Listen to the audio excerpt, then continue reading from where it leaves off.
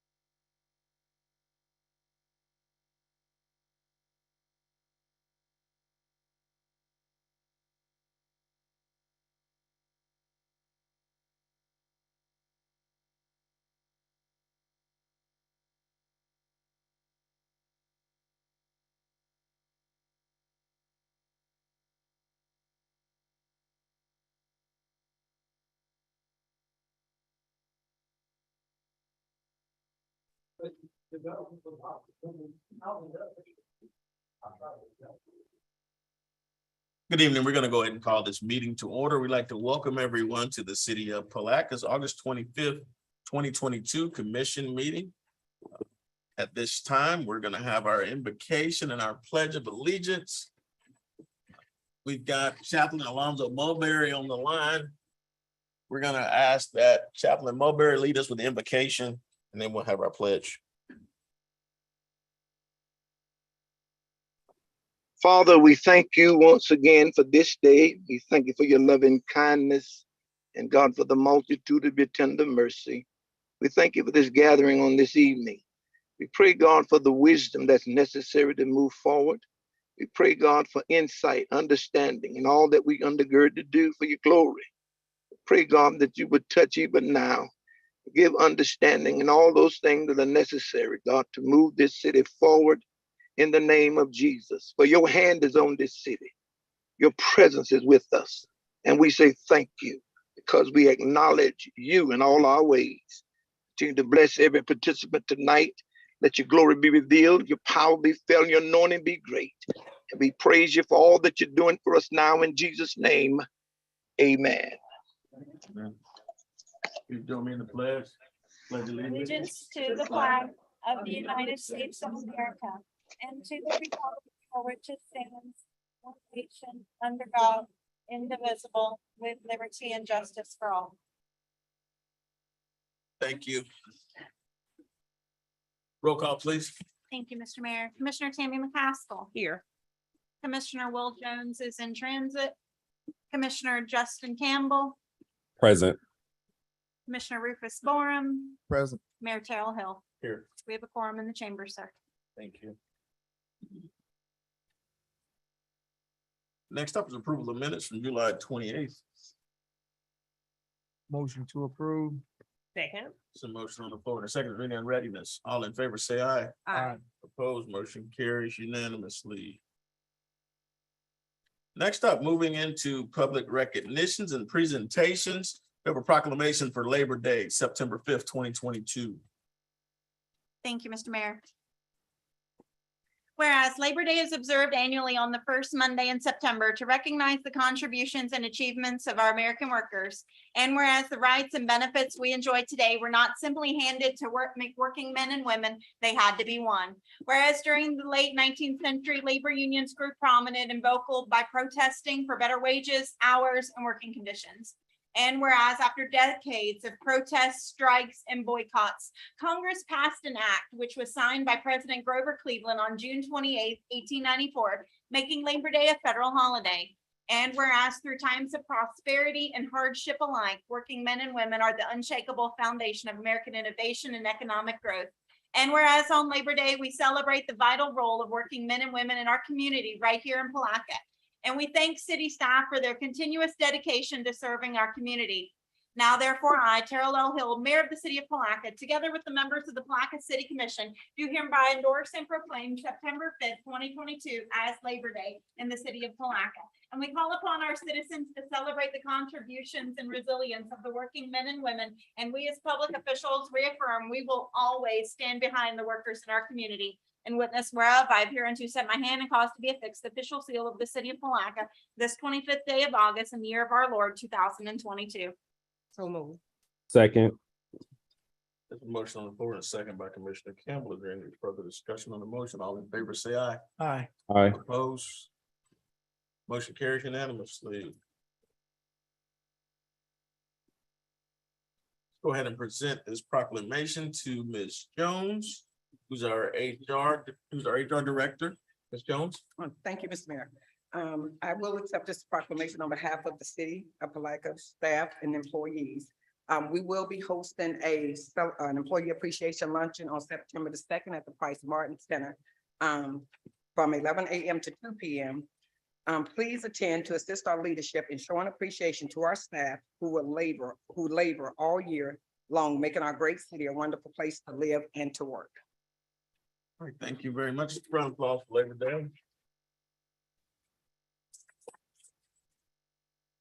Jones, we're going to keep you on the floor. We got our Employee of the Month spotlight right now.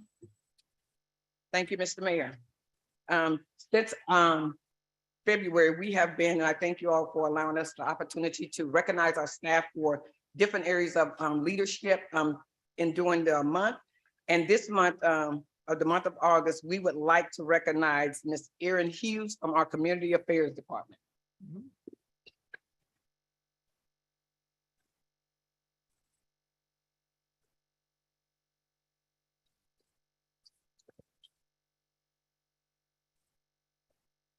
Can I say something first before you go up there?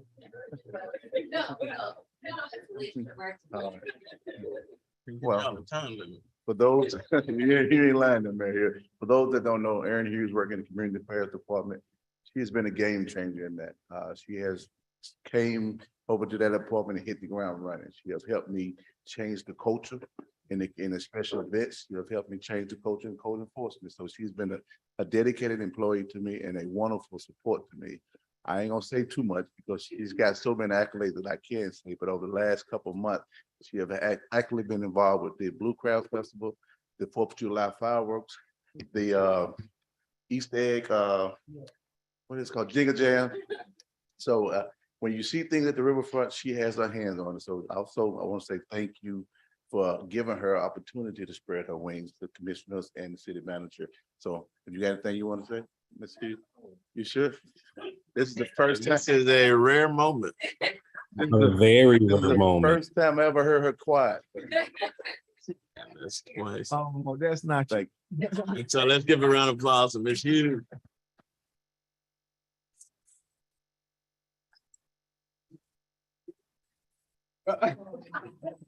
Excuse me, is this thing on? Excuse me. Honestly, yeah, I really did hit the ground running with a big heart. But honestly, I couldn't have done it without the support of the leadership that I do have here. Eddie and I paired up as a citizen and a staff member, and I practically begged to follow him wherever he went. So that worked out, and through the support of the mayor and many of you guys along the way, we've done a lot of successful things in our department. And as you can tell, guys, she's very shy. So again, great job.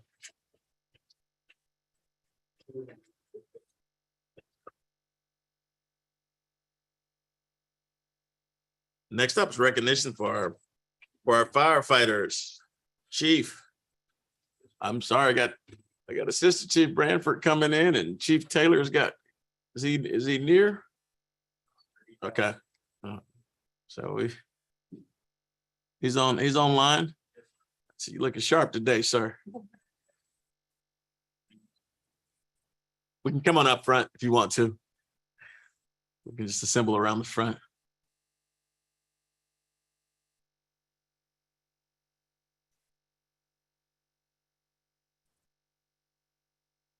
Come on.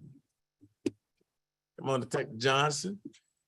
What's going on? We got Captain Newcomb. This.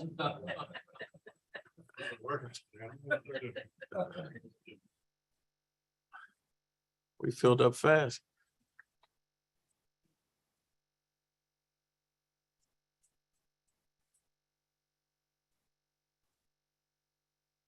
Good evening, Mayor. I wanted to take a moment to recognize two specific runs that have happened in the month of August.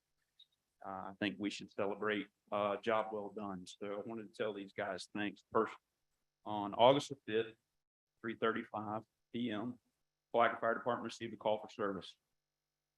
Tower 2, Rescue 81, and Battalion 11 were dispatched to a medical emergency. Tower 2 with Acting Captain Reed, Firefighter Wilson, Battalion 11, which is Chief Guthrie, and 2 units from the Palatka Police Department, Detective Johnson and Officer Threadford, arrived at the scene at 3:38, 3 minutes after initial dispatch, to find a patient in cardiac arrest.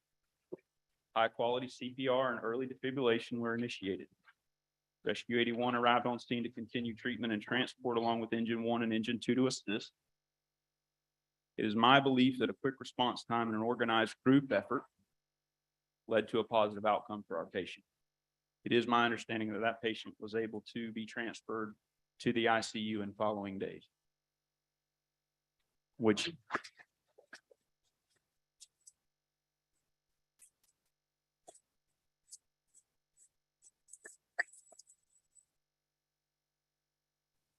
on August 12th, 4:30 PM, Palatka Fire Department received a call for service. TR2 and Putnam County Fire and EMS responded to a medical emergency.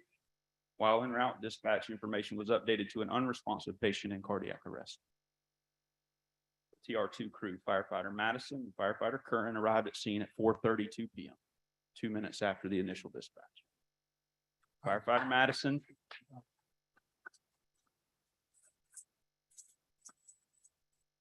Firefighter Madison and firefighter Curran initiated high-quality CPR and early defibrillation, resulting in return of pulses, or ROS, what we call in our business, for that patient. EMS arrived at scene to continue treatment and transport, as well as Engine 1 crew to assist. It is my belief that the exceptional response times and quick actions performed by these professionals led to a positive outcome for the patient. It is my understanding that this patient was also transferred to the ICU. Chief Taylor and I would just like you guys to understand and recognize that they did a fantastic job.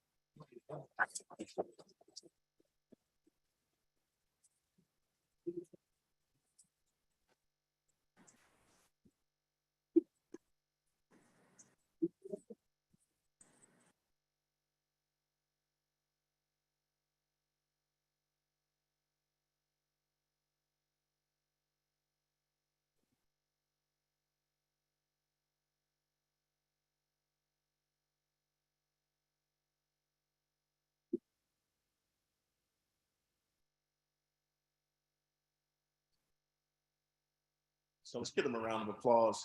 One more.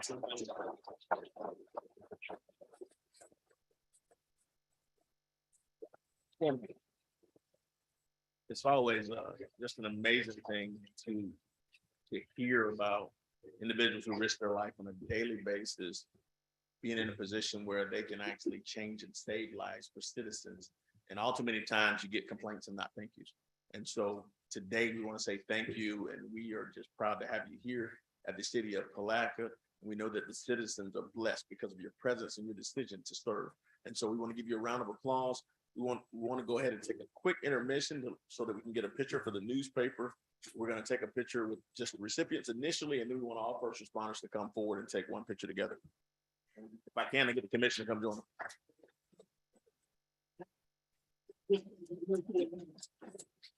All right, so what we'll do is assemble two lines, and then we'll take a photo for the newspaper.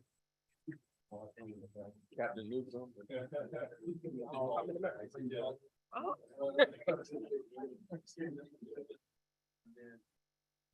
You and Assistant Chief Branford, you get in this picture, and then we will take an additional picture with all the first responders as well.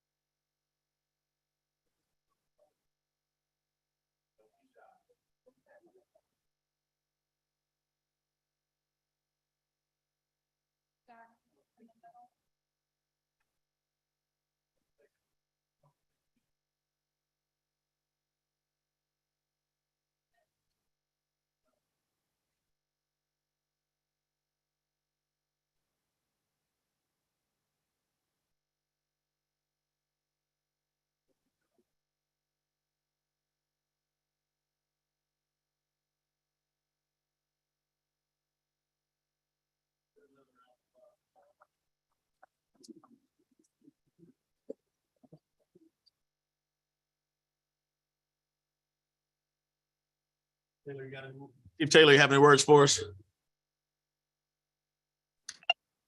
Yes, sir. I'm just really extremely proud of all of our people, including the police officers. I think they've done a great job, and it shows great training and dedication to the city, and I appreciate you guys recognizing them. Thank you. Thank you, sir. Let the record reflect that Commissioner Jones is here. Next up is our recognition. We are celebrating a new pastor in town. So we have with us today, we've got Pastor Alvin Ross.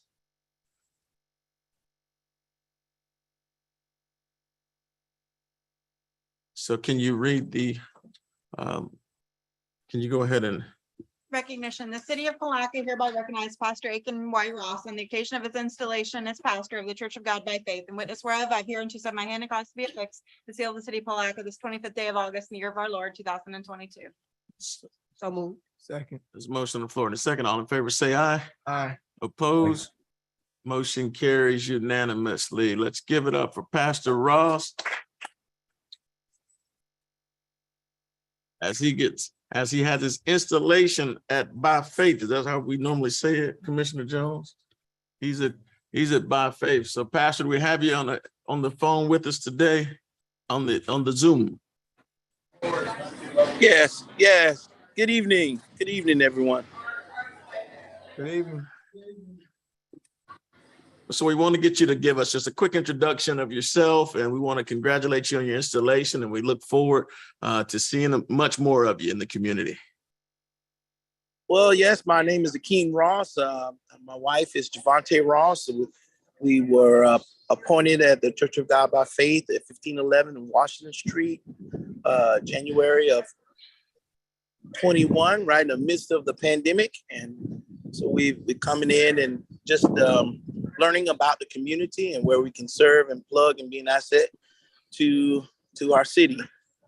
And so we just been there during this time, and we're seeing several people are coming in. The ministry is growing. We're seeing people that are motivated and ready to do something positive in the community and really kind of establish a stronghold right there in the midst of the inner city over there. So we're looking forward to participating in the city events. Had an opportunity to come to the MLK event and a couple of other events, but we're looking forward to doing much more. And I want to thank you and the city officers and all of the other pastors that have welcomed us in the community. And other than that, let's look forward to seeing what the Lord's going to do in Palatka. He's going to continue to move, and we just want to say thank you as well. And we look forward to your leadership over at what's affectionately known as Holy Ghost headquarters. So again, we just want to say thank you. Yes. Thank you. So let's give him a round of applause and a Palatka welcome.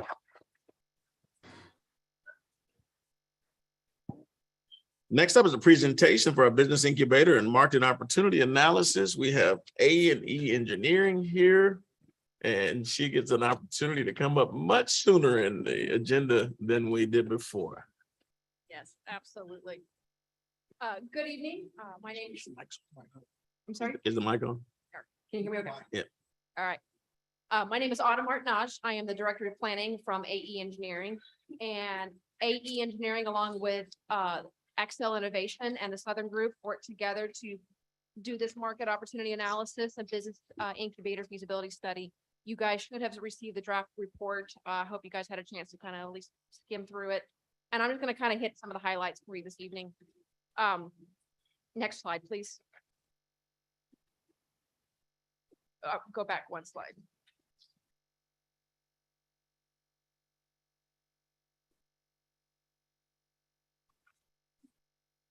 Right there. Thank you.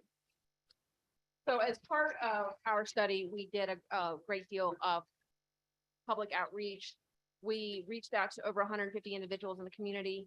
Of those, we did 2 online surveys with which we received 41 individual responses, as well as the Small Business Development Center and the Putnam County Chamber of Commerce hosted a roundtable discussion with us back in June, which was very well received. Commissioner Borum was there, and we had over 30 participants that evening and had an amazing conversation about business climate in Palatka and Putnam County and the dreams and the goals of the community. As well as our team conducted 32 one-on-one interviews with leaders, stakeholders, and citizens of City Palatka and Putnam County at large. Next slide. As part of our research, we explored multiple different business cultivation options that exist in the community. Of those, the focus of the study was the traditional business incubator. And on the screen, you see 9 different types of incubators that can exist in different communities. There are other similar concepts, such as a business accelerator, that it tends to be for more advanced businesses, to kind of get them to the next level very quickly. As well as a business resource center, which I will explain a little bit as we go. And then as well as private enterprise business, such as shared use commercial kitchens, such might be used by a caterer or a food truck operator, co-working spaces, such as the office share Palatka that you have in downtown on St. John's Avenue, as well as the opportunity for maker spaces. A lot of times you'll find maker spaces in places like libraries or nonprofit centers that allow citizens a place to go create products and test ideas and play with toys that cost too much they wouldn't have at home. And so these were just kind of some of the things that we explored as part of our study. Next slide. And as part of our market outreach, I didn't create a slide on everything. So if I hit some stuff that isn't on there, it's because it's a little bit more straightforward. Some of the things that we looked at was population. How was Palatka, the city, the county, and even the state been doing over the last few years? And one thing that we discovered was between 2010 and 2020, the state of Florida has grown by approximately 14%, which totals almost 3 million new residents that have come to our state in that 10-year span. But Putnam County and the city of Palatka have kind of struggled to experience any type of growth. In that same period of time, both Putnam County and the city of Palatka went down by slightly more than 1%. And that's a trend that will be reversing. You know, with the amount of people coming into the state and the amount of people coming to Northeast Florida, Putnam County is next. Everything else is filling up. Housing is getting more expensive in other areas. And that poises Putnam County and by extension city of Palatka in a very special place that I know you guys are hoping to be able to jump upon.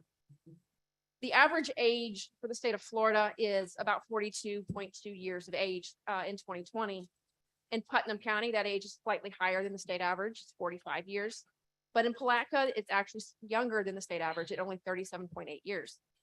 So the city of Palatka tends to trend a little bit younger.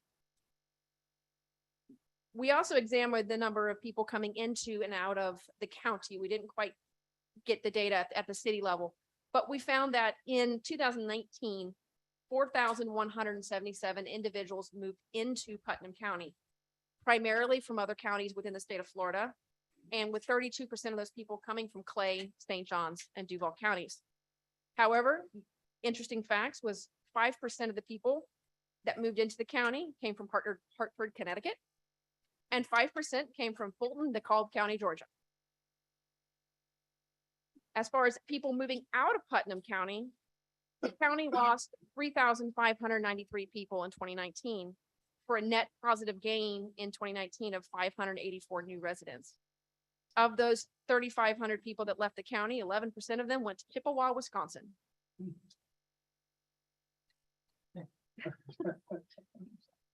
So education was another area that we examined. We found that at both the city and the county level, the highest degree of educational attainment for most people was a high school diploma or a GED, and that rate outnumbered the same percentage at the state of Florida. However, the state of Florida had a higher percentage of individuals that had attained at least an associate's degree. So advanced education is an area that can be grown. In the workforce, pardon me, I want to make sure I tell you when to advance. Go ahead and advance one slide. This slide shows the outward migration. I apologize. And then, yeah, right there. And then as far as the workforce, the labor market participation in the state of Florida, over 58.8% of residents are active labor market participants. In Putnam County, that number drops to 48.6%. And the city of Palatka, that is 49.3%. So there's a lot of room for growth when it comes to labor market participation by adults ages 16 and higher. Of jobs within the county, between 2007 and 2012, as you can see here, the county lost 3,200 jobs. A lot of that was a result of the recession.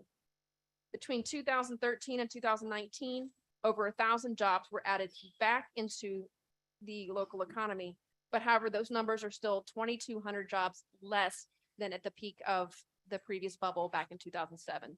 So there's still a lot of room to go to get more jobs back into the community, just to get back to where you were. There are, according to the Bureau of Labor Statistics, there are 5 major job occupation categories. Those include management, business, science, and arts, one category, sales and office as a second, service jobs, production, transportation, and material moving occupations, and natural resources, construction, and maintenance. And the highest wages tend to be in jobs that are found in the management, business, science, and arts category. However, I believe you go to the next slide. The bottom row is the national averages. And if you can see, the state of Florida has slightly less management, business, science, and arts occupation jobs than the national average. And Putnam and Palatka are significantly below the state average. The top category of jobs within the city of Palatka is sales and office jobs, followed ironically, or not ironically, excuse me, by management, business, arts, and science. Excuse me, getting my numbers. Service, then sales and office, then management. Production, transportation, and material moving jobs fall in 4th, and followed by natural resources, construction, and maintenance. In Putnam County, the top jobs are service jobs, followed by management, business, science, and arts, then sales and office, and followed the same for numbers in 4 and 5, with production, transportation, and material moving, and then natural resources, construction, and maintenance falling next.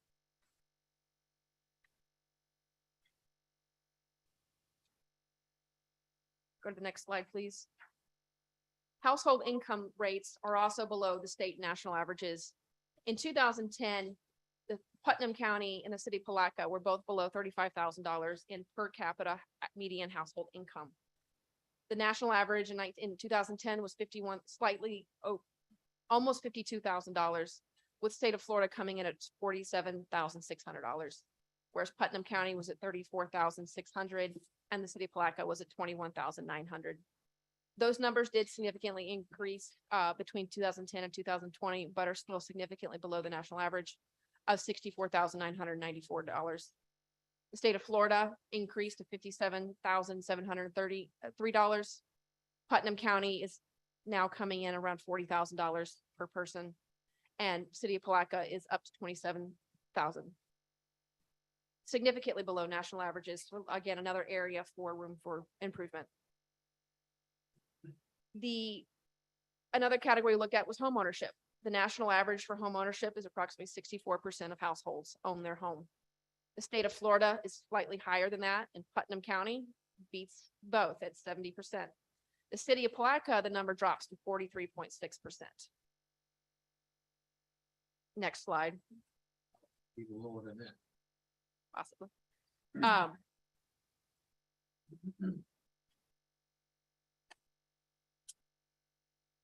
This map right here shows from downtown Palatka, everywhere you can get within a 1-hour drive. And with that, you hit 5 major metropolitan areas of the region: City of Jacksonville, St. Augustine, Gainesville, Palm Beach, Palm Coast, and I apologize, I did not think to write down the 5th one. Daytona. Thank you. Daytona. So you are uniquely poised to be a affordable alternative housing option that can get people to major employment centers in a very quick commute. An hour seems like a long commute for a lot of people, but for large parts of the country, an hour is nothing. As far as employers and where they work, in 2007, 7,375 people worked within the city limits.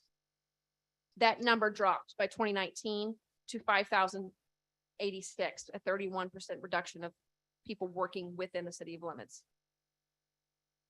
In comparison, the number of workers commuting into the Palatka from either the county or outside the county was 5,999 people in 2007 And that was a 27% reduction by 2019, with that number dropping to 4,375 people. Of Palatka residents in 2007, there was 4,351 residents that were working anywhere, both within and without the city limits. And by 2019, that number had dropped to 3,650 people, a 16.1% reduction in the whole city. The city of Jacksonville has consistently been the #1 destination for residents to travel for their job. Those numbers were similar when you look at it at a county level. In 2007, 16,731 people were working within the county limits. By 2019, that number had dropped to 11,596, another 31% reduction. The number of workers commuting into Putnam County was 8,425 people in 2007. By 2019, that number had dropped to 6,164 people, a 26.8% reduction. And the number of employed residents dropped by 6.5% in that same period, from 23,338 people in 2007 to 21,821 in 2019.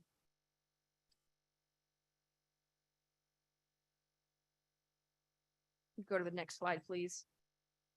As far as current industry sectors, this is the data sheet for the city of Palatka. There's currently, or as of 2020, there were 675 unique establishments within the city of Palatka. These establishments employed a total of 8,711 people for an annual payroll of almost $350 million. The majority of these jobs were found in the retail, trade, healthcare, and social assistance, with 35.5% of all total establishments within the city, followed closely by construction and real estate rental leasing. These 4 categories, retail, healthcare, social assistance, construction, and real estate, produce goods and services that mostly stay within the local economy. They do not bring in outside dollars from other areas. However, 24% of the industry sectors shown on the screen do produce goods and services that are sold to buyers in outside the market, bringing in outside dollars. So there's another area where there's room for growth, is to bring in more jobs into the area. In 2019, a report from the Economic Policy Institute illustrated that for each job created by a manufacturing business, 7.4% of locally created jobs through the consumption of goods and services by the manufacturing company itself and its employees. So for every 1 manufacturing job, 7.5 jobs are created in the local economy. By contrast, for every retail job, only 1.2 jobs are created for every 1. So one recommendation would be to look for opportunities to bring in more manufacturing type of facilities, because by extension, it creates 7.5 jobs for every 1 job. Go to the next slide, please. So part of our analysis is we conducted a SWOT analysis, which is where we examined the strengths, weaknesses, opportunities, and threats that exist within the city of Palatka and Putnam County. Some of the strengths that we identified was the positive net inward migration at the county level in 2019, primarily from population centers to the north or in the region. Natural assets are also a significant benefit to this community. It's a strength, and they are appropriate for tourism development. The Palatka Municipal Airport has had significant capital investments in recent years, and with the new airport manager, you guys are poised to do some amazing things, bring in some more jobs in that area. Low cost of living for residents. It's a lot cheaper to live in this area than it is in St. Johns County, which is just a few minutes away, which will start bringing more people into the community. And another strength of the area is your investments in the infrastructure upgrade to the downtown area and other areas that you have in the pipeline. Next slide. Some of the weaknesses that we identified were the highest educational attainment levels, declining working age population of the community, the low labor market participation rates, and the low levels of workers that are currently working in managerial positions. There's a relatively low level of traded sector industry, fewer industry subsectors within the manufacturing base. There's a heavy reliance on one industry for employment opportunities. And there's also a low level of per capita entrepreneurial activity. The recession recovery does not match state levels. And there's also a perception of a lack of coordination between the city and the county administrations. And there's also a lack of a clear strategy for developing tourism potential. And there's a lack of community buy-in for projects. There's also been a large percentage of staff turnover across municipal entities across the entire area. And a frequent complaint is the availability of downtown parking. Opportunities on the next slide. The city of Palatka is in a unique central location between the 5 major population centers that I previously mentioned. There's also the potential for the attraction of visitors from these 5 areas. The development of the amenities for visitors with new local restaurants and possibly including higher end options, bed and breakfast opportunities, local stores that offer local food and crafts, cafes. The development of the waterfront and the capture of the visitors from the airport for dining, accommodation, and fishing activities. You can attract the owners of watercraft for day visits on weekends and during the summer. The replacement of the Shands Bridge up north in Green Cove Springs as part of the First Coast Expressway provides the opportunity to expand the shipbuilding and port opportunities for the county. The creation of a multimodal transportation hub at the existing Amtrak station, as well as the replacement of the water and sewer infrastructure downtown, will also make the area more attractive for new businesses and maybe even residents. And the next slide. Some of the threat. You're good.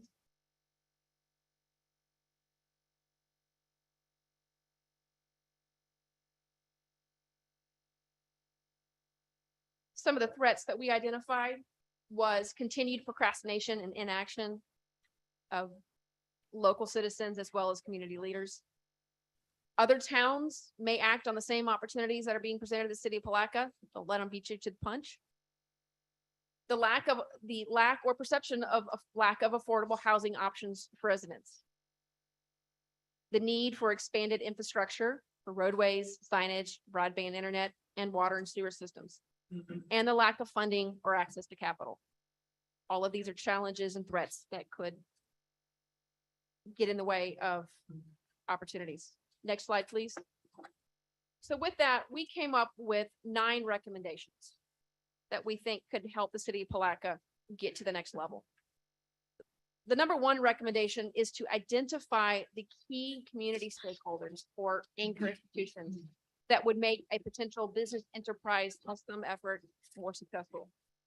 And that would obviously include you as the city of Palatka, as well as Putnam County, the St. John's River State College, the Putnam County Chamber of Commerce, as well as the University of North Florida Small Business Development Center, the Putnam County Public Schools, and any other parties identified by the commission.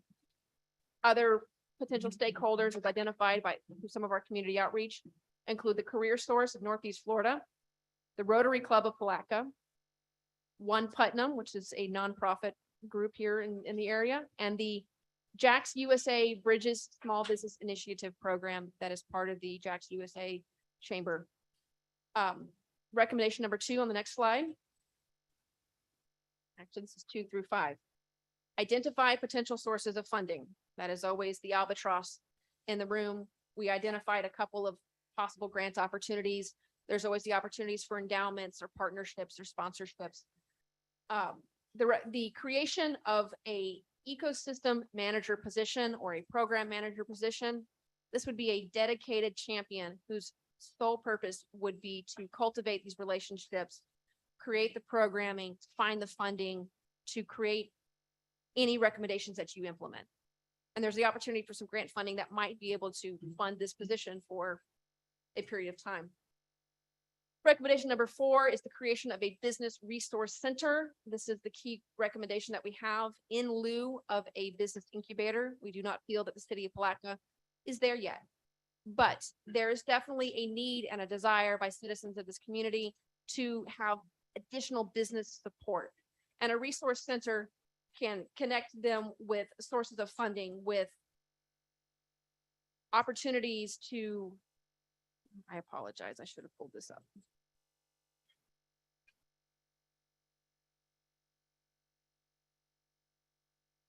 can offer economic support and empowerment and create the creation of local business in the economy. There are several local examples. We found one through the Broward County Creation, the library system. They call it the Broward County Creation Stations. And they provide STEM programming, learning centers, trainings, access to a maker space within the library system that allow entrepreneurs to come in and get the resources they need, the support they need to get them to the next level. Lauderdale Lakes in Florida has a business resource center. It serves as the city's entrepreneurial hub for aspiring business owners. They provide information on business development and expansion opportunities, as well as networking opportunities and training. They offer a series of computers that people can go in and use as part of their work to apply for loans, take professional development seminars, and even other computer training courses. They even have a conference room that is available for rent by local citizens that they can come in and have meetings in some space other than a coffee shop or in their living room. The third center we identified was the Savannah Entrepreneurial Center in Savannah, Georgia. It falls under the Economic Development Department of the city of Savannah, and their mission is to increase local business creation and to support the economic empowerment of Savannah residents through the delivery of comprehensive business training and development services. And that is the main goal of a resource center, is to provide opportunities and a place for training and education and connection to resources that they may not know. The Small Business Development Center does a lot of that now, and this could be potentially a place that would be able to partner with the Small Business Development Center to get the voice, get the reach out even further. Recommendation number 5 was to partner with an existing business incubation program in the region with something called a hub and spoke model. Would be to partner with an existing incubator from Jacksonville or Gainesville or anywhere within maybe a 2-hour drive, and be a satellite location where programming and training and small office for maybe more advanced small business entrepreneurs. And that way they could travel back and forth between the locations to get the full breadth of services that are offered in a business incubator model. Next slide. Our final recommendations is the creation of a business-to-business mentorship program.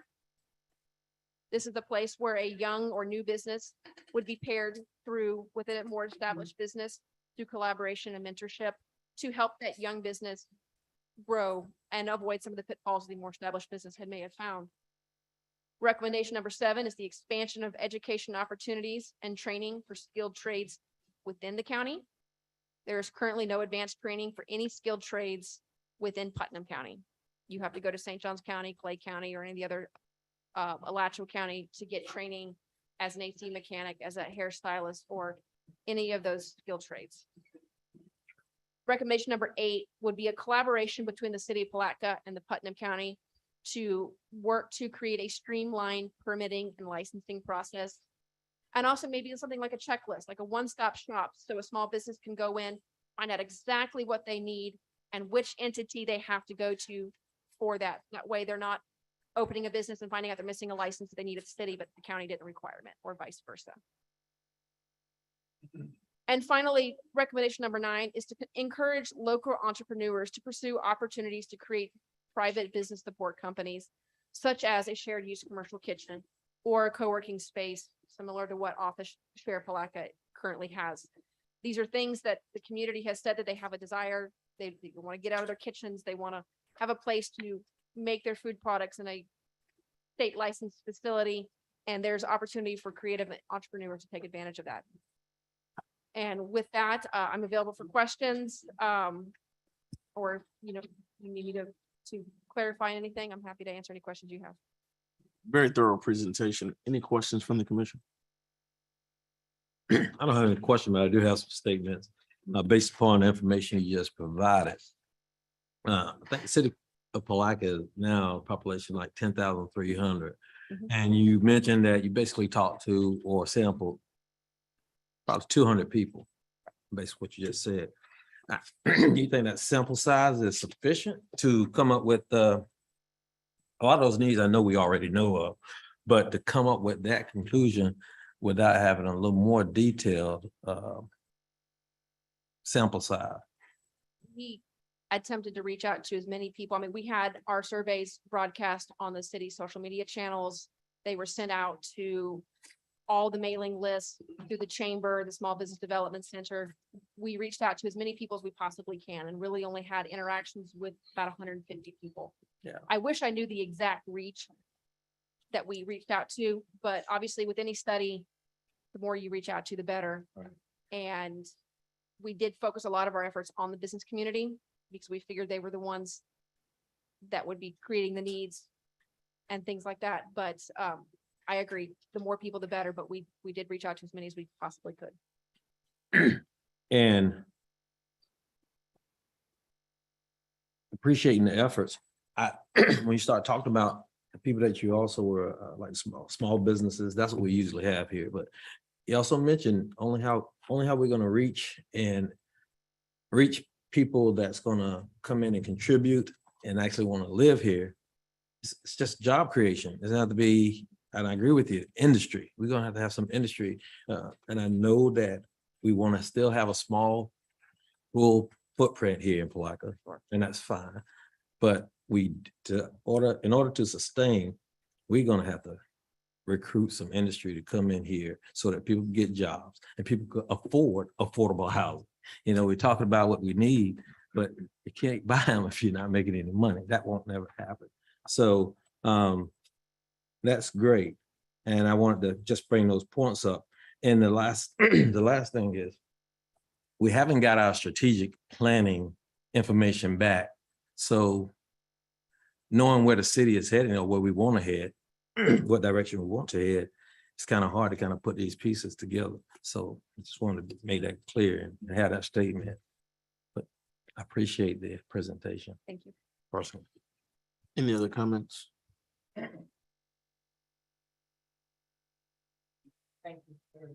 Thank you. Appreciate Appreciate your time. effort.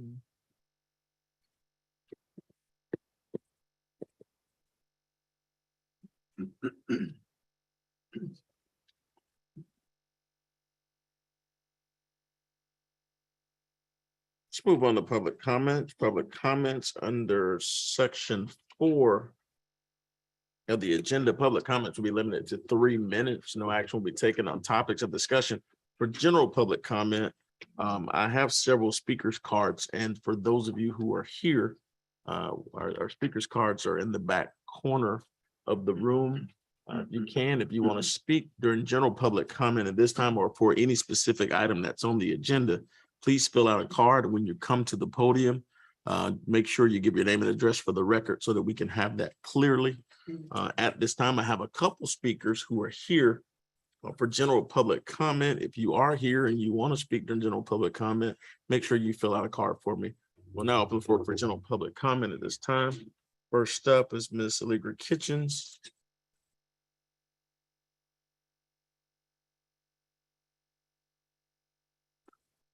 Legal Kitchens, 1027 South 12th Street, Palatka, Florida. I know that you probably can't do a whole bunch about it, but I would like for the commission to try, or the city manager to approach the DOT. I came across 2nd Street this afternoon to come to the city commission meeting. I was the 3rd car in line when the first 2 cars, by the time the first 2 cars turned to the right, the light turned back to red and I had to wait. It was probably 7 seconds, and DOT originally had them set on 17 seconds, but apparently they've cut the time down. And that's just ridiculous. If we could get a few more seconds so that more than 2 cars can get across Reed Street at 2nd Street, I'd appreciate it. Thank you. Thank you. Next up, Mr. Best. Can you, Mr. Best, can you step to the microphone for us? This is Eddie Best, 200 Hayes Drive, Interlachen, Florida. I'm here representing the mental health of our county here. Again, there's people that need help. Like we all sit here and we are all going to suffer from sometimes, somewhere in your family, someone is going to have a mental illness. Please help us help you. We have everything we need right here, but we're not using housing, for instance. We had an auction a month and a half ago. 2,000 houses on the auction, and We could buy our own houses if you just work with us. The city manager, we called to try and get a meeting with them, so we can sit down and discuss some of the things to get some of these people off the street that have mental illnesses. No one is cooperating. We have an agency called Stewart Martin. Because they're a big agency, they work well. They do their job, but that's all they do. We need an agency, which I would like to be part of, which I'm trying to create now, to help people that just don't know they're sick. And when they do find out they're sick, they look for things to do. We need to help each other, help ourselves. That's what this county is missing. And as soon as we come past that issue where everyone sitting here, sooner or later, someone is going to get ill. If we have the system set up so that we can help people where they are when they get ill, the biggest part of this is over. Our biggest problem now is housing. Like I said to you before, on the tax block, auctioning off our houses. We should set up a program where the ones that can afford to buy property, let us sell it to them. Let Stewart Martin and the agency I'm trying to create now, is the mentor group, is we can help you grow. Like I tell most people, if you pay rent anywhere, you take your money to the window and you throw it out. If you have your own, it's yours. You pay the taxes and you grow like a decent human being and stuff. Thank you so much for your time. I won't miss another meeting, and forgive me if I get my hair cut. Thank you. Is there anyone else here for general public comment? I have speaker cards for specific items on the agenda. Is there anyone else here for general public comment? I know I got Ms. Jones coming forward with a special introduction. You might as well come and join us, sir. Good evening, everyone. It's a pleasure, as usual, to be here with y'all tonight. And I come tonight to introduce y'all to the new Vice President for Economic Development, Mark Clifton. I'm going to give him the rest of my 3 minutes so he can give a little introduction of himself. Thank you. Thanks, Dana. It's a pleasure to be here. It's a pleasure to meet. Likewise, sir. In the beginning of the meeting, board meeting. I come from Ohio and just moved here to Putnam County. And I'm looking forward to focusing on the industrial development that you just talked about. That's my background and expertise is industrial development. So we can recruit more manufacturing jobs. As I always say, rising tide lifts all boats. So look forward to working with y'all, and hopefully we'll get some new jobs in here soon. Thank you. Thank you very much and welcome aboard. Thank you.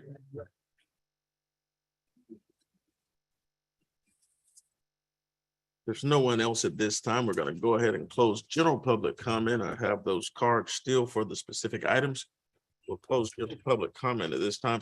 If I can take the liberty, I want to move one item up. I've got Mr. Lawson here for item number 11A.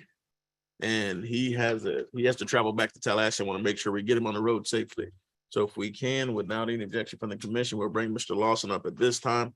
Move to item 11A, which is to adopt resolution number 2022 R146, annual public hearing and the annual consideration of non-ad valorem assessments to partially fund the cost of availability of Thank you, Mr. Mayor. fire protection. Resolution 2022 R146, the City Commission of the City of Palatka, Florida, authorizing the fiscal year 2022-23 non-ad valorem assessment role for fire protection services, facilities, and programs, directing certification of the assessment role in the collection pursuant to the Uniform Assessment Collection Act, confirming required statutory notice and imposing levying fire assessments, providing directions, providing for an effective date, and providing for scrivener's errors. So move. Second.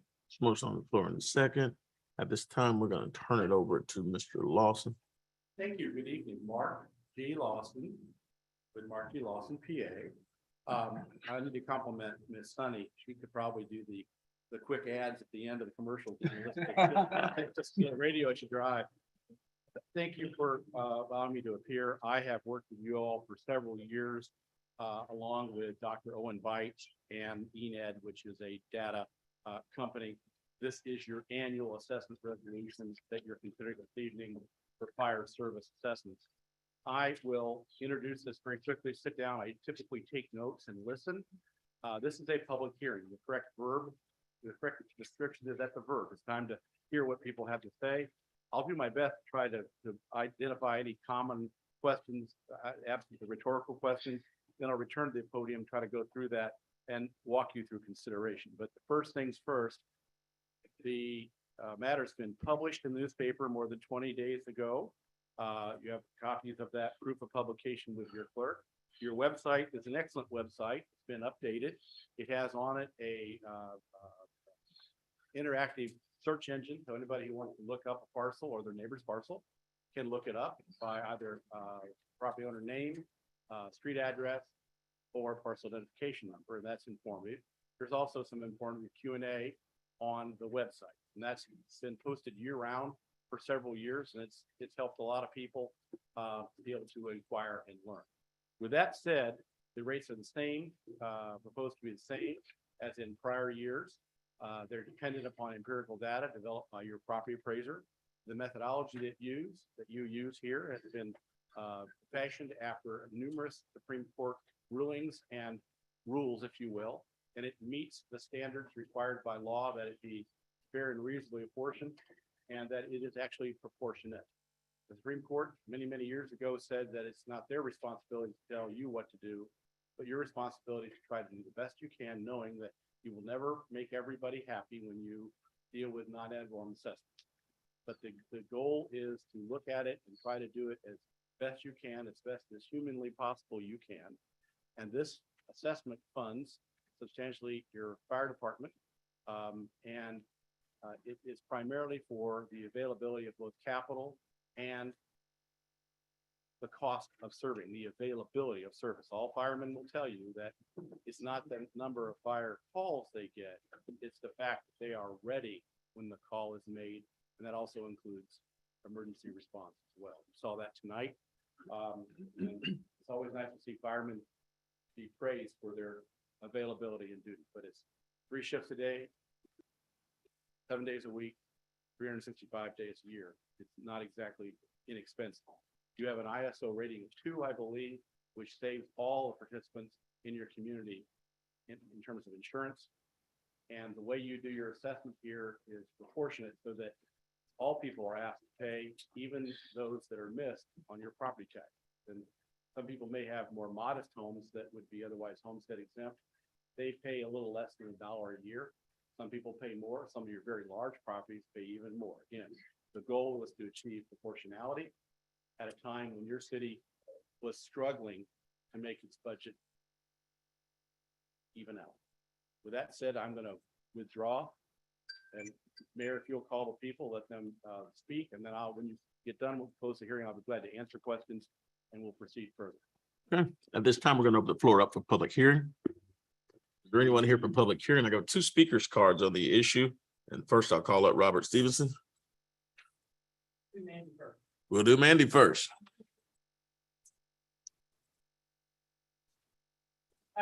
It's a package deal. You want to come up together? First of all, I'm extremely nervous. So, my name is Mandy Stevenson. I live at 415 Jackson Avenue, Palatka. I've lived in the city limits for 25 years, lived in the same house. Everything's fine. The reason I came here today is because I oppose the increase for this fire service assessment program, AKA on the tax bill, it says Palatka Fire Protection. To my understanding, when this was implicated back in 2015, it was to be a flat rate of $250, and then you had a processing fee. The millage rate for the budget was to go down. All these things were to take place. Yes, I have noticed that the millage rate each year has decreased.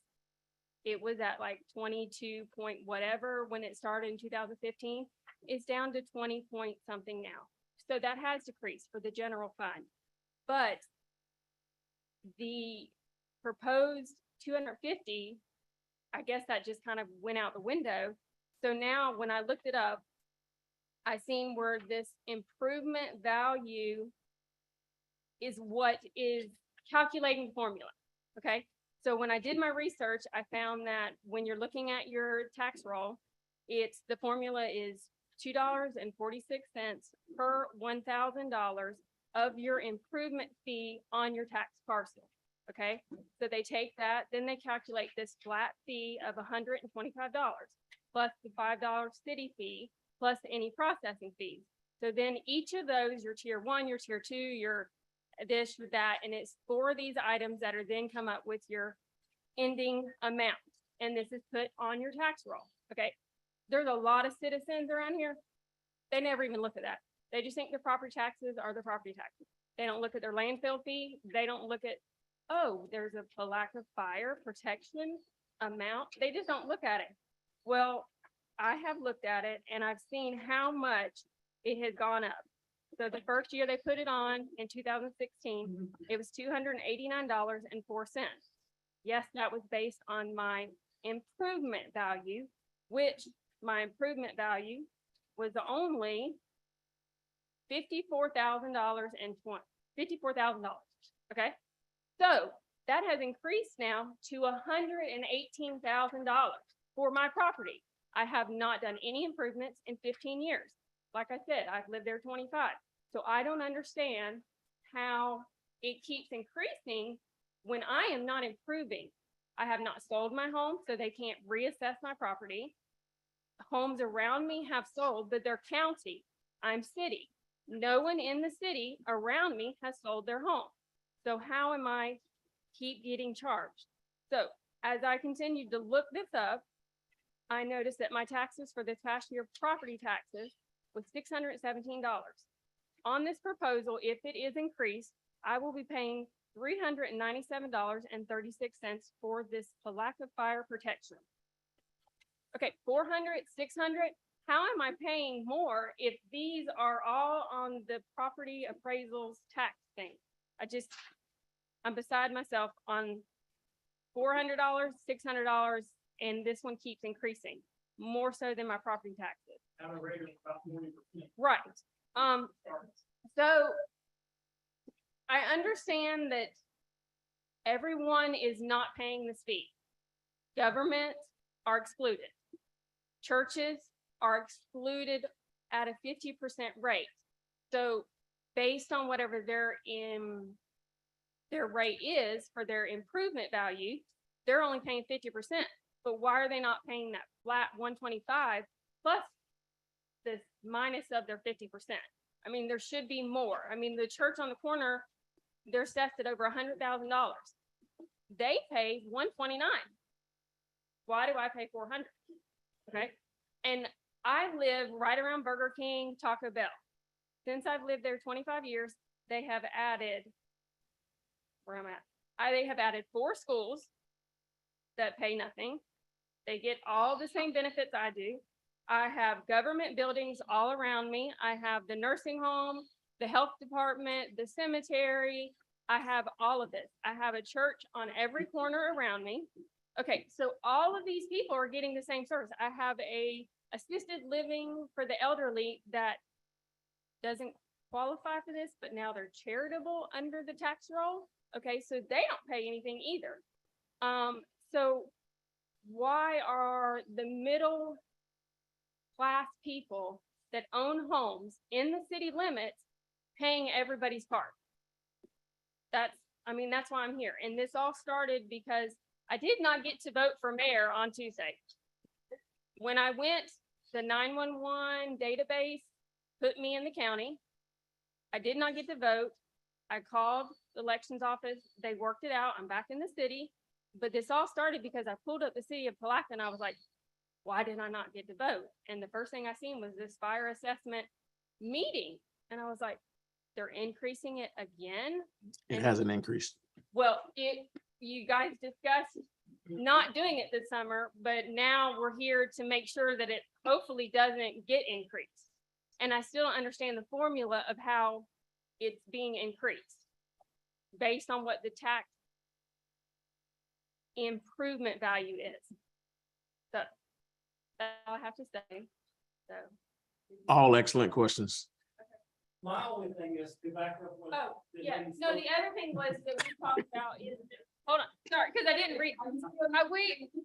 What we were very concerned about is in your writing, it was very railroad on the website. It said this was about equality. This is about everybody doing their part. We're taking the burden away from the community, the general fund. We're doing all this yada, yada, yada. Okay, that sounds great on paper, and I'm all for the community.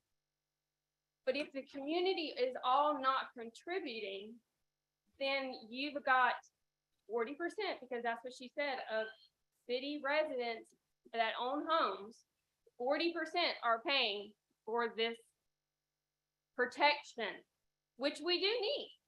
But we were not asked, do we need this? I was not asked. It's not like insurance where I get to go say, oh, well, I wanted this, I want this service, and I want this service. We are being forced to pay this. If we don't pay this, a lien goes against my property. So there's got to be a different way. And I know he said not everybody's going to be happy, but I don't feel like an increase is the answer. A flat rate. Everyone has to pay something, whether it's that $125. I just feel like everything in the city, someone should have a part of it, because why should I pay when everybody's going to get equal from the fire department? I mean, they're still there. I'm still there. You know, my biggest concern was when this happened and I got switched over to the county with the 911 address change. If I would have called this week for fire, guess what? The Palatka Fire Department would have not shown up to my house. No, you'd probably end up with 2 fire departments at your house, just because, this is the thing. I get what you're saying, but When it gets fast, whoever comes out, okay? But the county, if they seen my green trash can, they technically do not have to help put my fire out. So if they were to have shown up first, where's the 7 years I paid the $1,800 in for my protection? And since it's a service. Yeah. Would I have been expenditures have been, But I've gotten that back. I mean, that's what I'm saying. This all just kind of started because it snowballed that I didn't get to vote. And so, you know, it concerns me that one little mistake can kind of create all of this within the city limits. And then everything keeps going up as far as city residents. We already paid more taxes. We already paid more trash. We already paid more for the landfill. Okay. And there's only 3,000 of us working, is what she said. We're paying more than the county residents, who, by the way, based on the chart, makes double what we make. Yeah. But all of our fees are more. Well, I don't think they make double. I think what happens is when you look at the median, when you look at the median income, I think for those, what happens is this, there's a couple of different things. And I think you've made some excellent points, and those points were part of the reason why we end up with fire assessment. So you've got 47% roughly of your properties that don't pay any tax inside the city. The city of Palatka has been filled with government. It has been filled with public housing. It has been filled with all of the special entities, the nonprofits. Everything has accumulated inside the city of Palatka. And one of the things that I often talk about is the fact that the city of Palatka in many ways had become the centralized spot where poverty in many cases had been kind of placed into position. And so what we find, we have a lot of institutions that have been brought into here. So there are a whole bunch of folks who are not paying anything whatsoever. The implementation of the fire assessment is formula based. The appraisals, your assessment comes up every year from the property appraiser. We don't do assessments with the city. So that's what happens. The reality of it is, if your fire assessment fee is going up, because it only goes up if the value of your property goes up. And if the value of your property goes up, then you're gaining equity in that same property. It says but it's based upon relative value. And that's the thing you have to understand. Yeah. I'm telling you what it is. So what it is based upon your relative value. There's a flat fee that every property owner in the city of Palatka pays for, which is that 125, but you have a 246, which is the relative value. And so that's how that process works. Before, there were even individuals who have their properties that have been assessed below the homestead value and they get exemptions. They are now paying a fire assessment fee. which is different. Before, those fees were being carried by only the people who were paying. Now it's being spread out between other individuals as well. But And- now I feel like it's spread out. You know, homeowner residents. Well, the problem is we're having now is there's so many more government buildings. There's so many more Palatka housing authorities. There's But- so many- and they're but- not in the budget. But Right. churches and institutions are actually still paying. They are paying, they're not exempt from paying. They have a, they're paying. They're not, they were exempt from paying taxes, but they are paying non-ad valorem assessments. And so there's a whole piece that goes into it. Every year, this is the same conversation on a regular basis. The reality of it is, it's not, you're going to continue to have the same thing. In the county, you have a fire fee as well. You're right. And so, You do get federal funding, and it's nothing. it's not nothing. It's just like a millage rate. In the Yeah. county, their fee is based upon millage, and it's really no different. It's the same.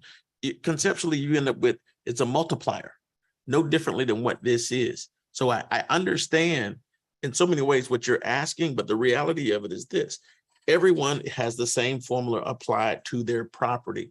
It is a uniform way in which to collect. Okay. And so that's where we are. I understand that. But I have county people to my left, county people to my right, county people all around me. My neighbor across the street just got a permit to put a brand new pool in, cost him $70,000.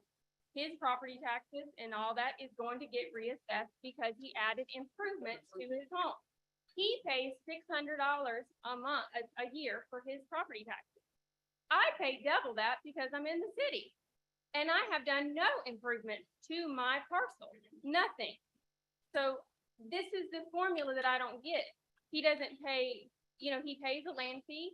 We all pay a land fee. And yes, I have noticed that our land fee has decreased over the years, like our millage. I have noticed these things are decreasing, and most residents in the city limits don't even pay attention to their property bill. I asked several people today, I was at the vet, I was like, hey, do you know about this fire protection? No. You've never looked at your bill? Oh, I just pay whatever's on there.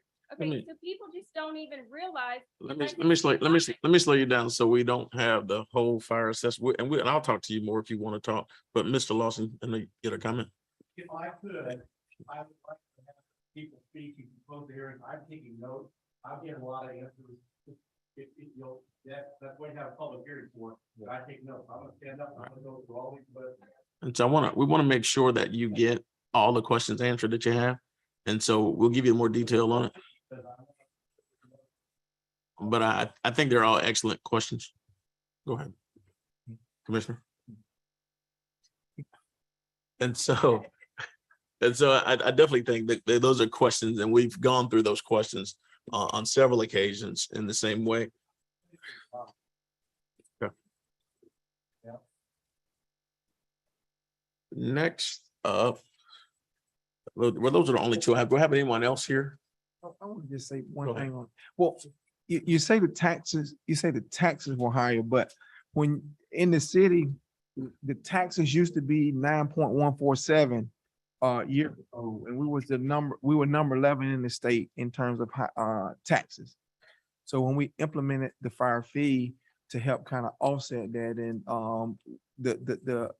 your rate went down to 6.4. So you're on your property taxes on your home, you went from 9.147 to 6.4. And so you got $2.74 the reduction per $1,000 of value for your home. So in that sense, it dropped it. Right. By the amendment, it can only go up a maximum of 3% a year. Well, I mean, right. But you're talking about two different things. I think so I understand what you're saying, but that's why you're. Right. But Well, I this- think that's you're on- mixing that's on apples the and ad oranges. valorem side, but that's on the ad valorem side. On the fire fee side, but so that we put the 2.46, we had a number of different entities that were really impacting the people who were paying. And so when we implemented that, that kind of helped from a respect of people or entities taking a lot of property off the tax roll. And again, we would love to sit down with you and show you some of those things and how things were happening and a number of properties that was on the tax roll that had been taken off. So again, so that it would help the people who are carrying that, all of our accounts that does pay in. So again, people. Well, no, listen, you do have a great point, and what we will do, we will be looking into that, and so we can help out in any way we possibly can. So it's not a fixed deal. Thank you. Ms. Kitchen. Liquor Kitchens, 1027 South 12th Street, Palatka, Florida. And I've been against the fire fee all along. I still am, you know it, so I'm not going to address that part of it. But I thought perhaps I could clear up a little bit of the confusion about how the property appraiser's office appraises property as related to the fire fee. The fire fee is based on the improvement value only, not the land value. The improvement value is anything you add to your property. It can be a pool, fence, concrete walk, building, garage, anything like that. And the fire tax, the fire fee is figured at $2.46 per $1,000 of improvement value. And it comes off before homestead exemption. The property appraiser's office is required by law to reappraise property every 3 years. If they don't do it, the Department of Revenue comes in and they reappraise the property. Property sales are based, property reassessment is based on sales with improvements, especially the property appraiser looks at the cost of construction in the whole area, city and county. They don't go where if one house is in the city and then the next house in the county and they do a different base rate on it. The construction cost is the same, whether it's in the city or the county. The property appraiser bases on that to do their improvement value. That is set by law that they have to do that. Homestead exemption gives people a break on their taxes. So if you could have homestead exemption, and I think Mr. Bourne said it only goes up 3% per year on the tax. But the fire fee and any other fee like the garbage fee, it bypasses homestead.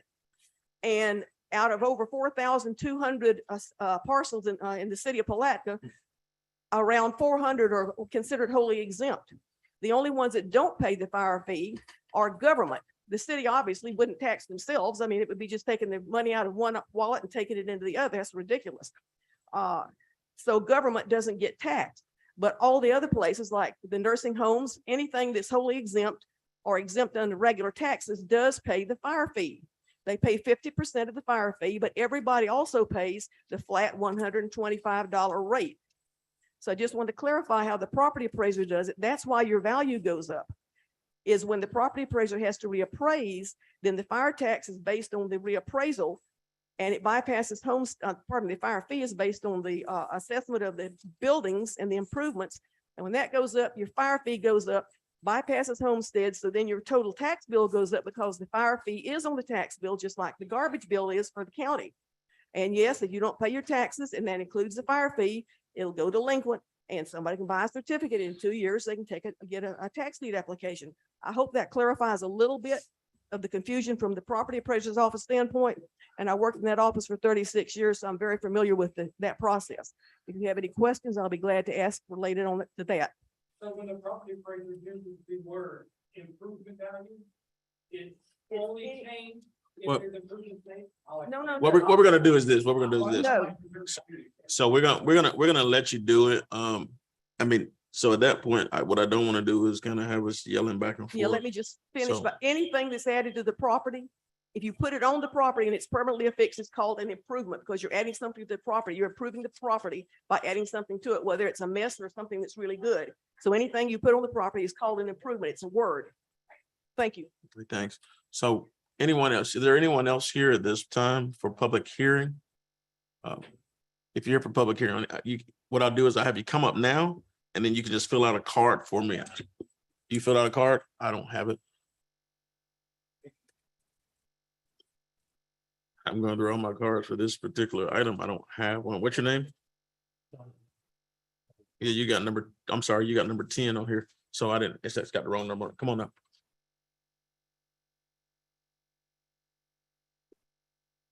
Young, 205 Ash Street, Palatka, Florida. I can't say much more than what they've already said. They kind of dug into everything I wanted to say. I am totally and completely opposed to this. I have been from the very beginning. And my thing is that everyone is, and the big thing is everyone is not carrying their fair share. I don't mind doing a little more to help a situation out. And there is no identifier of how this money is specifically for the fire department. I don't see the breakdown. I took it upon myself to try, and I'm no accountant and all, but try to read that 80-page budget sheet that was sent out last year. And I read it to the best of my ability, and I probably missed some things, but I could not identify, it was not plain on how we're spending $1.4 million. In addition to that, the city is giving some money is what that money is not supposed to be wholly furnishing, supporting the fire department. So it's saying that is a partial, I think it says 60%. It supports 60%. It carries about 60% of the fire department's budget. But in addition to that, the city picks up the rest. Where is the 1.4? How is that being spent? I mean, it's our money. If we're going to be taxed, and have our property put on a lien, if we don't pay it, we should at least know how our money is being spent, in a more itemized way. And I think everybody should be doing their fair share. If you're going to tax one, tax all. You can give it a different name, but at the end of the day, it's still an increase in our taxes. It's just an increase in taxes. And I think one thing would help, and I heard this in that presentation, start looking for some other means of bringing money into the city besides steady going into the pocket of those that don't halfway have anything. We work hard. We have a life and we have things that we're trying to do for ourselves. But if we're steady giving out, there's other ways of getting money other than taxes. And we're constantly increasing taxes, more taxes, more taxes, more taxes, but there's nothing else coming in that's building revenue for the city, nothing new. So I just think we need to look at some other options in terms of bringing in some monies and let everybody carry their fair share and give us something to go on how that money is really being spent. The 1.4 mil plus whatever, I don't know. I didn't see anywhere where it shows how much the city contributed to the fire department, to the fire care protection.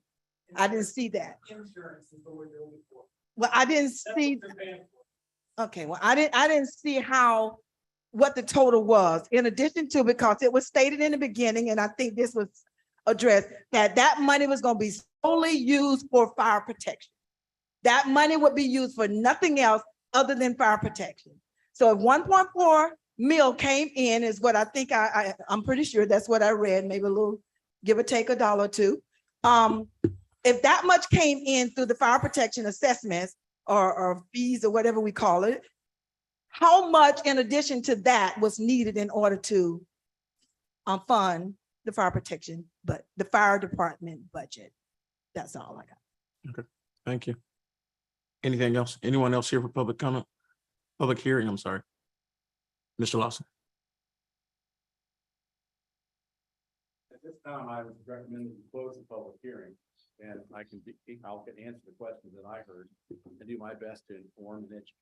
Seeing no one else here for public hearing, close public hearing. So they're relatively few speakers, but you're very liberal in listening. I think that's something to be appreciated. We want to make sure that everyone's heard and that they get a response. I've spoken to Mr. Stevens beforehand, and I have done this for many years. Got the Oh, I'm mic sorry. on. Here's the microphone's over here. I was talking to the wrong one. Your button on? Can you hear me now? Yeah. Okay. So again, thank you to the Stevens for standing up and raising the issues. Let's explain it as easy as I can. Your assessment is formed based upon 2 tiers. The first tier is one called relative improvement value. And Ms. Kitchens is real close to nailing on the head. I think she's a well-informed citizen because she worked in property appraiser's office probably. But Property appraiser by law has to identify the just value of the property regularly. Not every 3 years. They do it often. They can do it more often than that, but they do it. And they also value the land. Those are both certified to the Florida Department of Revenue. That's their requirement. They do that for taxation purposes. All you've done here at the city is piggybacked on their data. And their data is certified. So if you subtract from the just value of the land value, you get what's called the relative improvement value. And all that is a numerical explanation of what the improvements on the property are. And that could be a sidewalk, that could be a garage, that could be a pool, that could be any improvement on the property. That's simply used as a matrix or a means to measure relative improvement value. And to that you assign $2.46 a thousand. And then the other tier is rated at $125 for every tax parcel. And a tax parcel could be a lot, or it could be a condominium unit. That's the way the property appraiser views it. So in your city, what you do is you charge so much for relative improvement value and so much for the parcel, and you add it together. And what that does is what the Supreme Court has told you to do, and that is you need to find a fair and reasonable way that's proportional to share the cost of fire. The question came up, where's these dollars going? I absolutely assure you that the law requires that you must spend these dollars on fire service protection. They are not leaking out into your general fund. As a matter of fact, it's usually the other way around. So the group of people you had up here today all have salaries. They have equipment. You have a building, not the police, but the firefighter. That has to be paid for. That is expensive. Every penny collected by the city is put in a budget and expended on that set of services. And if there's anything left over, it must be carried forward to the next year. So I want to assure the public of that. The proportionality deals with what we call save our homes. Years ago, property appraiser Ken Wilkinson decided that we needed to fool with our homestead and raise our exemptions. It was a laudable idea. But you can have properties in this state that are the exact same house built next to the other, and someone pays a lot and someone pays hardly anything. That's created havoc with how we fund things with taxation. We have to live with that. But your city, approximately 40% or a large number of people have properties that their value is less than the $75,000 homestead. So they don't pay any taxes at all. And that is a issue that the state legislature and state constitution allows. But that doesn't help you all in sharing it.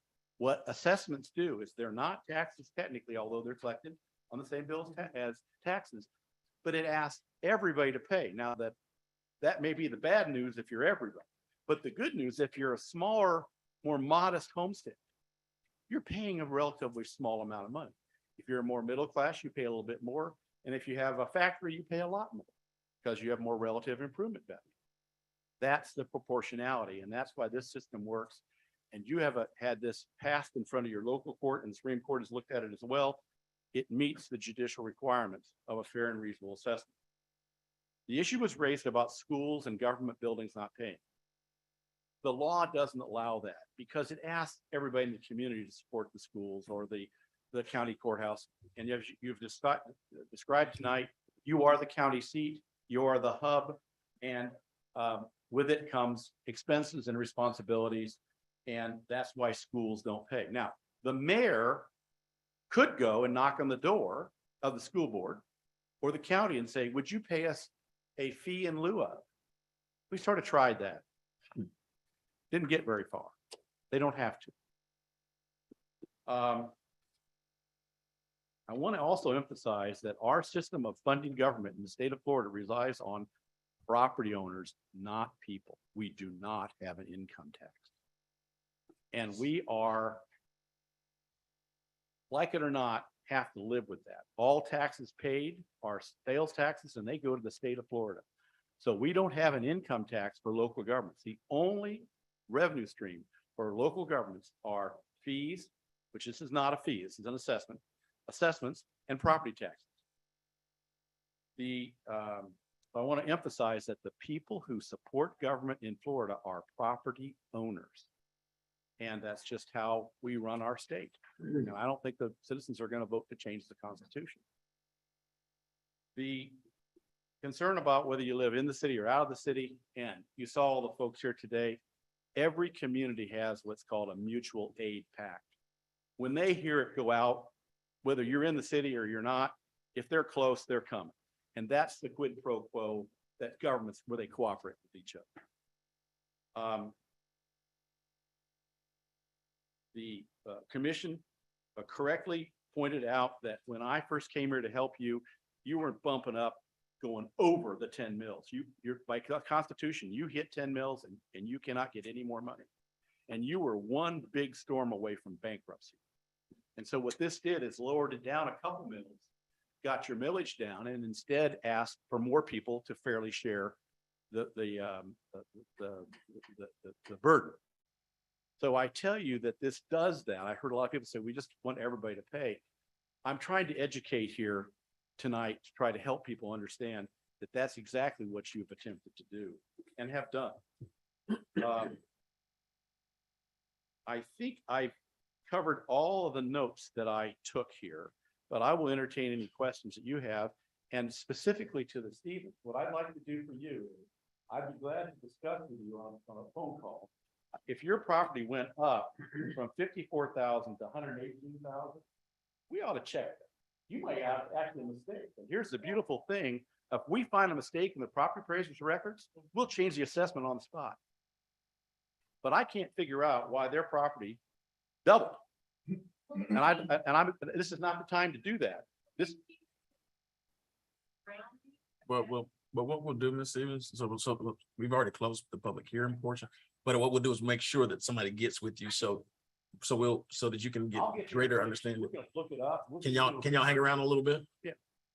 If you can hang around a little bit, we'll make sure we get somebody to take care of your question. And so my whole point is, when you see an error like this, not only will we do it here locally, but state law allows you to change any assessment if it's erroneous.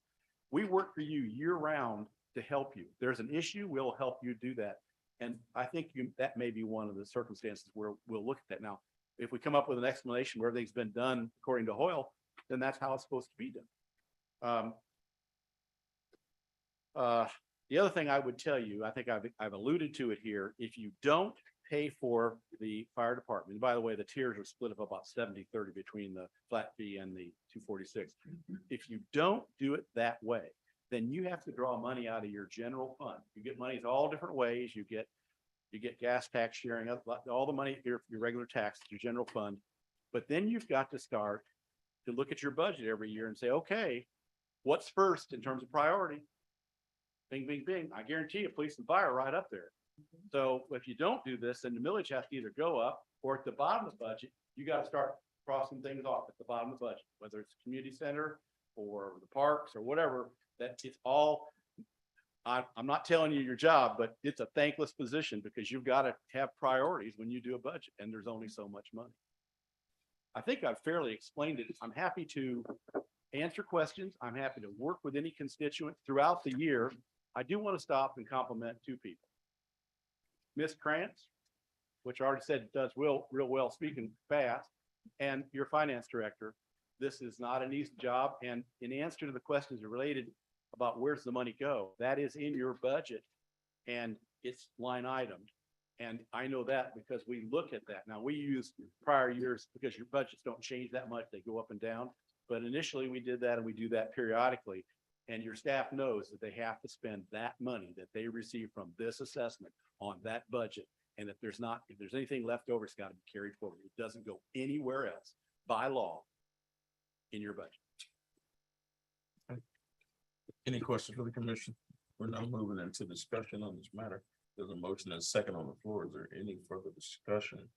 Yeah, this is still, because we just want to make sure clearly it is 2.46 and it's not an increase. We have an increase that if you recall, the first year the millage rate was 6.99. When we reduced from 9.174 mils to 6.99. Then the second year we went down to 6.4 mils. The relative value at $2.46 per $1,000 remained the same, as well as the flat rate of $125. What has per parcel. changed is over time, this is where the property appraiser comes in handy. He keeps track of that value, and that goes up. If we have a recession, I guarantee you it'll go down too. but you're not in the middle of that. Mr. Mayor, I'll just make one point. One of the speakers asked whether or not you spend the whole $1.4 million in the fire department.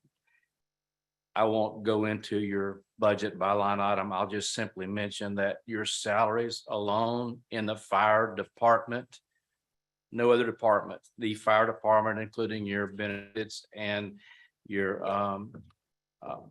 retirement contribution last year was $2.4 million. Next year, it will be $2.6 million.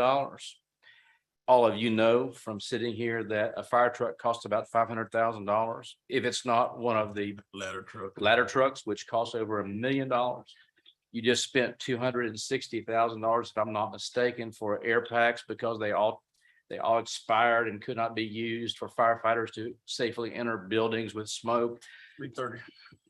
330, I apologize. So maintaining a fire department is not a inexpensive proposition, but I bet if you ask the two people who were literally brought back from the dead last month by our firefighters, $300 a year probably was a pretty good value. In back to your economic development, you want to attract people to your community. They're going to want that service. I've attempted to begin to explain the benefits of fire department availability isn't just that they come and to your house when they're called. It affects your insurance rates. It affects the desirability of your community for new industry.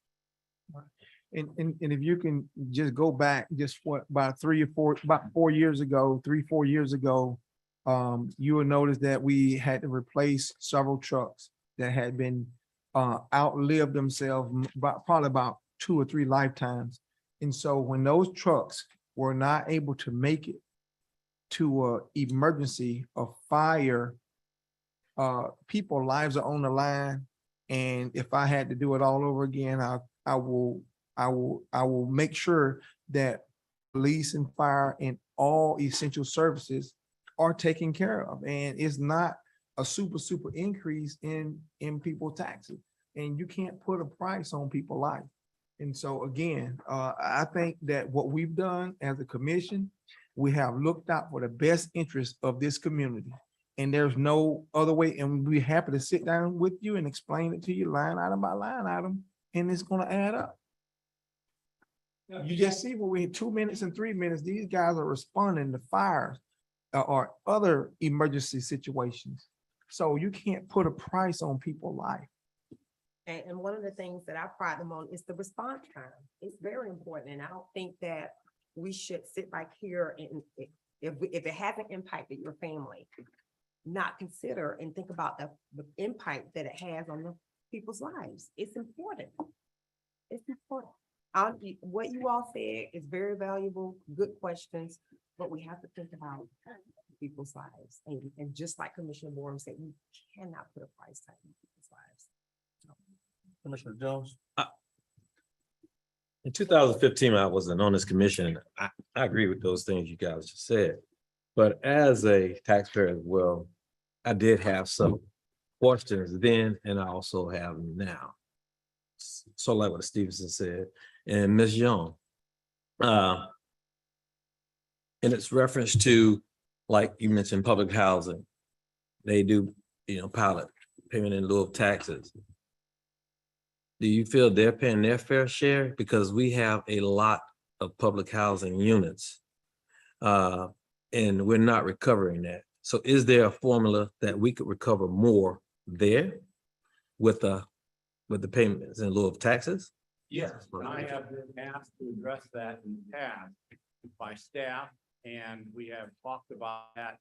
We will continue to bring that to you on an annual basis. The approach to that will be complex because of the unique nature of your public housing authorities. They will attempt to resist that. The city and the county got into that same issue. I think that there are probably it's probably a means to address them. As I recall, the net dollars that you would receive if they were paying would be about $40,000. So the question becomes, the same thing for the churches as well. The churches cost you about $80,000 a year. The issue would be, what is the value of dealing with those issues compared to paying what you're paying? Because what you are doing is underwriting the Public Housing Authority housing units. I fully understand that, and I acknowledge that to you. So we could work on a payment in lieu, and if you'll notice in your resolution, there's direction to revisit several issues, which we do every year. We will do that earlier than later this coming year. Well, I hear the public, and I think that's what they're saying. Everybody pay their fair shares. That's definitely something I would like for you to explore personally. And the other thing was, I heard someone say they didn't vote on it and they didn't get opportunity. And I know it wasn't a referendum that went on the ballot or anything, but to have public input, that's something that could be considered. But the last part I wanted to ask about is, were there any conversations about if this is going to have an expiration date? I wasn't privy to when this took place, so I wanted to know, and I wanted to be brought out in I'm public. happy to explain that to you as well. The expiration date is when you raise your budget by 2 mils or more. And so if your budget now, what is your millage this year? 6.4. So if you want to raise your millage up to 8.4 or more, then that can expire. The point is, you're going to be funding fire service every year, whether you like it or not. The question is how. So expiration, the answer is, would you rather have it where only the people that own property that is above 75 pay, like everybody to pay a little something? And that was a decision years ago. And I will tell you, it's still a good decision to make today, but that's a policy decision. I'm an implementer. You tell me what to do and I go do. Understanding is good. Long everybody get that understanding, you know. So seek ye first to understand, then be understood. Thank you for your time, sir. I thank you for the opportunity to serve your city. Commissioner Campbell. Oh, Mayor, I won't rehash what's already been said. I'm in total agreement with the statements and comments that were given by Commissioner Borm and Ms. Tammy McCaskill. All right, I think the conversation has been really good from an educational standpoint. I don't think there's ever going to be answers that will touch on everything, but I can say that where we were when this started out, 2015, to where we are now, this city was on the verge of bankruptcy, and we are a far healthier city than we were before. I think the one thing that I'm really encouraged by is the fact that as the community, we're now the hole in the donut, as I hear Mr. Holmes say on a regular basis, but as the community continues to grow, what it does is it puts us in a position where we can look on an annual basis on reassessing where the values are. The average home value has increased significantly, inside of the city of Palatka. It's increased in Putnam County. You looked around in May, I think the average home sale was $238,000, far different than it was in 2015. And so we're starting to see a change in values. And I think once you see that, then it creates additional conversations. I think the questions today were really valid. But when we look at the health of this community, we look at the services that are being provided, the discounts that come from that ISO 2 rating. It balances out, and many people won't understand it as they're gaining more equity in their homes, but it does balance out. And it's the one way that we know that everybody who owns property has to have skin in the game. And so that's kind of the comments. But I want to make sure that as we continue on, that we do answer questions. Ms. Young, we want to answer your questions as well. But we want to make sure that we answer those questions and that you're satisfied, and also look at those assessments to make sure that if anybody has any questions as it relates to increases or whatever, that those are addressed and that everything is done correctly. Any other questions from the commission? If not, we'll go ahead and vote on this matter. If there are no other questions, I'll call a question. All in favor, say aye. Aye. Aye. Oppose? Motion carries unanimously. Thank you again, Mr. Lawson. Yes, sir. Issue will come up later on the agenda, and I will spend a moment with Stevens out in the anti-room, get their name. And also some research. Okay, and you also see if Ms. Young has any additional questions. Thank you. Ms. Young, if she has any questions as well. All right, thank you. Thank you for the opportunity to serve. Thank you, sir. Safe travel. See you. Thank you.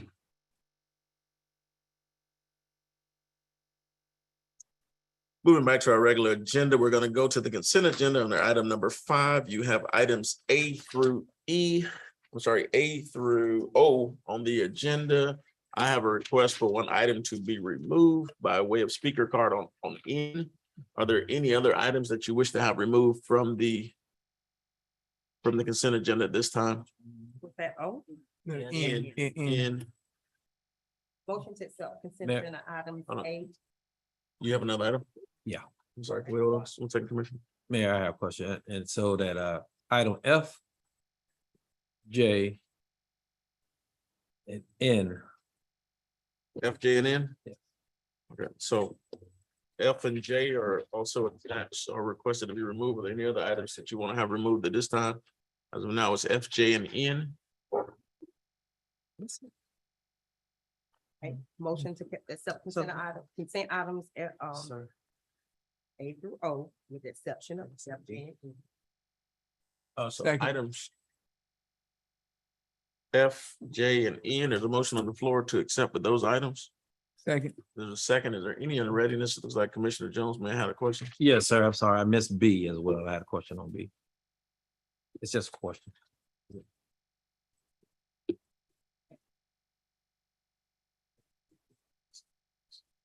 Okay, so items F, J, and N. Is B is friendly, is that friendly to the second? B friendly to the second? Yes. Yes. So F, J, N, and B. There's a motion on the floor in a second. All in favor, say aye. Aye. Opposed? Motion carries unanimously. Let's take a quick break before we go into those items. We're gonna take a 5-minute break. We'll come back and go through B, F, J, and N.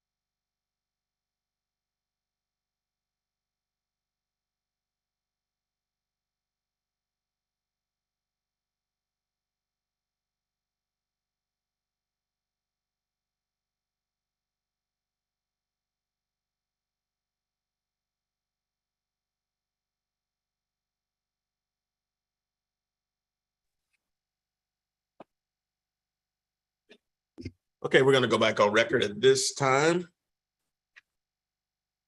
And we have item 3B, I'm sorry, 5B, adopt resolution 2022 R131.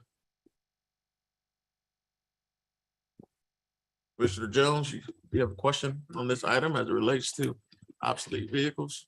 I had an opportunity this week to speak to Jonathan Griffith, and they are, can't think of Dale's last name. McMillan. Can you speak up just a little bit? Yeah, so he actually, they both gave me some insight on these, but I did want to bring it to the attention of the commission about the disposal of the surplus property. And my question to both of them, I want to bring the sunshine, that the question was, how do we dispose of these? Whether they by seal bids, auctioneer, or govdeals.com.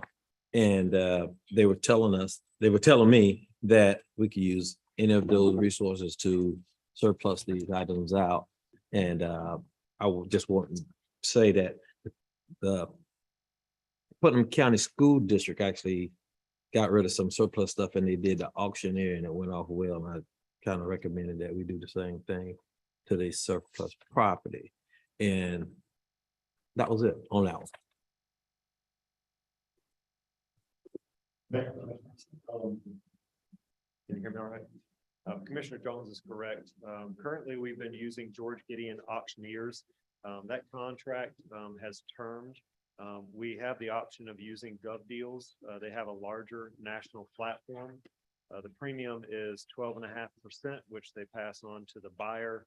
George Gideon Auctioneers is very similar. It's a 10 to 12.5% buyer's premium as well. You have at times directed the city manager and staff to dispose of certain surplus, like surplus metal and materials, in a different manner. Sometimes just taking it to a scrapyard, other times selling it to one of our vendors for one of our specific projects, and sometimes by field bid locally. So every time we bring a surplus to you, we're typically looking for direction from you as to how you would like us to surplus those items. Any comments based on the information that we have? Well, I know that they also have Elrod's also used to do the school board or whatever. So the gov deals, if that is the best route to go, I mean, we'll use whatever's going to be best for the city to dispose of those properties. And I looked at them and they look like they need to go. A useful life is times over, look like, so they need to go. At this time, I entertain a motion. Motion to approve. This motion on the floor in a second. Any further discussion? You got a question? You got a comment, Commissioner Jones? Oh, but yeah, but the direction, are we gonna direct to use a specific method on this? Can we use it on this particular thing here, or should we? Okay, so I like to make a motion that we use, won't you make the motion, because you. That means you gotta withdraw, that means you gotta withdraw the one you got on the floor. Right. So are you withdrawing yours? I withdraw mine if this is privy to the commission. Withdraw in a second. Commissioner Jones? I make a motion that we do dispose of the listed properties and the method of an auction, local, using, trying to actually sell those items locally. Taxpayers bought them, so give them opportunity to reuse them. Exactly. So let me ask a question. Will GovDeals come to us for the auction? They will, but their platform is national. There's no way to just isolate it to a local auction unless we did an ITB and we specified that only local individuals could respond to that. That's not what I'm trying to achieve. I'm trying to achieve that the auctioneer, like we talked about, they did it over in East Palatka, and they come to us, the guy that you're talking about. Would like to see that happen. They come to us and auction off, whether they're doing our properties or what, but it'll be a local deal. The advertisement go all over. However, the auction take place We here. want the auction to occur locally at a time certain, not online. Yes. But you don't care whether the person who buys it is from the No, local area? no, but it'll give us. You want local? Well, it will be both. It's a public auction. So our local people, do it. They will not, I don't believe, we may have to source another auctioneer, but we can. Well, you got local auctioneers as Yes. well. Yeah. George DeLoach. yeah, and some of the so, other folks so we're around. taking care of local people all the way around. The Boys Ranch holds an auction once a month Mhm. for donated cars. And I can reach out and find out who they're using now. A previous auctioneer has passed away, but they're using an auctioneer. I can find out who that is. And will we have to do a bid or something like that? Any You kind have of, to do a public advertisement in a regional newspaper. just for the auction, not for the auctioneer. No, sir. Okay. Okay. Right. Also consider Elrod's auction as well. Right? So there's a motion on the floor. Second. And there's a second by Commissioner Borm. Is there any further discussion on the motion? All in favor, say aye. Opposed? Motion carries unanimously. Thank you. Moving on to item 3F. 5F, I'm sorry, I keep saying 3. Thank you, Mr. Mayor. A resolution of the city of Palatka, Florida, authorizing the execution of a lighting agreement with Florida Power and Light, FPL, for lighting improvements on St. John's Avenue and providing for scrivener's errors. Who had a question on this item? Who pulled this one? That'll be Commissioner Jones. I just want some, I seen the rendering. But could we get the general service manager to kind of like give us a overview on that, please?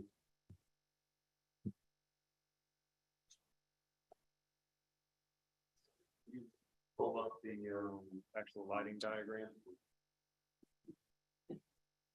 That'll work. I think there's a detail of the light. I'm just gonna keep going. Tell me when to stop. Just stop right there, Sonny. I don't know if it's in there or where it's at, but FP&L provides the service commissioners. Basically, they can supply the same style light that we currently have. They were installed in the early 90s with the Community Development Block Grant. I'm sure you've noticed a lot of them are in pretty poor condition. We currently have in the budget this year for downtown lighting somewhere in the range of $15,000 for maintenance. And we also budget somewhere in the range of $10,000 for energy costs.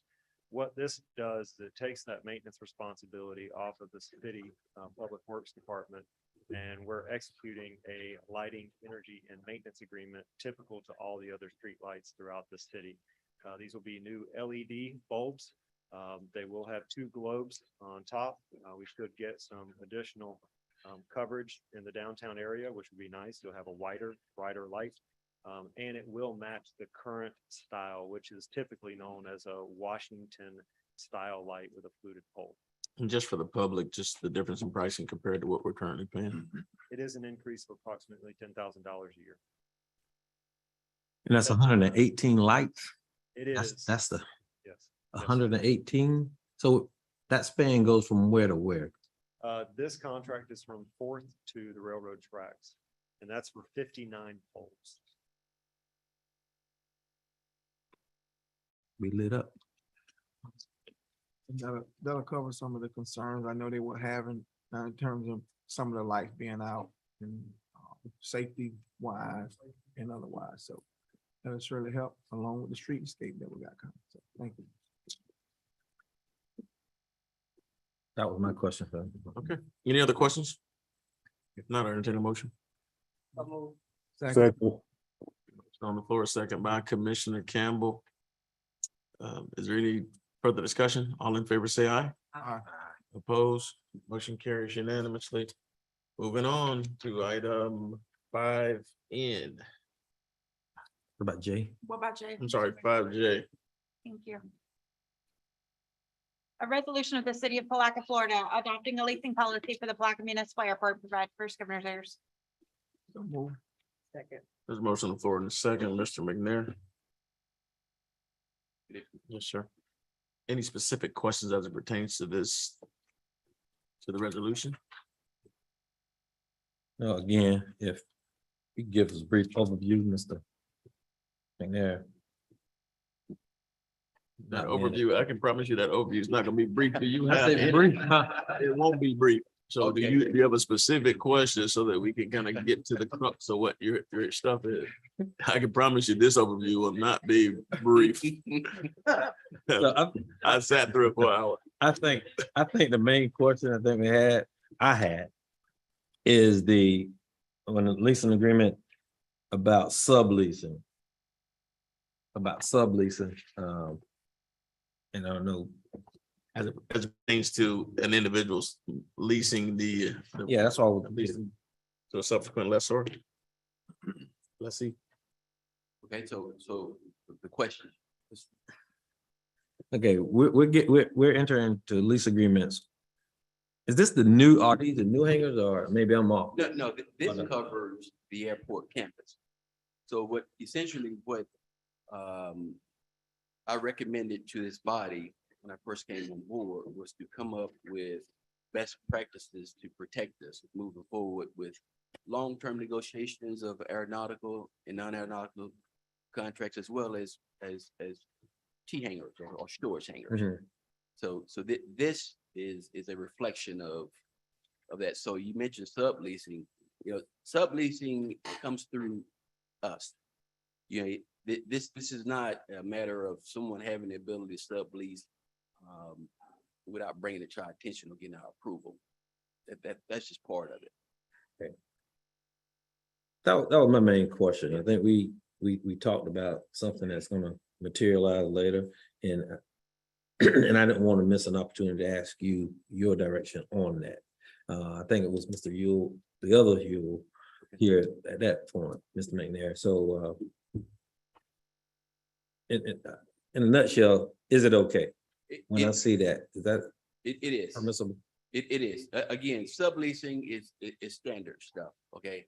So whether it's a T hanger, whether it's someone else's different type of facility, the key piece is they'll need to bring it to our attention, for us to know who's going into the facility. We need to know everybody on the airport campus. And it has to be approved prior to anything being able to take place. And then it's still based upon revenues being received and what percentages are there. Right. That's pretty much all I had on that. I wanted to get clarity on that for myself. Thank you. And so Any highlight areas you wanted to tell us about? Not too. give the condensed summary. Well, I think the one of the key pieces here, well, a couple of them. One is what you have here. You have a clear process of how things are going to work. Okay, so any opportunity coming that relates to the development of the airport, new corporate hangars, new tenants, those kind of things, they will be shepherded by the airport manager. Okay, that process is clear. That process is going to adhere to FDOT, FAA guidelines, and that end result that you guys are going to be considering, will have all those factors considered. We want to make sure we comply with those aspects of it, because we can't come before you with a opportunity and we know that the FAA may not even support or FDOT supports. So aeronautical, fairly straightforward. There may be non-aeronautical opportunities that we need to come before you, but we need to make sure that we're sensitive to the compliance aspect. I will tell you, long-term developments, facilities, those kind of things. I think one of the key pieces is just following the industry, and that is all improvements eventually reverts back to us as a city. So that's standard. I have not seen one airport campus, whether it's city, county, independent authority owned and operated, that do not have those reversion clauses in their agreement. So I think it's a great start for us. I will tell you, now that I almost have some support here for it, that I will get some work.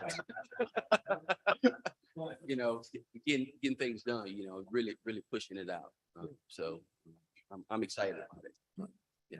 At least a motion in a second, right? So I think one thing that can be said, and I think it goes back to what Commissioner Jones was kind of alluding to, is if you remember the conversation started out with us looking at the opportunities for private leasing that's related to airport hangars, private hangar, jet hangars, and individuals who are willing to look at those opportunities. One of the things that Mr. McNair did as he came in here was he wanted to look at it from a comprehensive standpoint and not just isolate it to just the private T hangars, but also look at it from the standpoint of all properties within the airport and create a standard operating procedure, which would address all of those issues and have policies that would allow for consistency. He's gone so far as to look at, to kind of look at what the industry standards are and to bring those back, as well as looking at what indemnification clauses need to be put in place, what triggers legal to get involved, what brings certain departments in, and how we can adjust as the industry adjusts based upon pricing and things of that nature. So he's taken an extremely comprehensive approach to it. He's put together a tremendous document, which was well received by the Airport Advisory Board. Mr. Holmes sat through the meeting. I think after his 12-hour presentation, no one from the airport board had any questions whatsoever as related, and he got full authority. But in all seriousness, what he did was he brought forth a document. He did the legwork, and he put something in place that could last us and be a moving document for many years to come. And I think it's the first step of many in really changing the trajectory of the airport as a whole, as we've started getting momentum and opportunities for international trade, and to be able to create those industry jobs that were talked about before.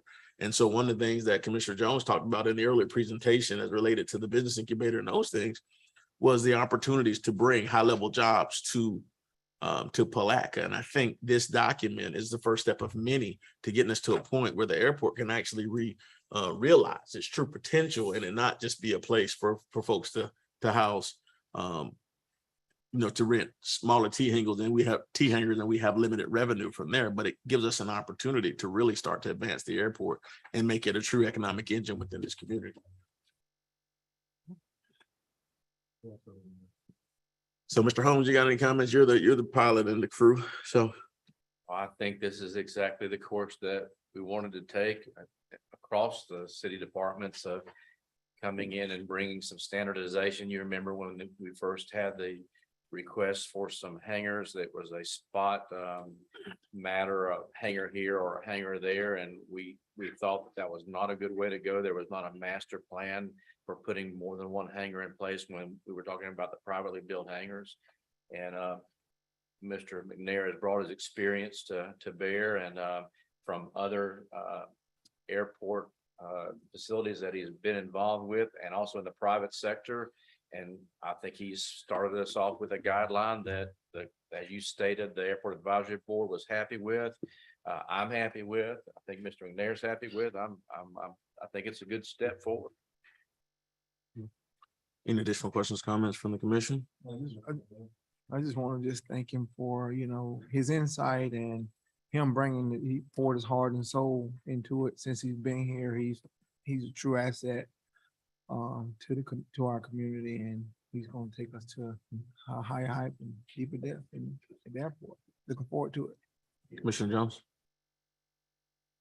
I was just able to spend some time with Mr. McNair because of this document. I was trying to do some research, and he made it look clear, a lot clearer, actually. He educated me on it, and told him about some great things he got going on out there. And I'm excited. I'm really excited to have someone of this caliber here with our organization move us forward. Anyone else before we go to a vote? If not, I entertain. We already have a motion, right? Yeah. We got a motion. Is there any further discussion at the time? All in favor, say aye. Aye. Opposed, motion carries unanimously. Commissioner Campbell's about 10 seconds late. He's got 1G.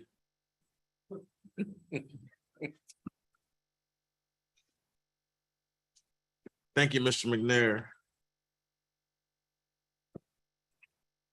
We're now on item 5N. Thank you, Mr. Mayor.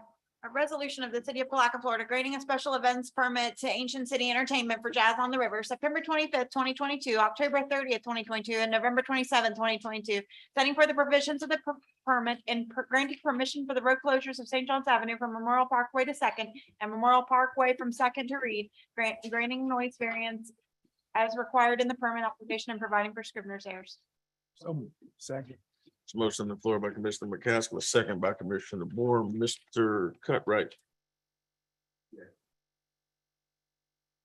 We pulled this item, and I've got one speaker card. I have Ms. Kitchens come up before you come forward at this time. And so we can get the question in place. and give a proper response. Legal Kitchens, 1027 South 12th Street, Palatka, Florida. I was a bit concerned when I saw 3 Class A special events to be approved at one meeting. And then when I looked into the packet, I was very concerned. I would ask that you table the decision on the September the 25th special event until the next meeting. You have plenty of time to do it if they got their application in on time. This special events thing was approved on the 19th of August. You have to have, it has to be 60 days prior to the event. So if they got the application in for September the 30th, pardon me, September the 25th, on July the 25th, and they meet the 60-day requirement required by section 50-201, and I have no problem with that if they got it in on time. However, looking at the packet, the site plan is not in the packet. There's no information on the police, which are required by law when you have closed streets and liquor. There's the required property and liability tax is required by section 50-222. That information is not in the folder. The application says they want amplified sound to end at 8 o'clock in the evening. Yet on the resolution, it says that the noise for amplified sound will be from noon till 10 p.m. They list on their application that the breakdown is from 8 to 10. So one would assume, and I know what assume does to you, that after 8 o'clock, the amplified sound would stop. But yet on the resolution, it says it continues to 10. So I think that's probably a typo. And on the resolution, it's under item C, it should say noise variance for amplified sound from noon until 8 p.m. The other thing is under, and again, this is not filled out. There's hardly any information in this application. They filled it out for 3 different Class A events. Very little information in the packet. And if you go to section 5201, it's 50201, and you go to section E, before granting the application for any Class A special event permit, the city commission must find, and it's item 1, the proposed event will not unduly adversely impact neighboring businesses or residents. And looking at the packet, and I had to go, I actually drove down there before I came to city commission because it closes Memorial from Memorial is closed from 2nd Street to Memorial, and 2nd is closed from Memorial all the way around. And I drove past the Presbyterian church, and sure enough, 2nd Street does go in front of the church. So, and they want to close the street, close 2nd Street at noontime. 2 businesses. The Hampton Inn opens onto 2nd Street. That's where their parking lot is. Presbyterian church turns out at noontime. If 2nd Street is closed every Sunday at noontime, the church people are not going to be able to get out of their building. And so the question is, has the Presbyterian church and Hampton Inn been contacted about the loss of and the Hampton Inn is going to be more affected, or have they been contacted about the loss of ability to get in and out of their buildings? So I think that's an important thing that needs to be taken into consideration. And that's why I would request that you table I think that if you would look at each month's application the month before and approve it separately, that gives the public time to have input. That gives you time to research. That gives these people time to fill out the application properly and have the required information. Because when I see a packet half filled out with the information, and it's for 3 events, and the information that your code requires is not in here, and then your resolution doesn't match what they're asking for, I have a problem. Don't have a problem with the event. I'm sure they'll keep it quiet just like they did Blue Crab. It was great, no problem. I do have a problem with people coming in for any event and not filling out the application properly. You filled it out properly when you did it for Blue Crab, the city did. And then these folks did then too. So now I'm very concerned. We got a half filled out application for you to approve for 3 events based on this. So please table this whole thing till August the 25th, then approve it if you want to approve it, if they've got the information to you. Today's August 25th. Pardon me. Then table it till the first meeting in September. And then if they've got a complete packet, then approve it for September, because they will have met the time guideline if they turned it in on the right time. If they turned it in by July the 25th, then they met the deadline for 60 days. So if they actually met the deadline, then approve it at the next meeting if they give you the information you need. And that's what I would like for you to do. All right, thank you, Mr. Cutrick.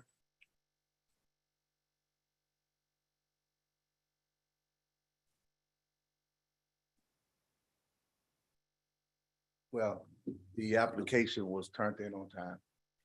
We had our special event meeting and all the party players, the police department, fire department, public works, all vetted it and everything. I will look at the application to make sure the scribbles errors. For as the time slot, we did have some scribble errors on that for as the time for the event. And we was trying to correct that before the meeting. And you're right, the time for the sound and everything should have been around 8 p.m. So we will fix that. Other than that, the event itself was a 3-month series. The first one was a Class B. We were expecting about 750 people. And then she says, hopefully if it takes off, the next 2 events will be a Class A, looking at around about 1,500 people that she's projecting. The closures of the streets and everything, we went through the proper channels, and I have to see if she talked to the church. But we did reach out to Compton Inn. I don't know what was the answer, but through the special event committee, it came back, everybody was approved of it. So but I will look at that again to make sure that we touch bases with them. But I know in the past, everything has been on the up and up. Any additional questions from the commission?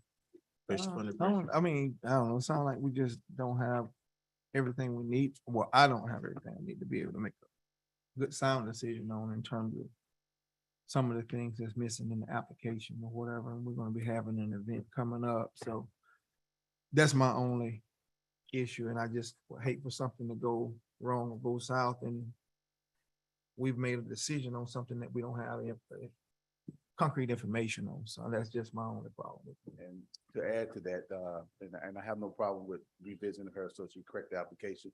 But in our meeting that we said, we will revisit every month to make sure this event is going to be held properly. So we'll be looking at this as a special event meeting with this every month. So just in case we need to change it, can exit or whatever we need to do, we have that. That's something that the commission previously agreed on.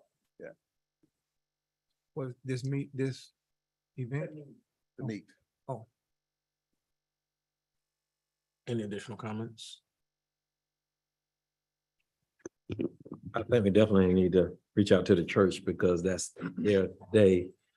And just make sure we don't impede their ability, we have respect for the church and the other businesses there before, we approve it. I don't, whatever the pleasure of the commission, but definitely consider them. And you say you don't know that we reach out. I think that's important. I don't know the response, but we did reach out to both of us. I can't give you a definite of what the reply was, but it went through the event. So I'm hoping, and I know how that goes, and I'm assuming, like somebody else said, hopefully everything was good. So when we're reaching out to the church, are we looking to just push the event down so that they'll have time to get out? Because you did say the cutout time was 12 o'clock for the church, right? And the event is scheduled to, the closing is scheduled to. Yeah. Start. Will we be reaching out to staff? Yeah, just let them know what's going on, kind of improvise, and then They're see, good with it. just see if they're good with it, and if we can alter the time if we have to. Okay. And the businesses, the businesses, if it closing it up. So it sounds like we're pushing it back to maybe to the next meeting. Okay with that, if that's what y'all Uh, guidance. I like to make a motion that we. There's a motion on the floor. Okay, well, somebody have to withdraw. Okay. Withdraw the previous motion. I don't know who. You're a second. Campbell. I second. Campbell. Yeah. I usually- Motion is withdrawn. It's friendly to the second. Second. Yeah. I see Commissioner Campbell on as well. Motion withdrawn, it's friendly to the second. Yes. I'll entertain a new motion. I'd like to make a motion that we table this decision until the conditions are met, and we would like to have that done by next meeting.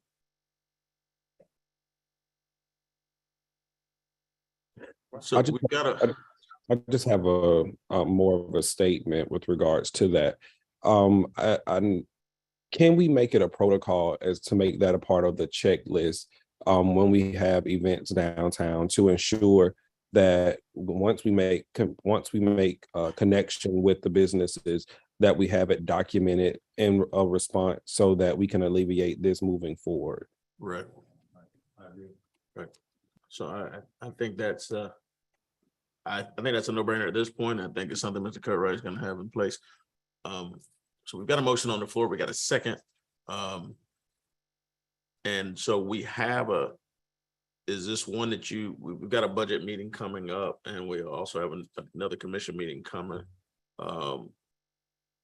For the purposes of, do we have a time certain for this, that you want to have this in place, or would you want to have it for if the budget meetings to take place prior? Budget meeting. We're gonna set a date tonight. Or would you want to have it for the first meeting in September? First meeting in September. So that's part of the motion. Is that friendly to the second? Yeah. There's motion on the floor and a second. For this to go, what's the date of our first meeting in September? It's September 8th, sir. September 8th. So there's motion on the floor and a second to have this on the agenda for September 8th. Is there any further discussion? All in favor, say aye. Aye. Opposed, motion carries unanimously. This is not a collaboration with the city of Palatka. We don't have any financial responsibilities, anything, right? This is our event, everything that we go with the events, you would cover herself. Okay. Next up, moving into regular business, item number 6 on the agenda, adopt resolution 2022 R144. Ms. Grant. Thank you, Mr. Mayor. A resolution of the city of Palatka, Florida, authorizing the award of ITB 2022-16 hot mix asphalt to Florida Trucking and Paving DBA J&M Milling, and authorizing a project budget of $250,000 for improvements of the north side streets and intersections, including North 18th Street from Washington and Napoleon, North 19th and Eagle Street intersection, North 18th and Wapala intersection, North 17th and Wapala intersection, North 9th Street and Olive Street, Madison Street from North 8th Street to North 10th Street, that Dunham Street from the intersection of North 5th Street to North 6th Street, and to include instruction, observation, and inspection, and providing for scrivener's errors. So move. Second. There's motion on the floor in a second. Any further discussion on the motion? Seeing none, I'll call question. All in favor, say aye. Aye. Opposed, motion carries unanimously.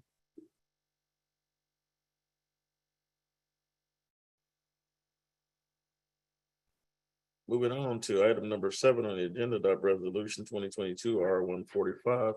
Thank you again. A resolution authorizing rejection of ITB 2022-13 bid submitted by DV Civil Construction LLC, award of an ITB 2022-13 and execution of a contract with CDC Inc. for St. John's Avenue Streetscapes Improvements called the project in an amount of $7,255,747. Execution of a deductive change order number 1 in an amount of negative $5,518,000 for a contract amount of $1,727,747 and providing for scrivener's errors. So move. Is there a second? Second. There's a motion on the floor by Commissioner Boardman. There's a second by Commissioner McCaskill. Is there any further discussion on this motion? You do. I only recognize the first 6. I'm gonna open the floor for public hearing at this time. I did pretty good. I only missed one. Just add in the front. I got you. 11C. Electric Kitchen, 1027 South 12th Street, Palatka, Florida. And all I have on this is a suggestion. Back in around 77 to 78, the city dug up St. John's Avenue and put down some sewer lines.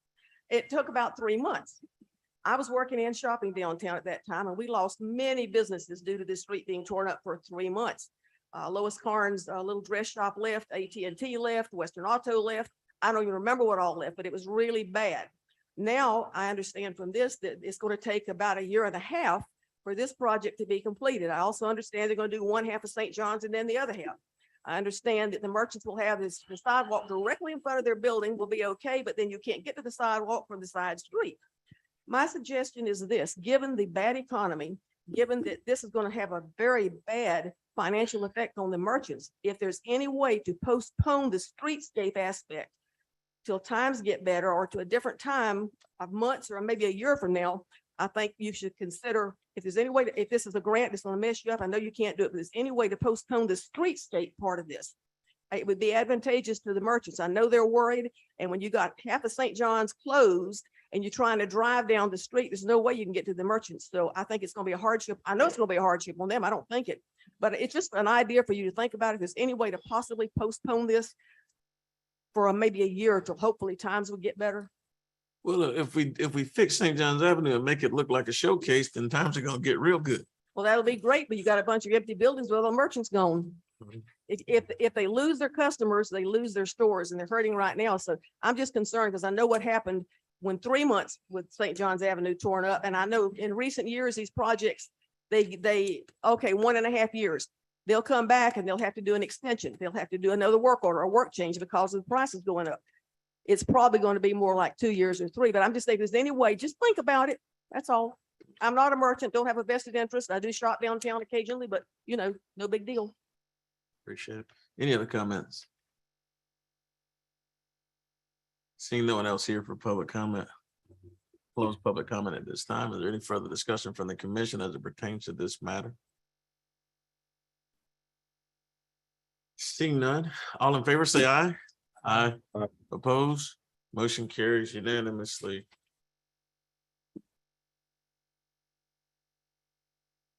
Next up, item number 8, discussion and direction for potential acquisition of 511 St. John's Avenue. Mr. Holmes. This is more of an update than I suppose anything else. I wanted to advise the commission that we have received an assignment of the contract that we spoke of earlier from the person who had originally entered into contract with First Baptist Church to sell the 511 St. John's. We've also commissioned a study of both the facility and a study of space allocation that will result in a conceptual drawing of some sort, blueprint significant enough and explanatory enough so that you can see how space in the building could be utilized for your current and future needs.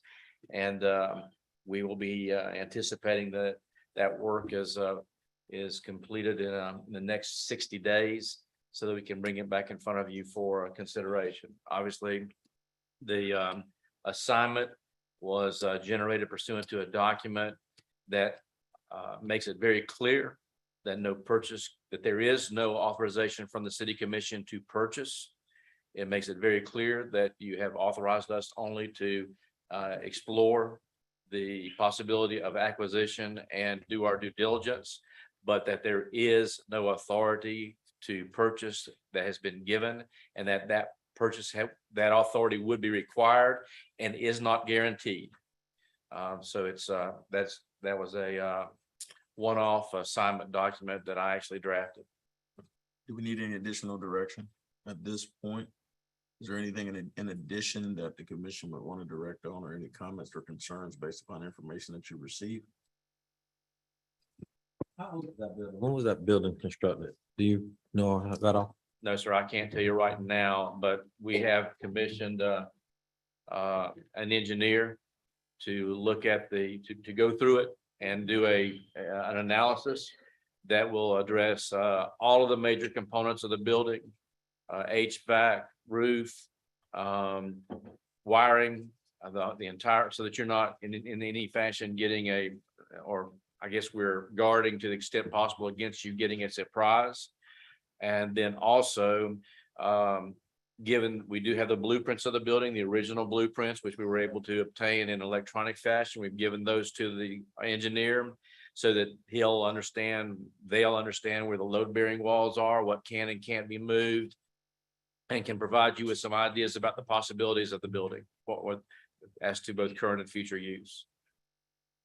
Any additional questions? I do have another question. And this just because we're talking about building and the uses.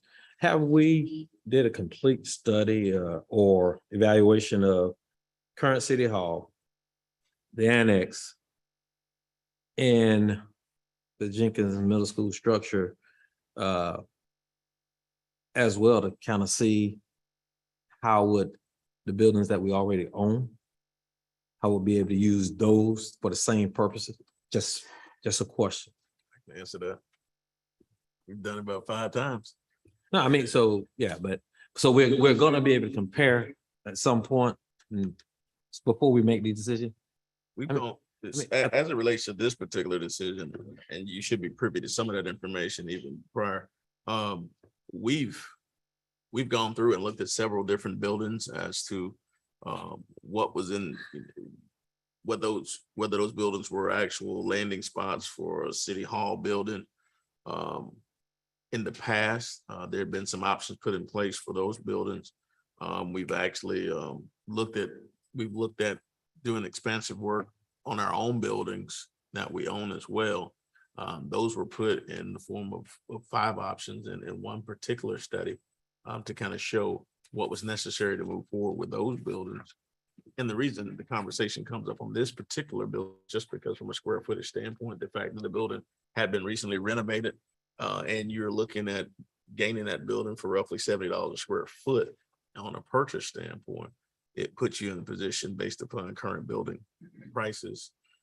Just material prices alone are outrageous. At this point, it's almost unheard of on a commercial building at this point to gain it at that particular price. So the belief initially going in is if that building turns out to be a solid building, and there are some options for us to move forward from a workspace standpoint, it becomes a good purchase. Even if there's a determination at a later date, it just becomes an investment, a property that you can flip if you decide to go back and do something different at some other time. But at $70 a square foot right now, to buy that, you can't hardly buy it anywhere in America. Yeah, I get that. But what I was asking, and I think it's just a little different, the same amount of energy that we put into purchasing or getting out of this building, that we put any energy to save taxpayers money or utilize it in a different way, because no matter where we go, we're talking about building out or doing something, we're gonna still have to have some of that cost going in. I'm one person on this dais. I just thought about it. Now I like to say my opinion on it and ask and make a good decision. I know you guys have thoroughly talked about it at some point, but again, the question is, we know those buildings that we already own need some repair. In the case we don't move on this building, where are we? Which direction are we going to head with that? Or we just stop cold turkey with moving forward with our other buildings, like putting the roof on the annex next door. That's why I asked the question in general, Commission. Okay. Any other questions? Seeing none, we're just waiting on we'll wait on the drawings for the next steps and move forward from there. And then also, if we got any additional information we can give Commissioner Jones in the interim, let's go ahead and give that to him and share it with the rest of the commission as well. All right. Next up, item number 9, appointment, reappointment to the Historic Preservation Board. Currently, there are 3 vacancies. We have 4 names. Are there any updates, Ms. Krantz? Yes, sir. Commissioner Campbell? I want to say that we did receive an email from one of the individuals that's listed, Ms. Correa. Okay. Ms. Krantz? Thank you, Mr. Mayor. I received an email from Ms. Correa withdrawing her application for reappointment. Okay. Are there any of that applicants and the rest of the applicants are still interested? I know we have 3 individuals in here. Mr. Sheffield is here and Ms. Vogt is here. And what about Ms. Van Rensburg? I have not received a formal withdrawal of an application from Ms. Van Rensburg. Okay, so we've got 3 vacancies in place and we've got 3 applicants. What's the pleasure of this board? Accept the 3 that we have. Is that a motion? I'd like to make a motion that we accept the 3 that we have. There's a motion on the floor and a second by Commissioner Jones. Any further discussion on the motion? All in favor, say aye. Aye. Opposed, motion carries unanimously. I've got two in the room. I want to make sure I say welcome aboard to Ms. Vogt, who's in the back of the room. And also Mr. Allen Sheffield. So again, welcome aboard. We look forward to your serving. And thank you again.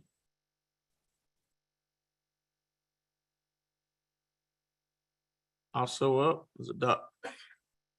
At this time, we also have a discussion and direction on appointment to the planning board.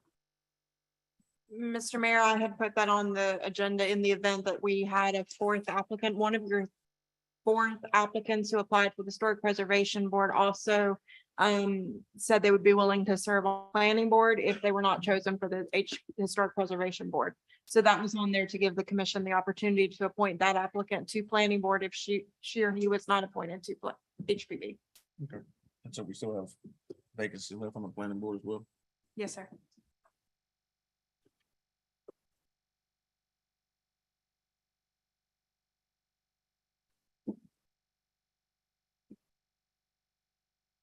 And that was Mr. Sheffield. No, sir, that was Ms. Vogt. Okay, Ms. Vogt. Okay, you're okay with where we are? Yes. Here we go. All right, so thank you. And so we will continue to put out applications for the planning board moving forward. Moving on to item number 10, adopt resolution 2022 R69. Thank you, Mr. Mayor. A resolution of the city of Palatka, Florida, amending appendix 13 of the city's personnel rules and regulations and adopting a separate purchasing policy providing for scrivener's errors. Second. There's a motion on the floor. And a second. Is there any further discussion? I think I got one card of this. No, it was for another item. Okay. Is there any further discussion on this item? Seeing none, all in favor say aye. Aye. Opposed? Motion carries unanimously. Before we go into that, I want to also make sure that I recognize Teresa Jackson, who's also in the room, who's on our CR, who's a new member to our CRA board as well. So let's give her a round of applause.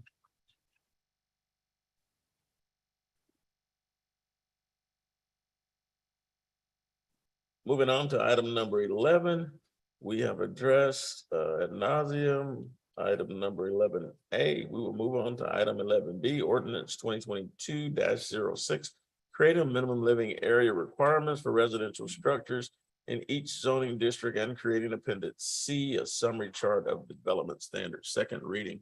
An ordinance of the city of Palatka, Florida, amending the municipal code by amending sections 94.2 to add a definition of minimum living area, 94.141 R1AA single family residential district, 94.142 R1A single family residential district, 94.143 R1 single family residential district, 94.144 R2 two family residential district, 94.145 R3 multiple family residential district, 94.146 R4 mobile home conventional home residential district, 94.147 C1A neighborhood commercial district, 94.148 C1 general commercial district, 94.149 C2 intensive commercial district, 94.150 C3 central commercial district, 94.151 M1 light industrial district, 94.152 ROS recreation open space district, 94.153 PBG1 public buildings and grounds district, 94.154 PBG2 other public facilities district, 94.155 conservation, district 94.156 HD historic district, 94.157 PUD plan unit development district, 94.158 AP1 airport zoning district, 94.159 AP2 airport related zoning district, 94.160 OR open rule zoning district, 94.161 DR downtown riverfront district, 94.162 DB downtown business district, 94.163 planned industrial development district PID, 94.233 development standards PUD, to add minimal living area requirements to residential structures and remove dimensional requirements for building footers, creating a C chart of development standards, providing for conflict, providing for an effective date, providing for severability, and providing for the correction of script. So move. Thanks, you. Second. Ms. Krantz, I think you missed a line. Can you do that again? I think that's as slow as I ever heard her read. Okay, so we got a motion on the floor? Thank you. In a second. At this point, we will open the floor for public hearing. Is there anyone here for public hearing? I have one speaker card. And this is former commissioner night of the city of Palatka. We've had Ms. Kitchens, now we got Commissioner Norwood. Come forward at this time, sir. It's your turn.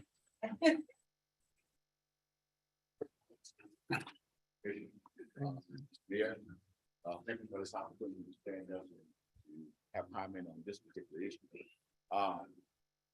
It's very hard. I think the last meeting that we had a chart that we could actually look at as we have this discussion.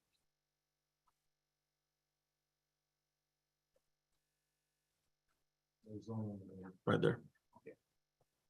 And one of the things that, first of all, let me say this, I'm not opposed to growth in the city. I think we need growth, but I think we need proper type growth and grow it properly as well. In the last thing, I think you actually approved this, but you actually approved it at 850 square foot housing.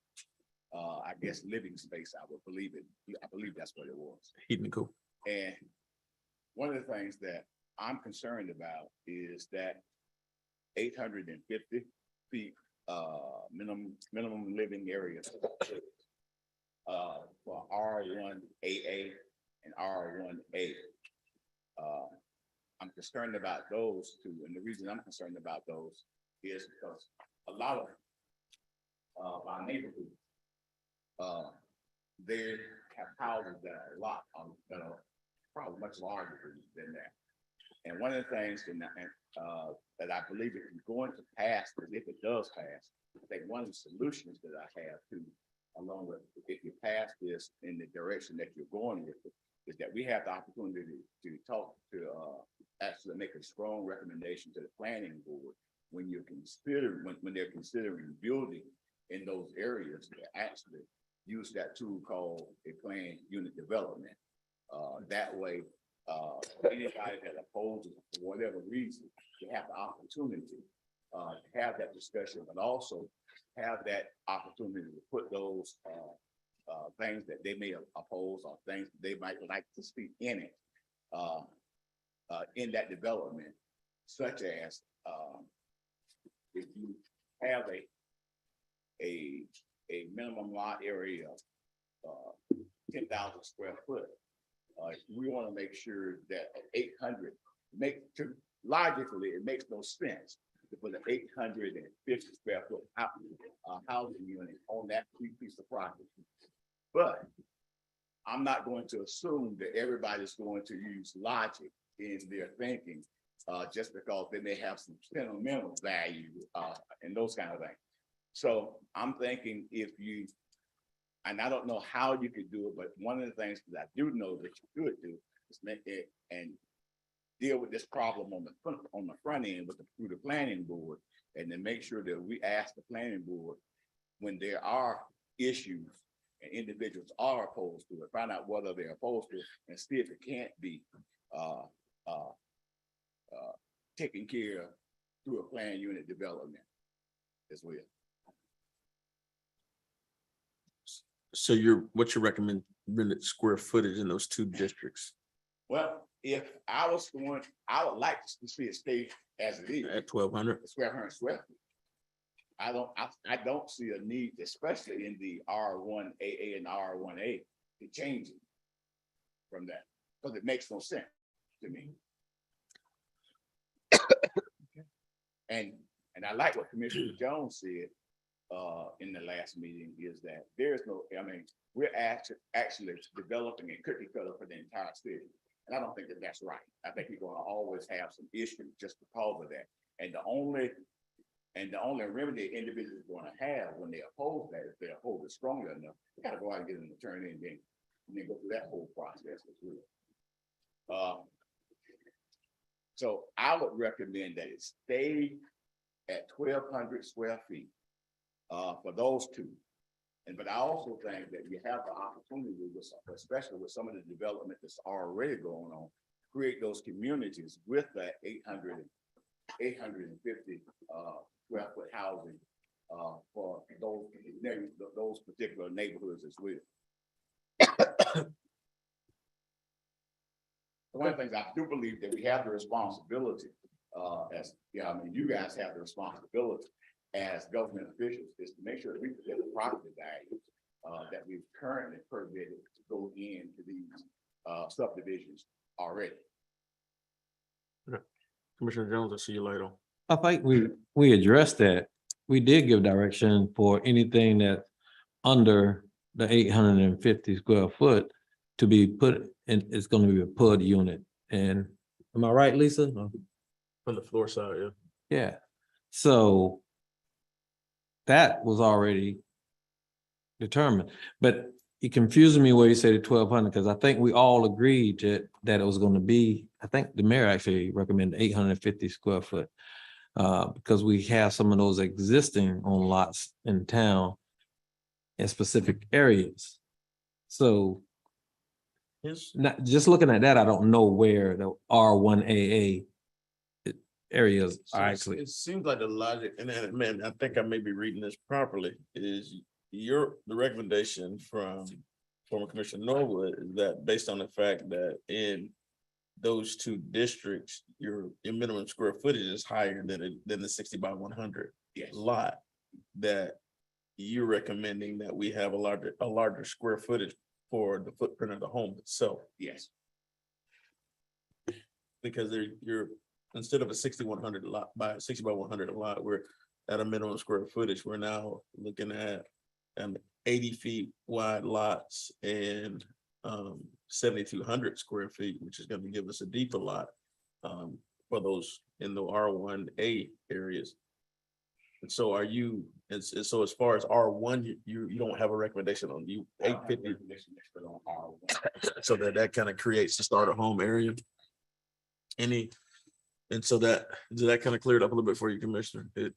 No, when I'm looking at section 8 here, and to go to Snowwood Point, it actually doesn't, number 1, parentheses 2, it doesn't have a minimum lot area on here. It says none. You see what I'm talking about? Basically what he's mentioning now. And that's R1. Section A. He's an R1 double A. Right, but what he's saying is not defined. Like you said, the footage of the lot is not defined here, and that's something that needs to be included. So, Lisa, please. I'm missing Miss Walsh. I'm sorry. I have to admit, I'm a little lost right here. And the Mrs. Norwood just made me more confused. So we in our last meeting, we talked about doing the 500 square foot minimum houses in a PUD development, correct? So that take care of that first part of what you were talking about. But we also approved this commission that the minimum square footage would be 850 square foot in the R1AA, or was it just R1? Please specify. Right, no, you're right. Right. All the residential. What? Right. But the only thing that's happening is Commissioner Norwood is requesting that we increase it on second reading as opposed to first reading. Yeah, but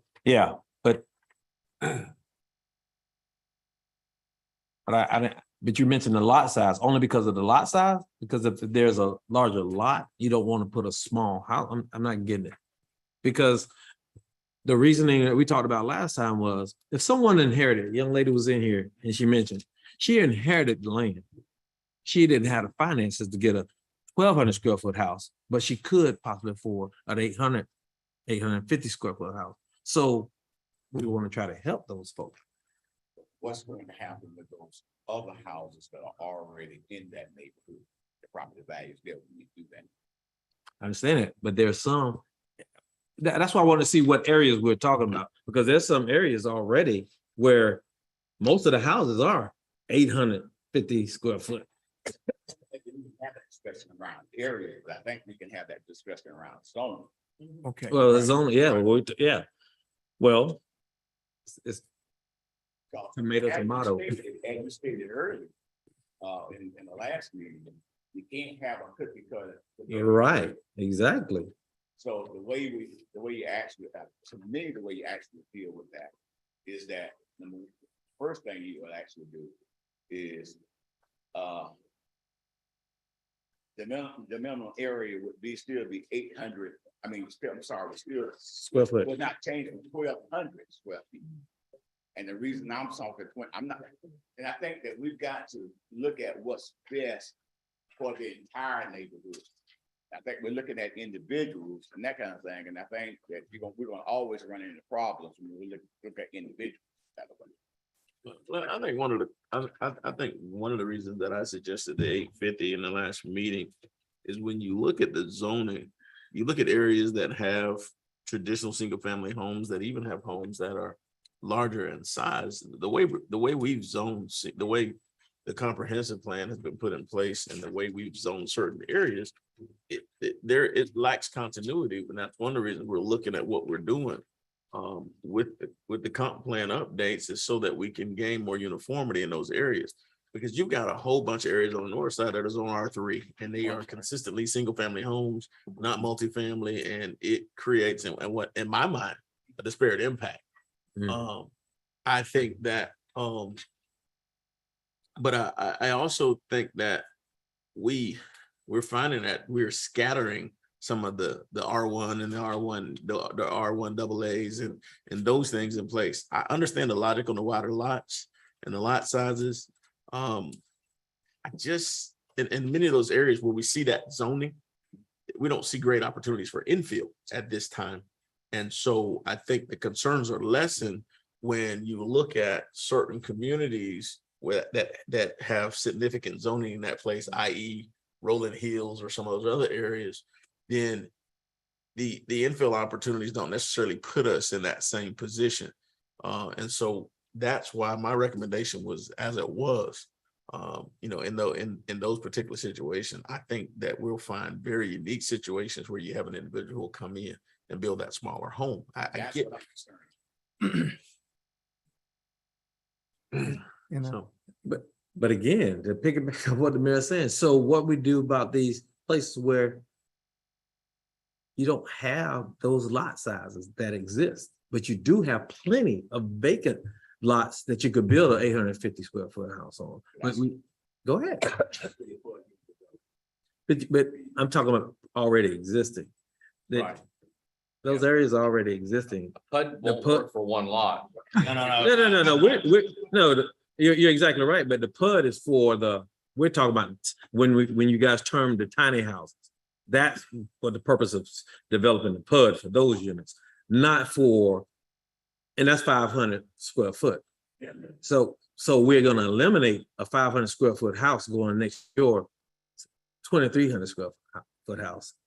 So that would eliminate that, as you just alluded to. I got a lot, which I do in back. I got lots there that individuals would actually come in and put a 850 square foot home there based on right. zone. Right, that's the minimum. Yeah, and rather than and if they want to just put one house in there, this will allow them to do that, and I would have no other recourse. Okay. Well, I think, anytime we implement a policy, we need to make sure that we're not doing a detriment to the community. And so by implementing something to that degree, we could be potentially impacting communities that we have not explored. And so I think we really need to take those comments into consideration and really rethink the policy that we implemented without thoroughly exploring it. And I would hate to see where we create this policy and not give it. And I know we need to have affordable housing, and given 850 square feet or 500 square feet, we've looked at it, but we have not really looked at it in a really detailed manner to understand and know the impact that we may have on a community. So Well, I think- understand this, right now you have no minimum.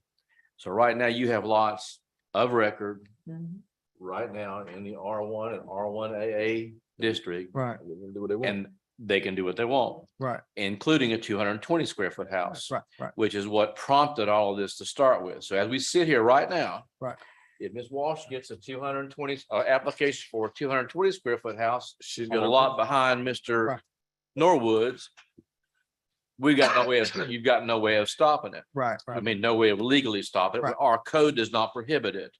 So this whole process was for the purpose of trying to provide some protection to the community. We had started with the idea of 1,200 square feet, and we got a lot of comments. You got comments, I got comments saying, folks, in today's world, there are a lot of folks who at $300 a square foot can't build a 1,200 square foot house. Right. And so we were told, you're probably doing yourself and your community a disservice by putting the bar so high. And that led to what we had with the mayor suggesting, how about 850 heated and cooled, which was sort of the compromise. So, I mean, it's not for me to say what your policy you choose, but it is for me to tell you, as of right now, understand you have no minimum square footage, zero. And I think that goes back to what was said before, which was, I mean, it adds greater protection than what you had before. You've been exposed. At that 850 mark, you're gonna probably be closer to a 1,100, 1,200 square foot home if someone was to stay on the bare minimum side of what you got in place. And really what we've seen more consistently is those houses that are running 1,200 to 1,500 in those general vicinities. I just think that I think that at 850, you at least find yourself with a decent home in your community, as opposed to finding yourself with a single car garage with a bathroom. And I think that just really kind of changes the concept. I understand the concerns. I understand the logic behind what's suggested, but I think that it puts us in an entirely different situation. I think it's a lot easier for us to at least set the floor at a level, and then if we find ourselves in a situation where we need to revisit that point of it, we can. But having no floor puts you at greater risk than being where we are currently. Right now, I think those two lots you're in far greater risk than you would be with the 850 minimum. Because because in the area that I'm not sure if you're speaking of a particular area that I'm thinking of, but there's also mobile homes close to one of your property that I know it's not 1,200 square foot already in another house adjacent. So to now set that without exactly. So why would we set that? We just looked at those stats of where we are economically in this community, the lack of affordable housing as it is, to make it less affordable, because we still don't have those jobs that's promised, but they're not here yet for people to build homes. And if they wanted to build the 850 square foot homes, they would have to go through the same process that I'm going through now in order to try to prevent it, but going the other way. I get what you're saying. I don't understand. In other words, But like it wouldn't, because there already be limits set. We're setting the limit now. yes. So Setting the limit at 850. yes. And if it was at 1,200 feet, then I would probably wouldn't necessarily back it, but that's okay. But so you have no minimum limit now? Right. Yes. None. What was 1,200 foot that we had the discussion about? Proposed. That was initial staff proposal. Okay, I like it.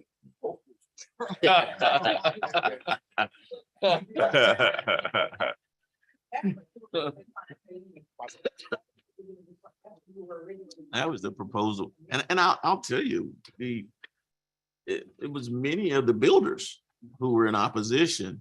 Many of the current builders who are actually building very houses that are larger, who had concerns about affordability, which was an interesting, I think, which was far different than anything else. They had concerns about affordability for buyers based upon their knowledge of the market, and they expressed concerns about they had concerns about a 1,200 square foot minimum at this point.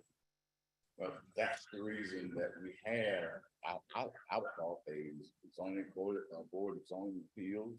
So when they wanted to actually build a house, 800, let's say if we had a minimum of 1,200 feet, they want to build a house of 850 square, they would go before the board of zoning appeals. You could only do that if you built into your code that specific provision, i.e. if this were adopted at 850, let's just use this as it is, or you can change it to 1,200 if you want to. If somebody wanted to build one at 850, they couldn't just go to the board of zoning appeals to ask to build an 850 house, because the board of zoning appeals doesn't have the ability to violate or deviate from an ordinance unless you build into this ordinance a provision that says that's where they go. Exactly. You could build it at 850 if you give it for the ZBOA and they find that they'll grant a variance. Right. You'd have to, there you go. Life's simple. All right, thank you. Thank you, sir. Next up, Commissioner number 2. Illegal Kitchens, 1027 South Quilt Street, Palatka, Florida. I support the 1,200 minimum square feet for R1AA and R1A zoning. If any of you are familiar with appraisal practices, and I think the mayor might be, having been an attorney, and I suspect Mr. Holmes might. Not anymore. If you're even slightly familiar with appraising, you know that if you build a structure, a house beside your house, and it's of lesser value, it's going to lower your value when you try to sell your house. Commissioner Norwood has a 2,300, 2,200 square foot house. If they come in and build an 850 square foot house beside his house, he won't be able to get the full value that he could get today if there was another 2,300 square foot house beside him. And as far as the affordable housing goes, what I'm hearing is from all these people, we want to build affordable housing in Palatka and Putnam County, so all the people from outside the city limits and the county limits can go here, live, and go and work in the other counties. We need affordable housing for our citizens, not other citizens. There are plenty of infill lots in other zoning. You don't have to stick an 850 square foot house in a neighborhood that has high value property and has larger homes. There's other zoning. You got R1, you got R2, you got R3, you got R4, you got C1. You can go all the way down the list. I can't do as good as Sunny did because I didn't memorize the list when she was talking. But you have other options for the affordable houses. And as far as the developers go, currently the houses they're building are right at 1,200 square feet. They're about 1,197. So going up by 3 square feet is not going to make a big difference. But yes, I understand. If I was a builder or I was a developer, I'm going to want the smallest house at the greatest price and as many as I can get so I can make money in my wallet. Your deal is what's good for the existing citizens. The lady that inherited the house, the property, fine. You got to look at the people that live here, pay taxes, and invested in their property. What are you doing to them? Don't anticipate, well, John Doe or Jane Smith is going to come in from St. Augustine and can't afford anything and wants to build an 850 square foot house beside a 2,300 square foot house. Look at the existing neighborhoods, and 1,200 square feet is not out of line for those the R1A and R1AA. What's the problem? You got R1, R2, R3, and R4 and all of them. And just because somebody had something like the mobile home within that area, that was before zoning came in. So please don't penalize the people that live and can afford the higher class houses. I can't afford a higher class, but I don't want to penalize people that can. Thank you. You got a big house. Yeah, But there's houses next to you that's smaller. So, but it's only 1,197 square feet. so he would have ruled you out. All right, we've heard from we've heard from our former commissioners.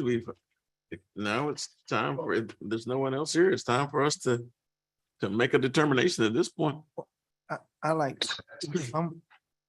we are in comment section. We are. Well, I'm friendly to just the R1A and the R1AA. To give the consideration for those type things, because if we want to put those 850 or whatever, 500 in those other zones, I mean, they could fit in there just fine in my opinion. Yeah, the 850. They do.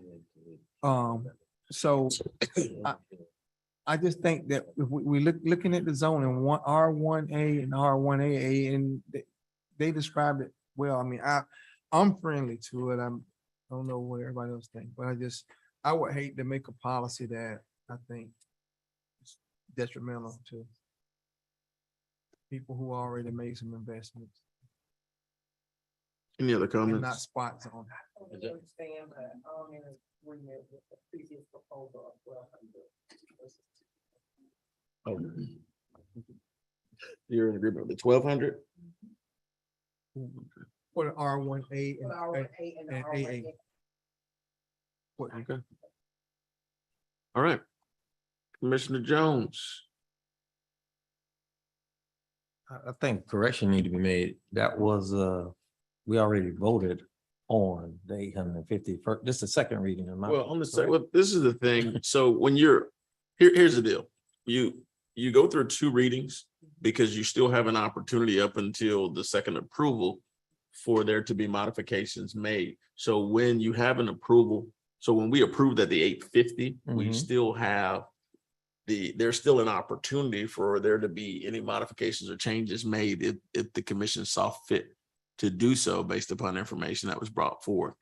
And so that's where we are. So the commission has the option to modify or you can vote to remain where you are. Those are just the 2 things that you have in place. Should you choose to move to amend the ordinance as it was approved on first reading, you could do that. You could make that motion. Right. Well, And so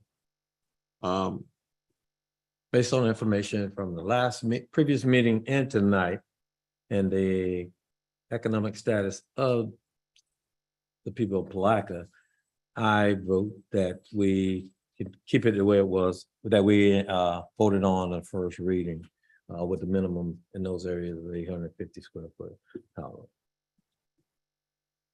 And so we don't have a motion yet. So Commissioner Campbell, we're just getting discussion on this one. There's an emotion at this time. I mean, there.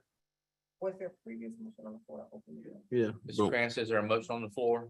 Yes, there is a motion on the floor. When I read the caption, there was a motion to approve by Commissioner Borum, second by Commissioner McCaskey. And we're still in discussion. I haven't called a question yet. No, I get it. No problem. Commissioner Campbell, any thoughts?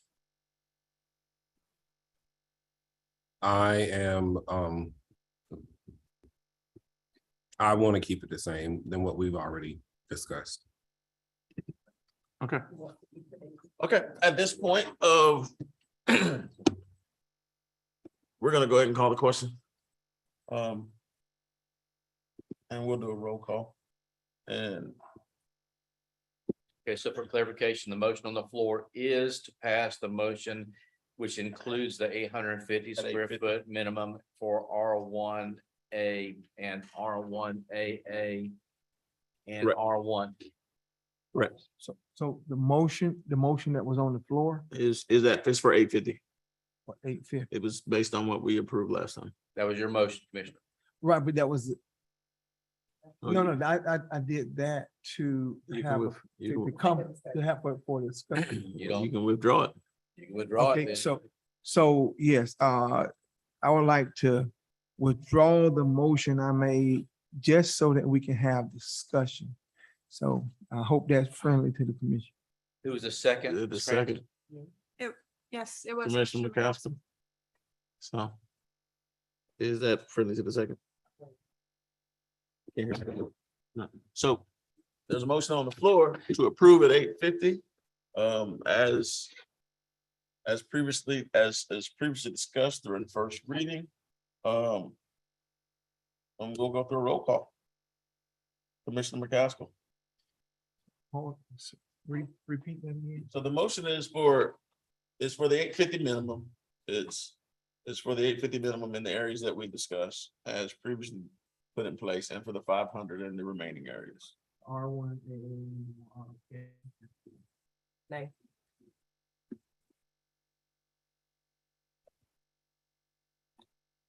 Commissioner McCaskill, Nay. Commissioner Boer, Nay. Commissioner Jones. I'm sorry, So for clarification, clarification. is to maintain the initial recommendation from first reading at 850. Yes. Commissioner Campbell, Yes. and I vote yes as well. Motion passes at 850.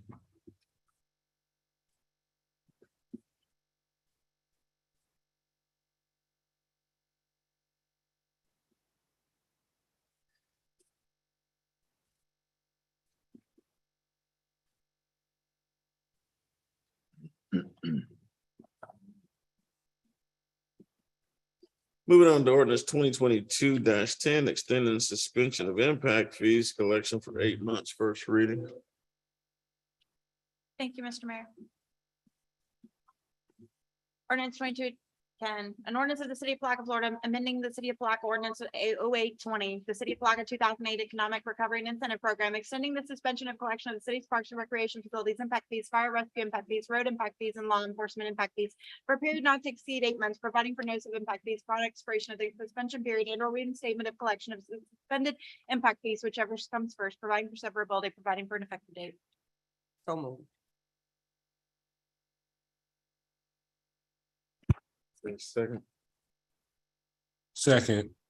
So motion on the floor in a second. Ms. Walsh, for the purpose of the information, can you tell us what why the recommendation is such? When we did this last November, we had extended the moratorium for 8 months with the understanding that this length of the study would be about 6 months. Staff did not take into consideration the amount of time it would take to bid it out. So the contract came back. It was signed in April. We started the project in mid-May. The consultant is making some good progress. We are still working on collecting data, which should be done very shortly. And we are looking to extend this moratorium suspension of impact fee collections until April, another 8 months.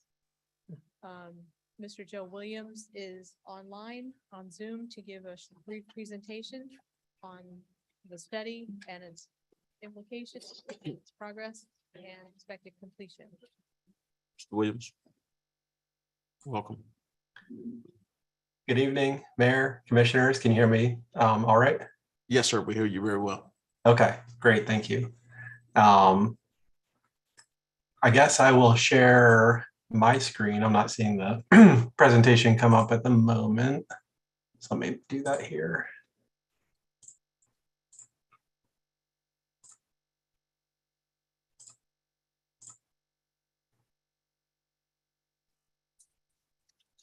Okay, looks like it's there.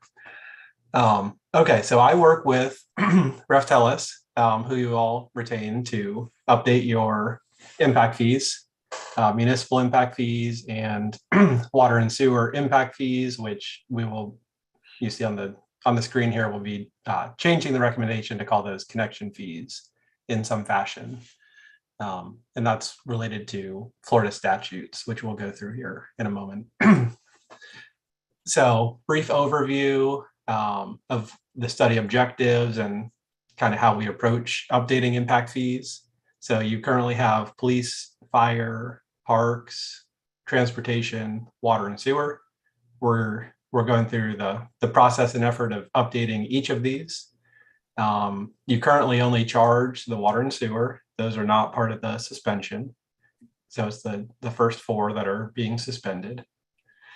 And part of what we do is we collect a significant amount of data. And as Lisa mentioned, we're still working through that process with staff.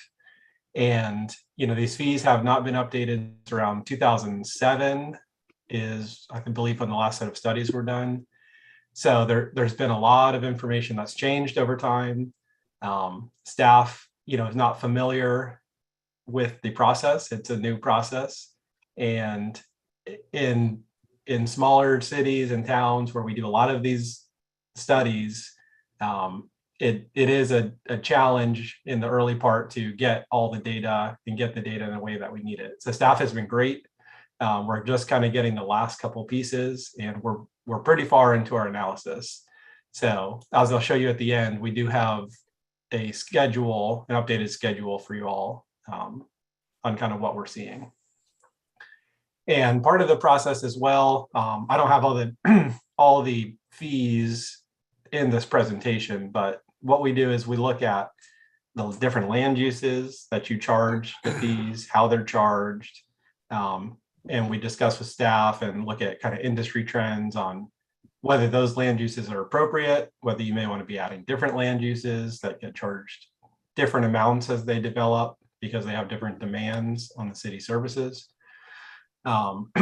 And then we review the historical assets that you have that are providing service. So for police buildings, fire stations, the fire trucks, the apparatus, police vehicles, the park lands, the improvements on the park, all those things. And then we work with staff and look at the planned improvements. They just are kind of working through the process of finalizing the capital improvement element update that's going to be coming as well to the comprehensive plan.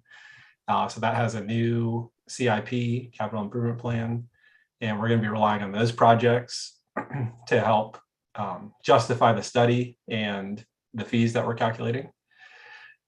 And kind of the third to last bullet point there, identify level of service and capacity available. So we're looking at your fire stations where new growth is going to be happening in proximity to make sure that they can maintain their response times. Are they going to have the right number of vehicles? If a certain number of growth happens, is it going to trigger the need for additional vehicles and staffing? So we work with staff to do those types of analysis, somewhat at a higher level as well. It's not a full staffing plan. It's definitely related to the capital impact fee side. And then we look at any credits, if there's grants or other funding sources that are going to be available to offset the capital infrastructure. And there's statutory and case law parameters that we need to meet. And so just a brief overview on some impact fee basics. I'm sure a lot of you are very familiar with this, but these are one-time charges that happen as new development or redevelopment is occurring. And it's intended to recover the cost of infrastructure and capital investments. So this is not going to be used to pay for salaries. And I'll dovetail a little bit on the fire assessment discussion from earlier. So the fire impact fees, if growth is occurring, you're going to be able to recover costs for either upgrading, expanding your fire stations, and you're going to be able to recover costs for new apparatus, new fire trucks. And you're going to get this charge one time from new development. It's going to be associated with the additional demands that they're going to be placing on the fire department. And what it's going to allow you to do when you're collecting an impact fee is it's a new revenue source. You don't currently charge these because they've been suspended for a long time. So it's going to be a new revenue source for the city. And it's going to offset your need for increasing future assessments or using other ad valorem tax revenues. So it's going to help you as much as it possibly can. It's not designed to,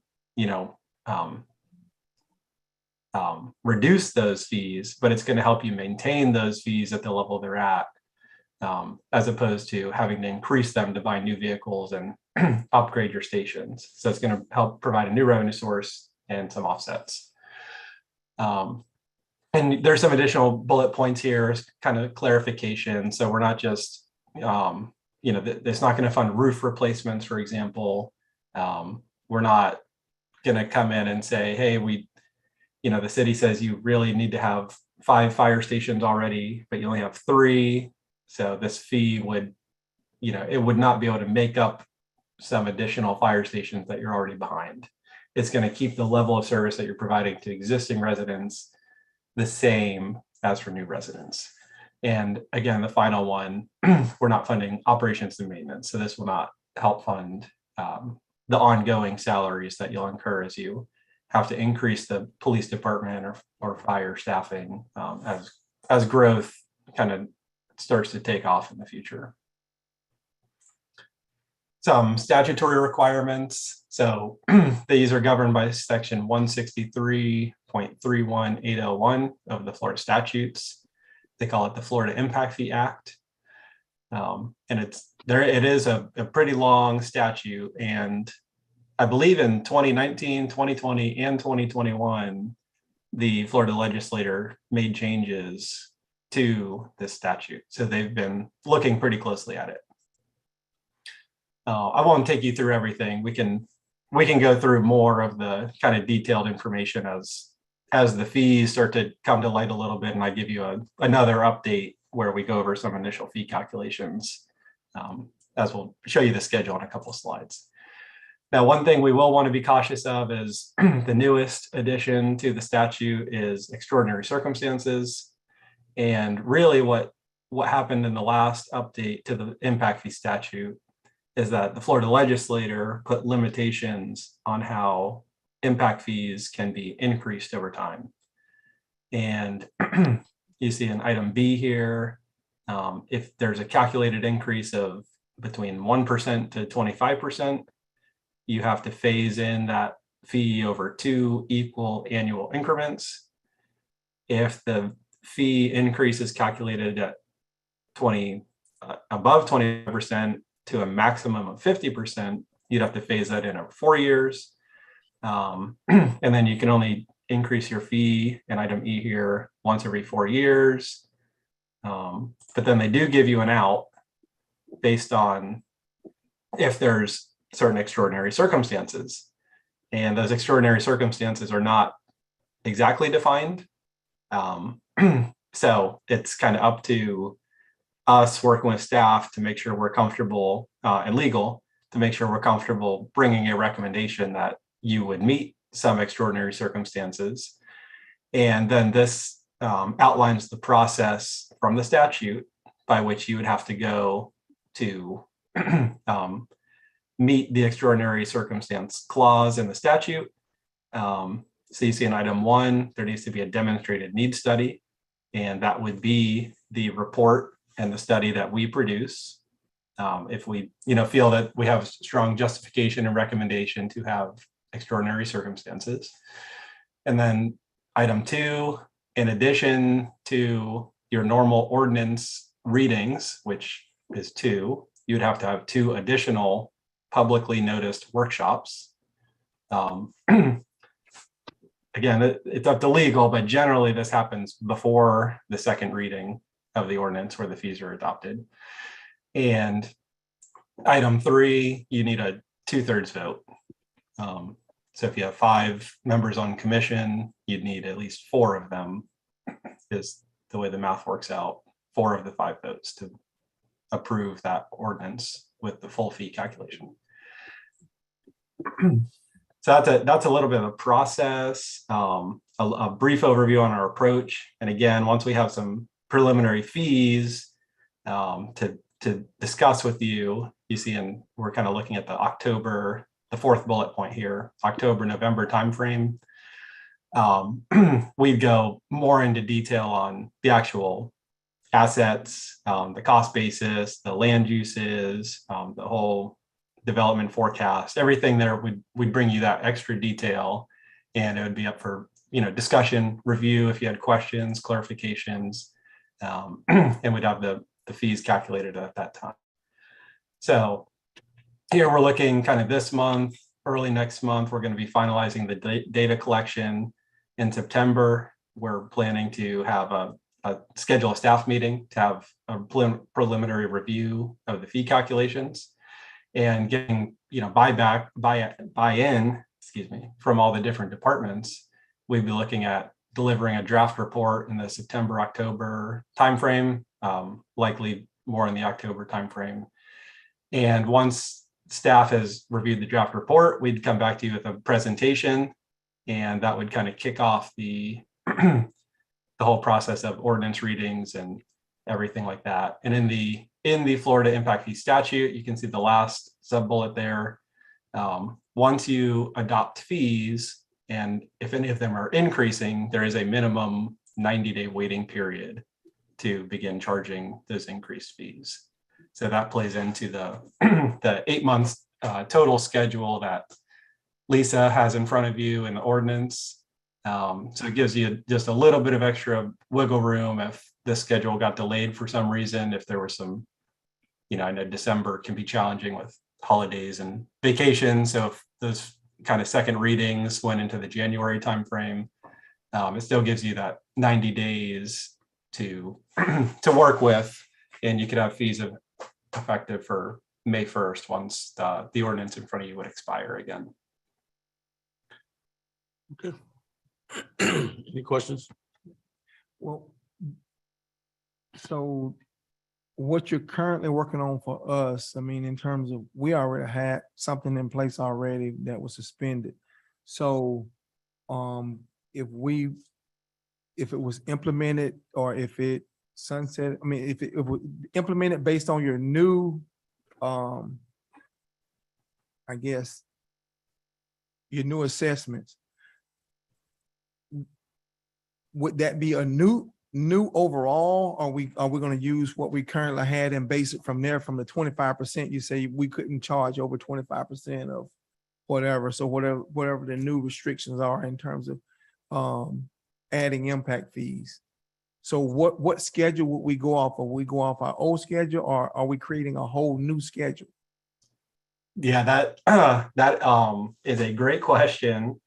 And admittedly, this will be the first study where I'm calculating an impact fee based on a suspended set of impact fees. So I will ultimately defer to your legal, but I would imagine that your fees, even though they're suspended, would still be the basis for measuring that 25-50% increase. They would not necessarily be brand new fees that are not subject to those phase-in limitations. Unless you determine extraordinary circumstances. Right, unless there's some extraordinary circumstances, which there may be. So if there's a new fire station needed, because growth is happening, and there's going to be that significant cost in the near term, that generally would be a reasonable extraordinary circumstance, especially in current times. Or a 16-year suspension. But still, the concept is you would be looking at your earlier fees and justifying an increase over 25% by the increased circumstance. If you didn't have any fees at all, you'd be looking at adopting new fees, and the 25% rule wouldn't apply. Is that correct? That's my general understanding of how how that statute would apply. Yes.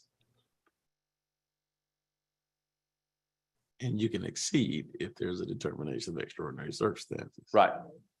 Yes. So we're asking for this schedule plus 90 days from the December, which give us March, April timeframe.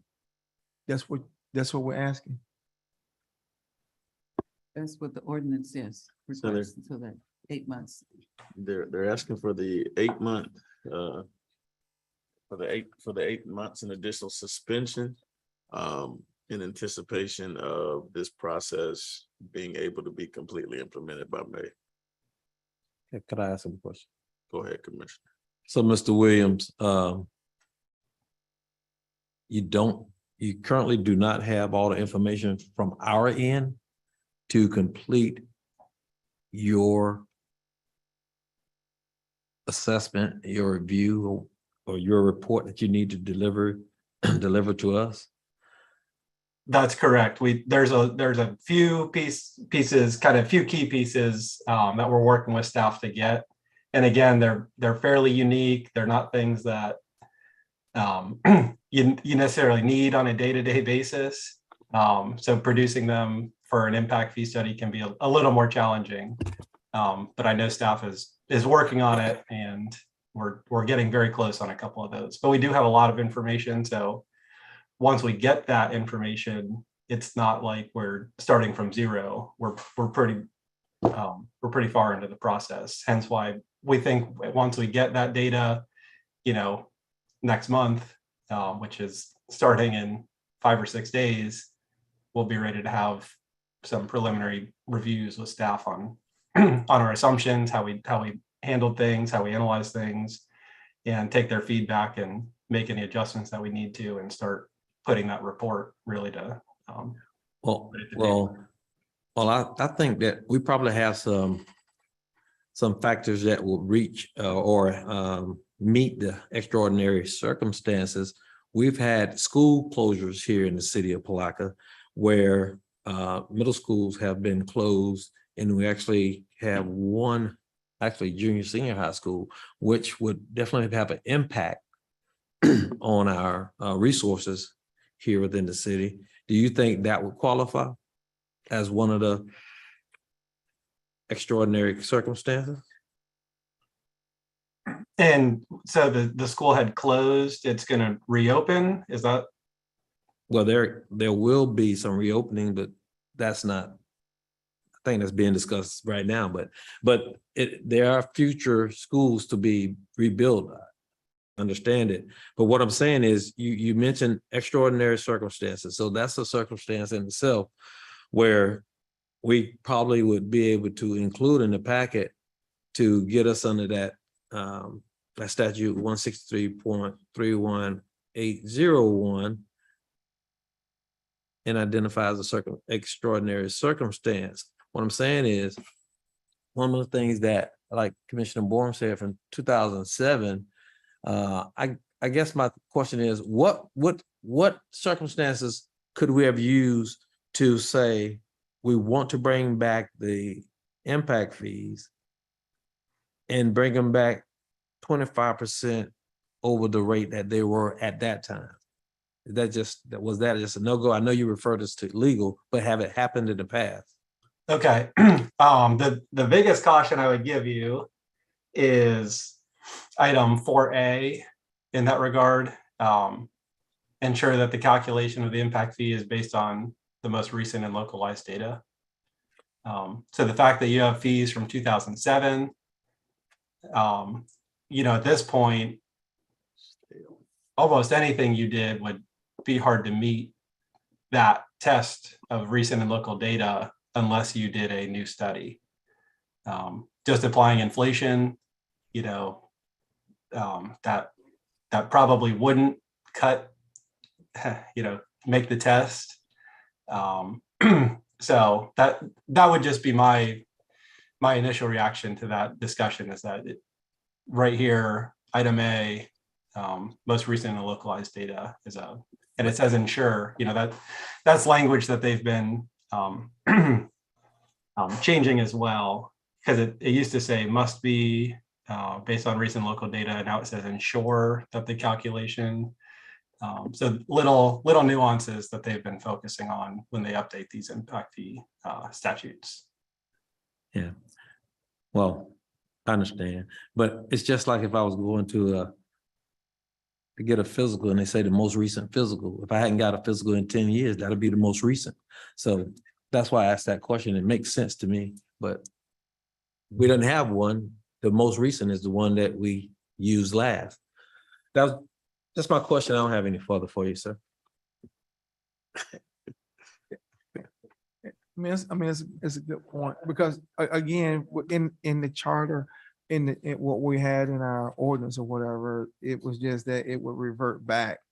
If we just let it sunset, it would revert back. So what would happen if it reverted back? And that's why we got an opinion, and I respect our city attorney for that piece, but I would have liked to heard from the AG, get the AG's opinion on it to see what was possible, because we just heard an opinion from, our city attorney, and I respect that, but at the same time, if it reverted back, if we let it sunset, which we did not, it would have went back based on what we, right, it's in the chart. So, I mean, that's why I would have liked to heard and got an opinion. We got an internal opinion. I would have liked to gotten another opinion to kind of at least validate and qualify. That's just my opinion. Okay, any other comments? All right. There are no other comments at this time. Sure, come on. Thought you were asleep back there.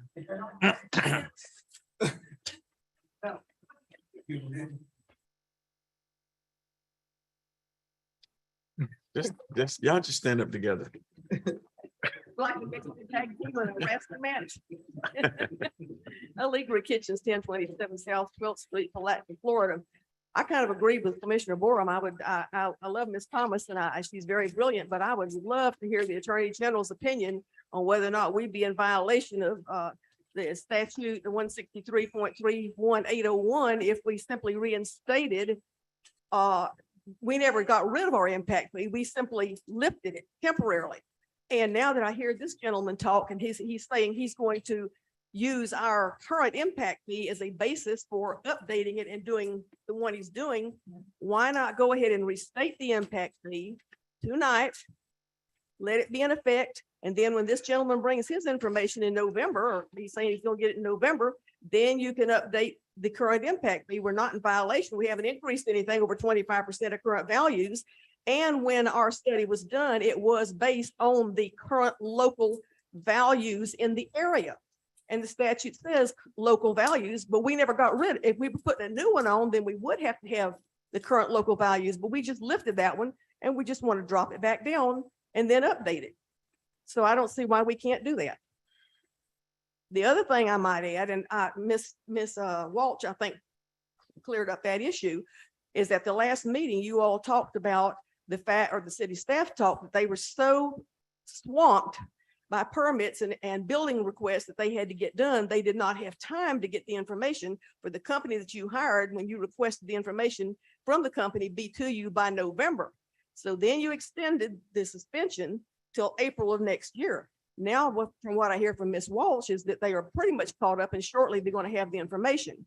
I was going to suggest that you do a moratorium on all building permits until the city's starting tomorrow at 5 o'clock, until the city staff gets the information for the company that you hired to do the impact fee update. But now that she says they're caught up on it, we don't need that. But again, reinstate the impact fee. It was never taken away. It was suspended, unsuspended. Let it drop back down, operate under it till November. When you get the information in November, then start the meetings to update it. That's what and if you have a doubt that it's illegal, have Ms. Thomas get the Attorney General of Florida to give a legal opinion on whether or not this Florida, Palatka, and every other city in the state of Florida that has a current impact fee that they're already operating under would be illegal. Thank you. Norwood. Don't you suggest a moratorium? No, I'm not suggesting more. James Norwood, 2317 Thomas Field, Terrace, Palatka. Just wanted to give the commission a little bit of, I guess, a little bit of history on back in 2007, reason why we suspended impact fees. If you remember, back in 2007, 2008, we went into a recession, and we were trying to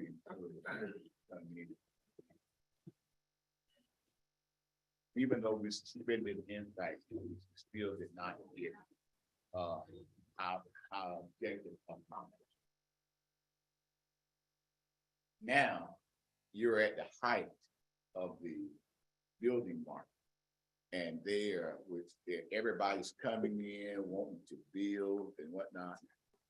All this, I think you guys even talked about, the infield, lots and putting houses on. And I will tell you, up until about 4 or 5 months ago, I was totally against bringing back impact fees. But when you look at how individuals are buying up all the lots, they're going down, filing for permits, and they're trying to get the permits in before you bring the impact fees back in. But I will say this.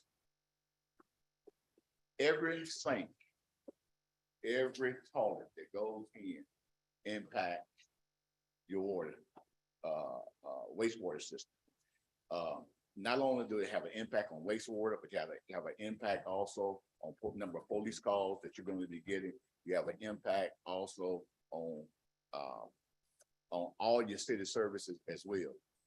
And one of the things that, and I have never stood up and spoke in favor of impact fees, but I needed to make sure that the commission understood what's before you right now. I'm not going to give you a recommendation on what I would do or what I wouldn't do in this area, but I felt like I really need to give you guys the information that I had to worry, when you're making this decision, at least you know why they were suspended. They were suspended because we went into a recession and we were trying to Stimulate building within our city. Yes, absolutely. We're getting a lot of it now. Any more speakers? Seeing none. We'll close public comment at this point. We'll move into discussion with the commission. Is there any discussion from the commission? Or entertain a motion?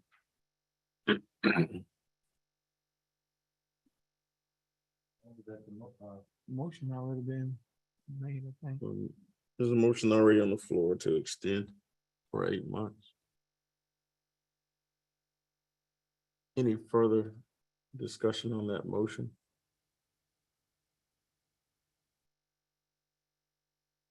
Let me just go ahead and say this. I think when you look at the statute, the other piece you look at is subsection 4A, which talks about the most recent data that you have. The data we have is stale. I tend to slightly disagree. I don't think we're at the height of where we're going to be. I think there's action. I think there's action here. The risk you have is that you will slow down the action. What you've got is some movement. You got people who are discovering the community. I don't think we're at the height of where we're going to be. I think what we're going to see in this community is going to be significantly more than what we're getting right now. What we have right now is the first groups who are coming in here looking at truly investing in Putnam. And so you have the approval of apartment complexes, but you still don't have those permits pulled. So you don't have the large commercial investment on the ground coming out the dirt. You've got some houses coming out, single family homes coming out of the ground. We've changed fee structures to really deal with the loss of impact fees in so many ways. So we have tap fees, we have all those different infrastructure pieces in place to deal with that portion of it. I think where we're heading over the next year or so, once you start to see, the commercial buildings coming out of the ground, when we start to see the movement with the mall and some of these other things, we're going to be, I think, in a greater position where what we envision from an impact fee standpoint is going to be there when you start looking at the large subdivisions coming in to need to look at what we're doing from an increased standpoint with schools, with fire protection, with police protection, all those things. But where we are right now with just singly concentrated units that don't necessarily call for any additional services because they're in a cluster. I think we're getting close. The one thing that my biggest fear is that in our haste to try to gain additional revenue, we slow down the momentum initially. And that's the piece you have to be conscious of. The reality of it is there's enough land in Putnam County, there's enough things that are going to be going on in this community that making sure we dot our I's and cross our T's on impact fees and getting everything in place may not necessarily mean that we're going to be missing a whole lot over the course of an 8-month period. Because I don't know a whole bunch of folks who can just go in and rush and pull permits without engineering, without going to the planning board, without having all those other things in place as they're moving forward on large scale projects that are going to truly have an impact on what we're doing. But that's where we are. I tend to like lawyers who believe that their opinion is a heck of a lot better than the ones that come from other lawyers. So the only opinion I trust is mine. And so at the end of the day, whenever you have that law degree, you trust your own opinion more than anything else. I understand what the AG's opinion may do in some circumstances, but I think that, this 16-year piece is unique. So with all that being said, we'll move forward. If there are no other comments and move into where we are. I don't think any comments were meant to slight anybody, especially Ms. Thomas. I think all the information and input that we got, both from our former commissioners as well as from this commission as a whole, are all of great benefit. And I also want to thank Mr. Williams for his, for the information that he's provided with us as well. And so I think we're in a good position where there's momentum and there's opportunity. In 2007 to 2018, you could count on one hand or half a hand on how many houses were being built and what type of activity is going on in this community. So I think whenever you're in a position where there's something happening, we're in a much better place. And so I'm excited about what the future has. So with that being said, at this point, there's a motion on the floor to extend the moratorium for 8 months. Roll call, Commissioner McCaskill. Yeah. Commissioner Borum. Nay. Commissioner Jones. Nay. Commissioner Campbell. Yeah. And I'm yes, we'll extend it for 8 months. On a vote of 3-2.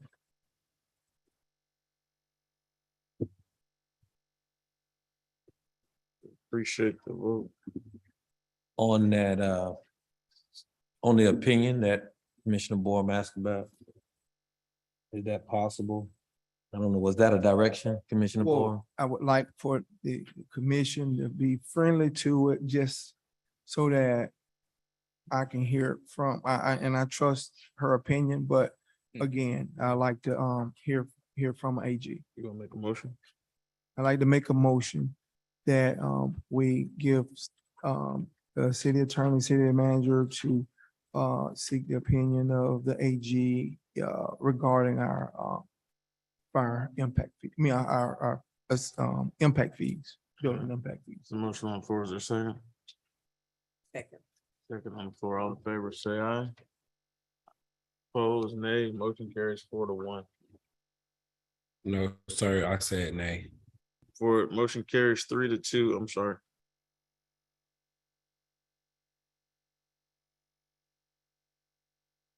Moving on.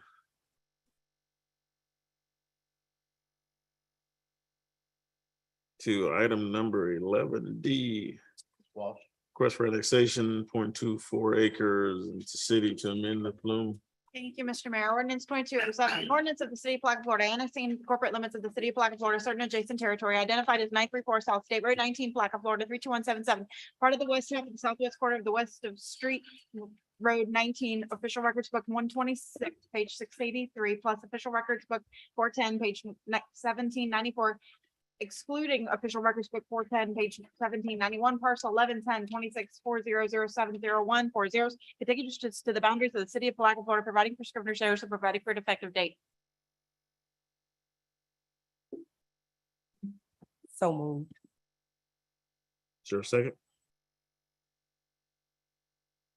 Second. There's a motion on the floor and there's a second. Ms. Walsh. Thank you, Mr. Mayor. Lisa Walsh, Planning Director. It's an application to annex in a parcel of property where the current Messrs Bake and Tackle Shop is. Into the city for purposes of connecting to water and sewer and also redeveloping that parcel as a take 5 oil change. Oil change. Oil change. Are you all familiar where it is? It's on the Walmart. corner of Moody and State Road 19. No. Just. 1, 2, 4.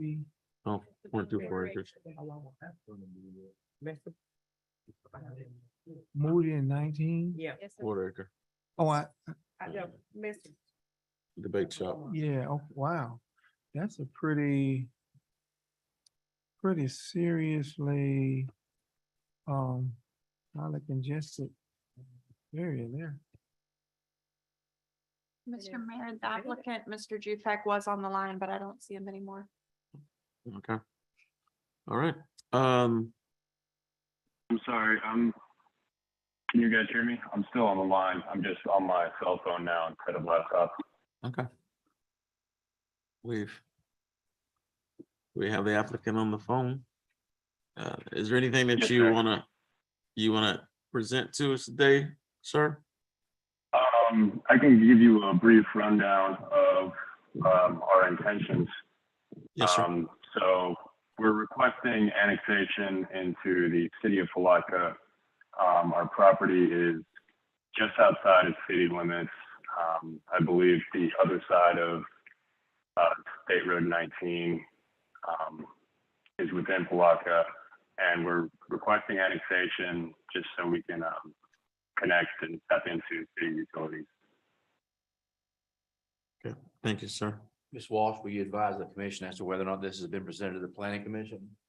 Yes, sir. This has been presented to the Planning Commission at its August meeting. And the result? Recommendation. They recommended approval. As does staff. Approval of the annexation, the future land use change, and the zoning. Is that report in the packet, Ms. Krantz? Believe it was. Yes, sir. The staff report's in the packet. Just want the Along record with to it. reflect that. Along with the site plan. I'm sorry. There's a site plan attached. Yeah, it is. The minutes of the planning board are also in the packet. Okay. So will that be?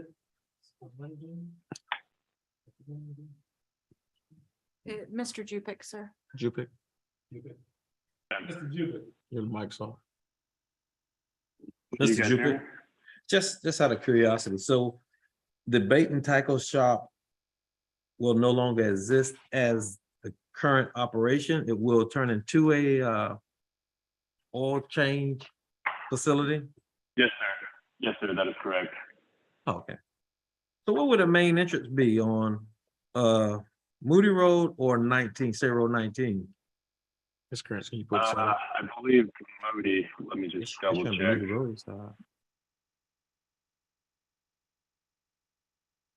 Pardon me, I didn't hear you. Just 1 second, I'm pulling up the proposed site plan.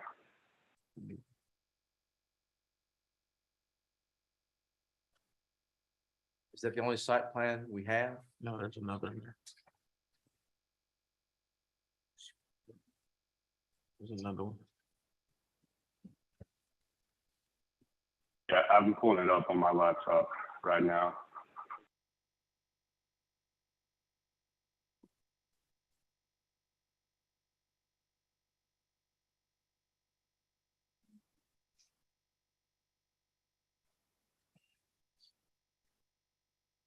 Okay, it looks like we will have 3 separate entrances. I'm not sure which site plan you guys currently have. But on our updated site plan, we've got an entrance on Moody and 2 on SR 19. And actually, one of the drives on State Road 19 is exit only. It's two curb cutouts. It's two curb cutouts on 19. Yes, sir.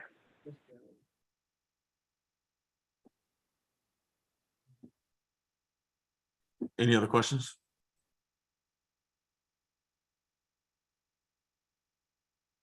Okay. None from me.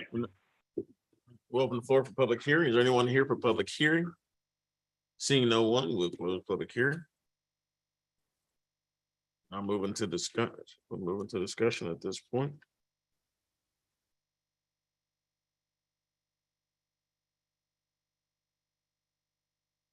Who made the motion on this? It was Commissioner McCaskill with a second by Commissioner Campbell.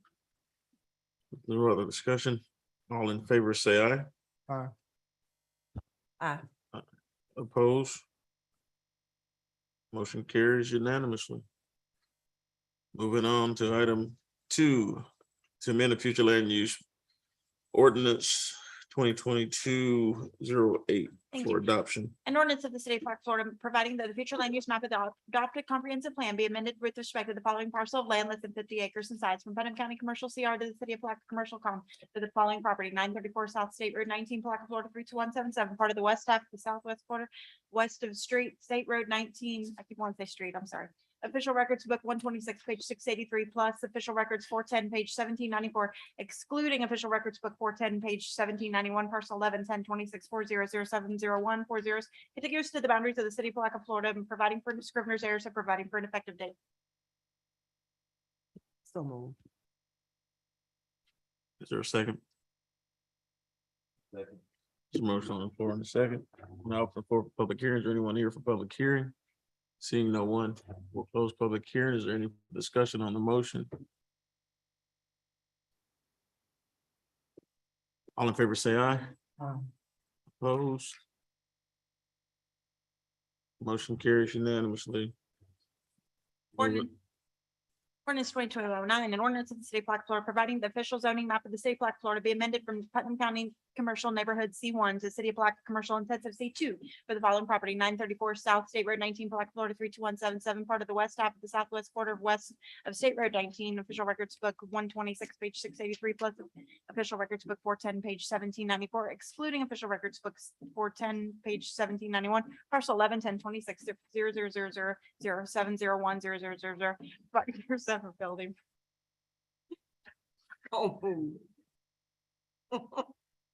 Is there a second? Second. There's a motion on the floor and a second by Commissioner Borum. Now up on the floor for public hearing. Is there anyone here for public hearing? Seeing no one, will close public hearing. Ms. Walsh, was there a traffic study done on this property?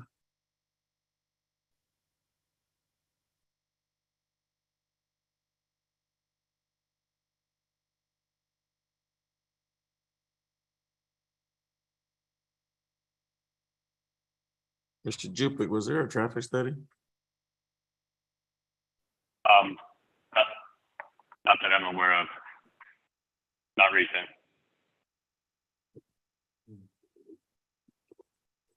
All right. Is there any further discussion on this motion? Does that normally take place?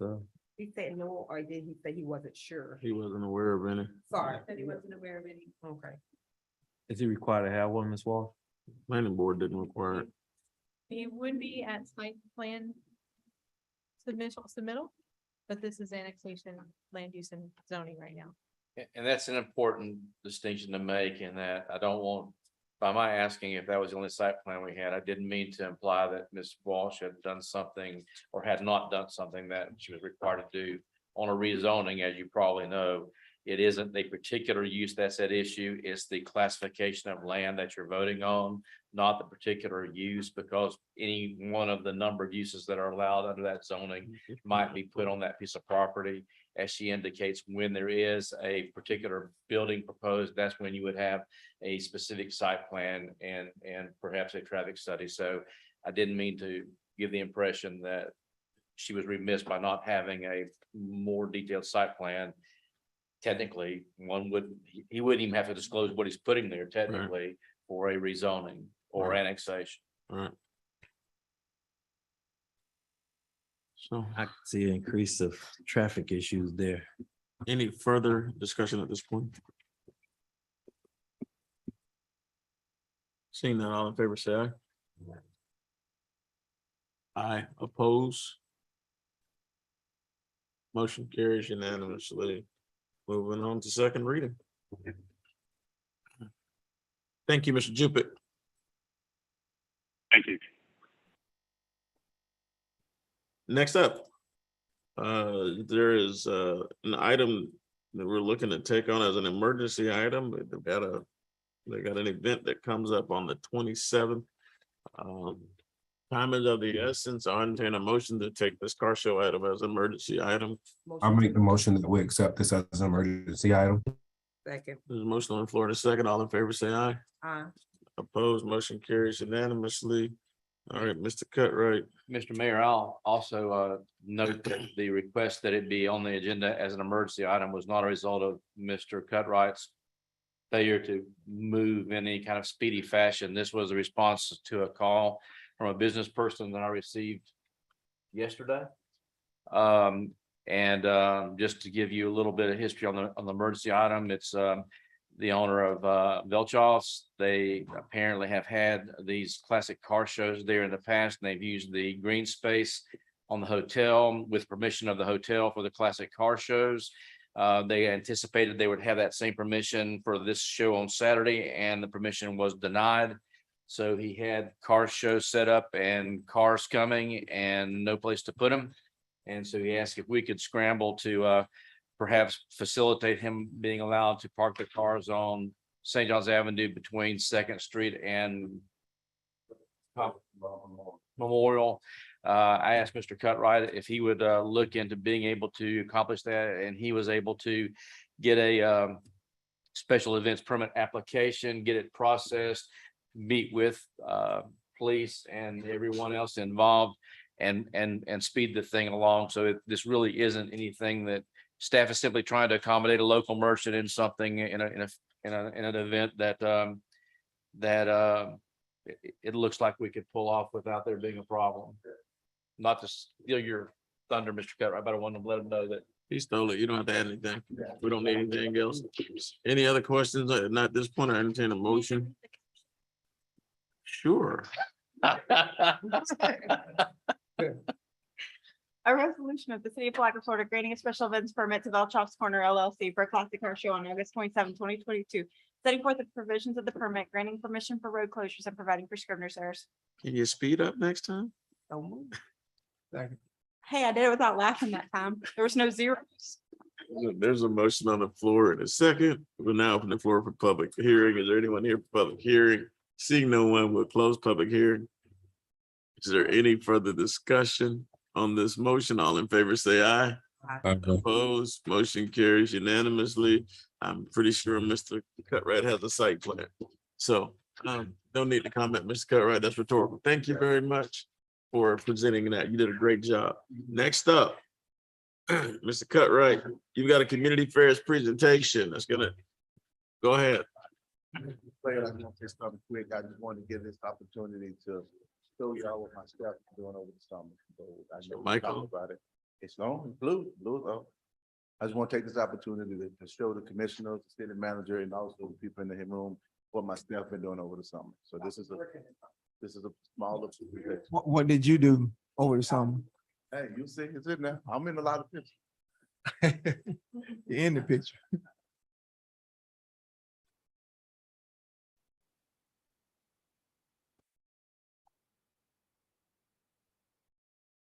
So I was about to ask. The Blue Craft Festival made a comeback with a return of the claw this year. The community affairs team put their heart and soul into pulling out all the stops to help make it the best festival it could be for Putnam County. We were on the radio, in the paper, and online sharing news about the event. Over 120,000 people came to the city of Palatka over Memorial Weekend to enjoy food, fun, and music. From ski shows to fireworks, the weekend was filled with family-friendly entertainment. Food trucks have been lining up Memorial Parkway this summer. This program started as a pilot program and was adjusted to evening events as we received feedback from the community. We have held 5 events with up to 6 trucks participating each time. This program is returning with the cooler weather. This year, our department started the mobile recreation program that encourages kids to get outside and play. The mobile recreation unit has visited several locations within the city, including James A. Long Community Center, Shawbuck, Ragsdale. We provided hot dogs and chips and a drink to everyone who came out, each time with help from our sponsors. The mobile recreation program will continue visiting more neighborhoods within the city limits to bring recreation to more families. Thousands came to the riverfront again this year in celebration of Independence Day. Kids enjoyed free face painting, bounce house, obstacle course, and basketball. Thanks to the Arts Council, we had J.W. Gilmore perform throughout the night. The spectacular fireworks show went off without any issues and was made possible by our sponsors. The class of '76 has spearheaded a food distribution at the former Jenkins Middle School multiple times now. The Community Affairs Department has helped during setup and operations. Farm share events feed over 200 families each time they are held. Right now, flag football signups for ages 5 to 13 are happening, and the deadline has been extended to September 4th to build more teams for this season. Be sure not to miss out on this fun opportunity. For more information, contact Reno Fells. The Mayor's Health Challenge was a 30-day challenge to complete 30 miles in 30 days. Participants attended sessions of yoga, stretching, swimming, and organized walks along the riverfront. Local businesses donated prizes such as month-long memberships, passes to fitness classes, and the winners received a cash prize. Fighting germs didn't stop with Community Affairs this summer. After receiving 8 pallets of cases of disinfectant wipes, Community Affairs got them in the hands of teachers, daycares, and families throughout the community. Ms. Jones, our Human Resources Director, partnered with Career Source Northeast Florida to hold a job fair at the Price Martin Center this summer. Community Affairs assisted with setup, breakdown, and promotion of the event to encourage citizens to attend. Finally, the Booker Park has been given extra care this summer. Courtney James did some touch-ups with paint over graffiti and pressure washed the pavilion. Booker Park facilities are available for rent for events and can be booked by contacting Courtney James.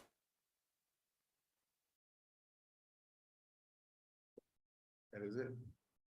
So I just want to give a little small snippet of what we've been doing. Hope we continue to do this, and I hope we get support from y'all. I know the mayor, Commissioner Jones, and Commissioner Bond, and Principal Castle has came out, and some of them continue to hope y'all support us, and that's it. Why would we stop? Hey, never know. Commissioner Campbell, Yeah, even Campbell came. Is this something that we would be able to add to our website or disseminate to the public so they can see some of the things that we have going on or that we have had going on? Yeah, I'm trying to get with some people to update our website, but what we're gonna do is put it on our Facebook page and also on our website itself, we're gonna put it on there too. Maybe I'll do a wild card. We do have lots of folks that say they don't have access to the website. Can we do robocalls? Are we set up to do that? To do robocalls? Robocalls? Robocalls. I think that's starting. I think they got a new law out now that is preventing people from doing these mass call outs. I think there's a new law that is restricting people from doing those things. I just recently happened, so you can try. Okay, but does that relate to the school too? Because the school do robocalls for attendance and. You could, just go ahead and try, but I do know there's a new law that came out to prevent people from, because there's a lot of. So is that something that we can do? You know I what I mean? will look into it and see. I will look into it and see what it comes with. If it didn't cost occurs with it or anything, I will let everybody know. Right. Thanks. Commissioner McCaskill, I do know that we have the ability via our website, if individuals want to get news alerts that come from the city, that if they sign up for that, that's another way that we would be able to get information out as well. Great idea. And, Good. and Thank they, you. and they can sign up for text. Okay. So we'll do what we can to mass, send it out to mass and to make sure everybody can see it and know what's going on in the city. Okay. Thank you, Mr. Cutright. That's a good report. I appreciate it. Give it at 9 o'clock next time. So since Mr. Cutright, since we have you up and we're getting ready to go into our final pieces of this, I'm gonna save the city manager for last this time. That was it. That was his presentation. Mr. Cutright, do you have anything else for us today? No, sir. Appreciate that. Mr. McNair, you have anything for us? We got a new person here. You want to come up and introduce yourself, sir? You've sat through patiently tonight. This has been your longest first meeting.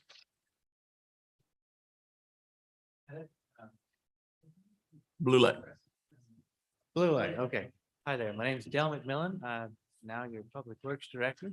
I look forward to working with all of you in the future and potentially bringing some good and positive changes to the city of Palatka. And potentially trying to focus our community efforts in improving our citizens' way of life. Welcome aboard, Mr. McMillan. Thank you. Thank you. Welcome to Palatka. So if you don't know, he's already hit the ground running. He's already sent his report out. Mr. Holmes, you want to add? I forwarded to each of you the assessment that Mr. McMillan gave me after his first week on the job. Invite you to look at it. Thought it was very thorough analysis of what he found, and after 1 week, and we've in fact started moving in several different directions. So happy to have him on board. Captain Newcomb.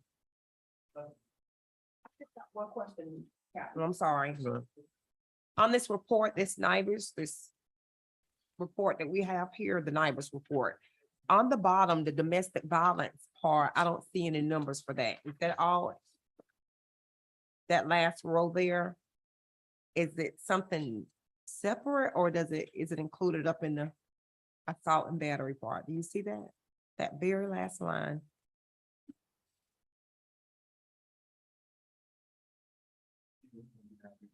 Yes, sir. See it. Well, they probably just left out.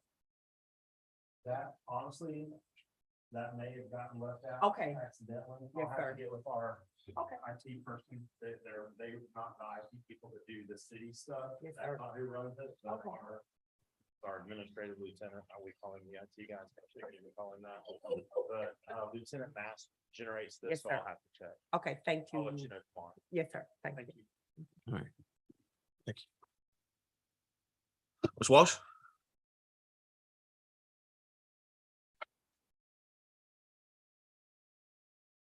We have a few statistics for you for this, I guess you can call it reporting period. As of the end of July, we've had 13 new single-family residences come into the city. 28 other construction projects that are things like the Wawa scooters, the Plants of Ruskin entity just submitted their expansion plans for their duplication to bring it up to 250,000 square feet. We are also looking at a possible manufacturer coming into a parcel of property on Comfort Road that would be annexing into the city. Ilianos has submitted their site plan. What is that? Ilianos is another coffee shop. That one on 19? It's new. On 19 in the Winn-Dixie property, like an out parcel in the Winn-Dixie. Okay. Be right next to, right behind racetrack. Okay. Okay. We've done 6 annexations so far this year. All of them were related to water and sewer connections. 3 rezonings, 12 lot splits, 18 certificates of appropriateness, and 35 new businesses, brand new businesses.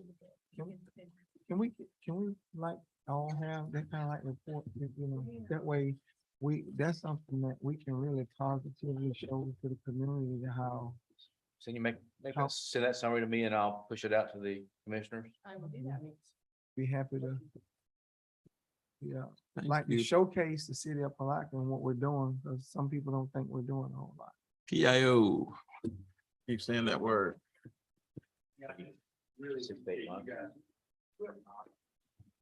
You've done so well today. I just appreciate your guys' time.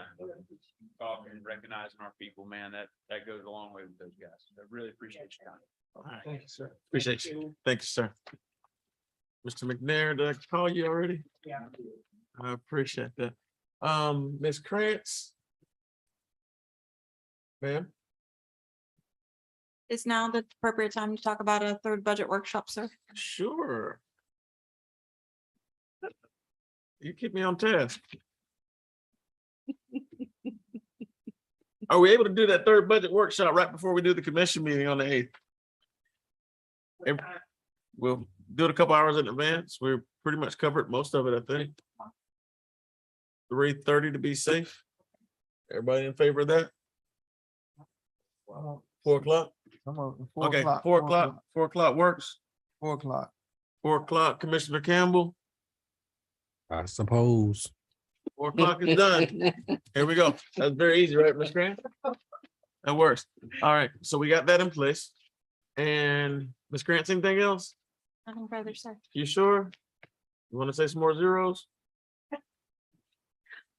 We got you. Council. Ms. Walt, we're missing someone. They're both out listening on the remote. She said she had nothing to report unless you want her to. Ms. Neely, do they have anything to report out there with you? No, they're busy. Okay, so it's on you, Mr. Holmes. So thank you, Mayor. First of all, if I could, Sonny, you have, excuse me, Ms. Krantz, do you have a picture that you could put up for us of a pavilion? Do, sir. I actually have two. Okay. So Mayor and Commissioners, as you know, we're working hard to finish up the Booker Park ball fields and the amenities. John Henry Pop Lloyd. I'm sorry, John Henry Pop Lloyd. So what we have, the grant that we received required us to have a pavilion. So in just a minute, I'll show you that pavilion.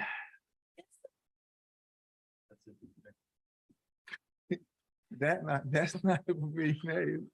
Well, we can put this pavilion up at 36 by 48. It's all metal, I believe, except for the 10 by 10 uprights. I think they're 10 by 10. They could be 8 by 8s. I'm not able to see it. I'm sorry. I said I'm not able to see what you all are looking at. Because I have to take it down in order to put it back up, but that makes Mr. Holmes mad. No, I'm tickled to death. Take it down and we'll just talk about it. All right. Okay, Don. 9:30 in Alabama. So we can put this up within the budgetary restraints that we have. Mr. Griffith, you're here. What was the final price we got on this one? So $19,718 for 36 by 48, which would give us enough room for some gatherings, picnic tables, whatever we might choose to put up. Did that include a slab? Yes. So, but if you're familiar at all with building prices right now, getting a pavilion up for any sort of number under $100,000 is just going to be essentially, well, I shouldn't say 100,000, but this is going to be the most economical structure we can get up, satisfy the grant requirements of having a pavilion and move with speed. But before we put it up, and in keeping in mind the commission's desires from past meetings to see something visual regarding what we had planned, we wanted to bring this to you and get your input. So if it's something that you're with, if you're favorable to this, we can move forward with it. If not, then we're back to the drawing board. What does the concept look like? I mean, I'm seeing that and it's not, I don't like the way it looks. I'm just saying the looks of it. I want to see what the concept look like, because I I don't- like to have a nice, a nice facility, but I just don't know what it's gonna look like. That's what it's gonna look like. Oh, I don't. Okay. The justification behind it is for meeting grant requirements, getting something up Right. at a reasonable cost. Right, we're gonna have to put a pavilion up in order to meet the grant requirements. So, and we don't have any more grant money. We're spending, So that's understandable. so if you want something different, then we can go back out. Go ahead. So- I'm sorry. I'm sorry, Commissioner, I just want to say, we did look at a pavilion type structure that's similar in construction to what you see at Hank Bryan. And also the smaller one at Booker Park. Is everybody familiar with those two? Yes. They're hip roof structures, timber construction. The material price alone was $16,000. That's without install. And then That's a 19,000 16-foot by 16-foot covering. And this 19,000 for that includes everything. Yes, ma'am. And this is Except for 30, concrete. and this is 36 by 48. So the other one was 16 by 16 material alone. So we'll do whatever you want to do. Well, And the other picture that was up there was the one that said Triangle Park. And so is basically just there. It's there as a gathering place in case of inclement weather. And so can you put the picture of the one at Triangle Park up? And so, and it's pretty common. It's what you see at softball, at softball arenas, so that people can gather, or you can have different things underneath. It's a simple structure.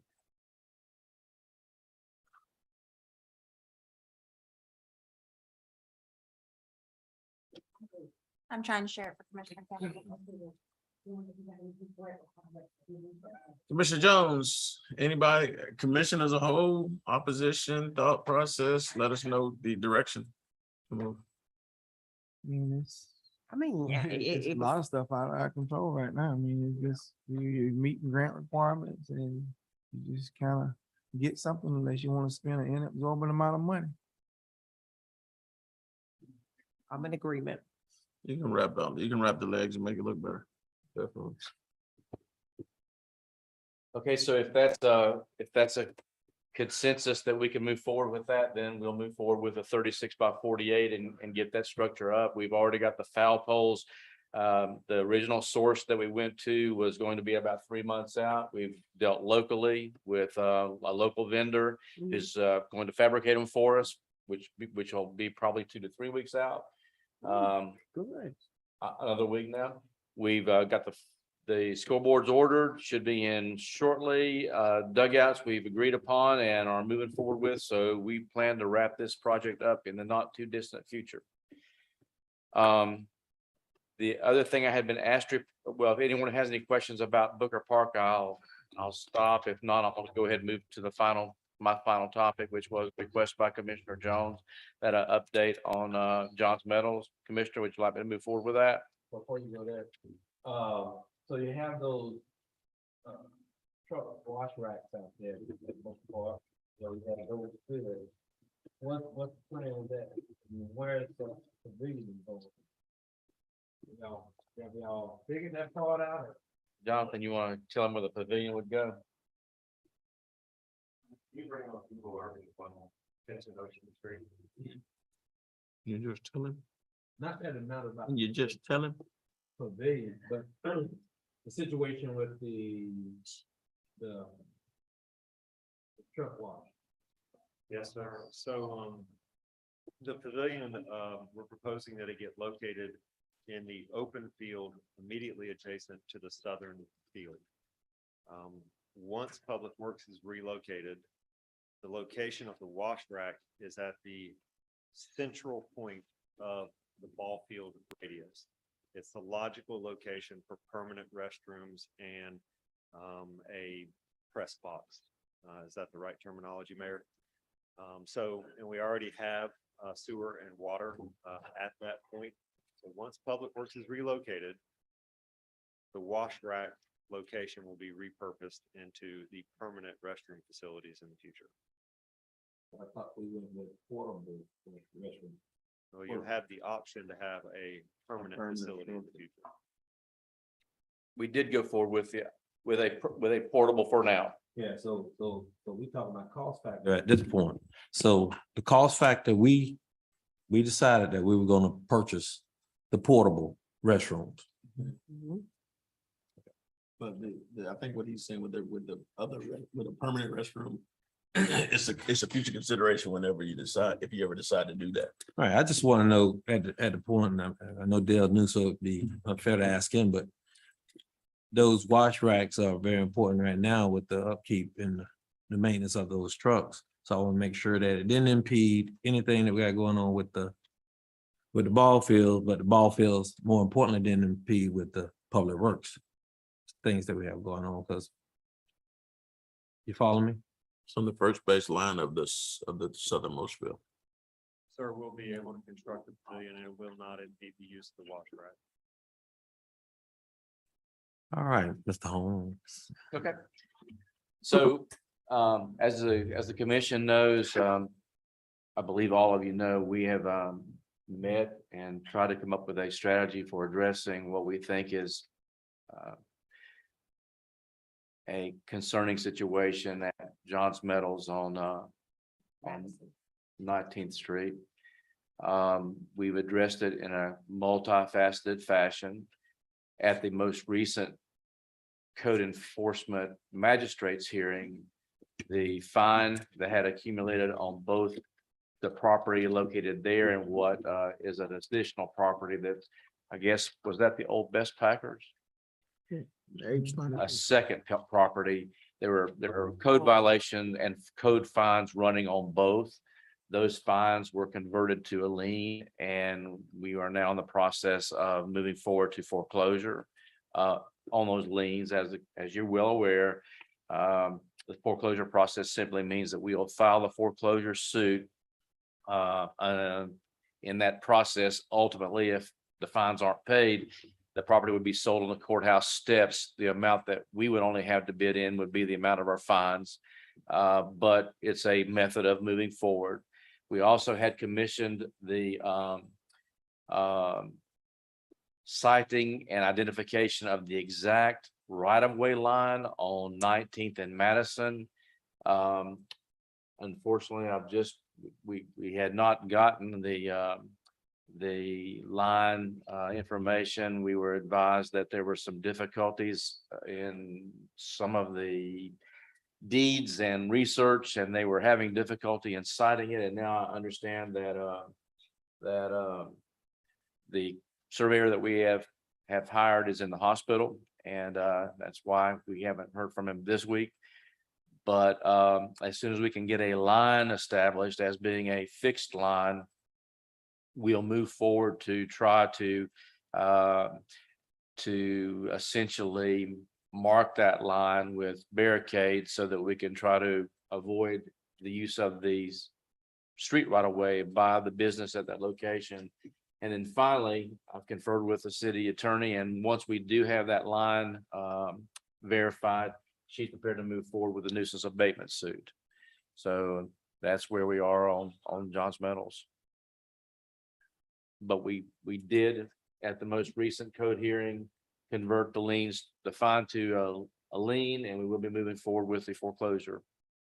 That's good to know. And history. Anything else? No, sir. Okay, if there's nothing else, Commissioner Jones, anything else on this issue? We'll go into commission comments. Commissioner Jones, we'll start with you. Commissioner Campbell. Good night. Commissioner McCaskill. Well, I'm glad to be back. I've been out, missed a few events and a meeting or two due to some health issues, so I'm glad that I'm back. But I am happy to announce that I am a proud yaya of a set of twin girls, Valley and Indy. What's a yaya? On August 17th, 2022. Congratulations. Thank you. Same day as my twin nephew. They missed the date. They missed one day away from greatness. So the day before that, I turned 50. Commissioner Board, you got anything else? Yeah, I got a couple things. We have, the Port Fest coming up and I've been contacted by, the, organizer for that event that they wanted to use the Hammock Hall and the parking area for that event and wanted to know would it be available. So, there's been a event that's been, going and growing in our city and it's almost become a staple. So just wanted to know would that area be available? And if, Tell him would we it be do. friendly to the commission Tell him he can come by, he can get on the agenda. on the agenda? He can get on the agenda and make the request to the commission. It's coming up, I think November, December. We got plenty of time for him to make the request and bring it to the commission. And we'll listen.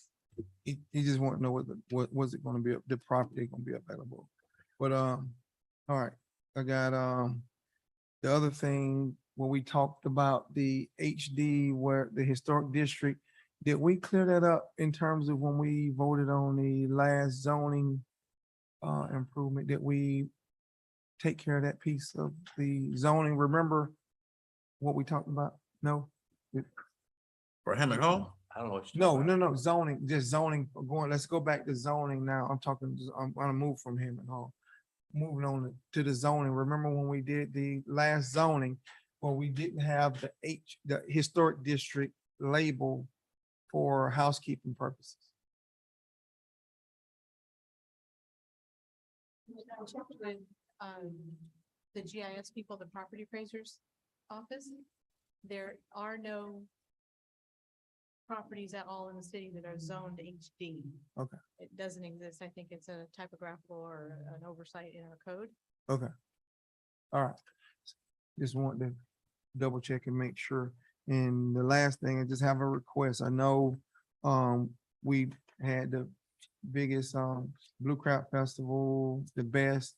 But we had it at $150,000 and it went over $150,000. So, I'd like to get a report on what was the overages. And we had 100% overage. So, we contracted 150, but we went to 299 or something. So I like to, get that information as to why and how based on our contract stuff. So, might sound tough, but I would like to see why we went over so much. 100% over. That's all I have. So that's a request. Okay.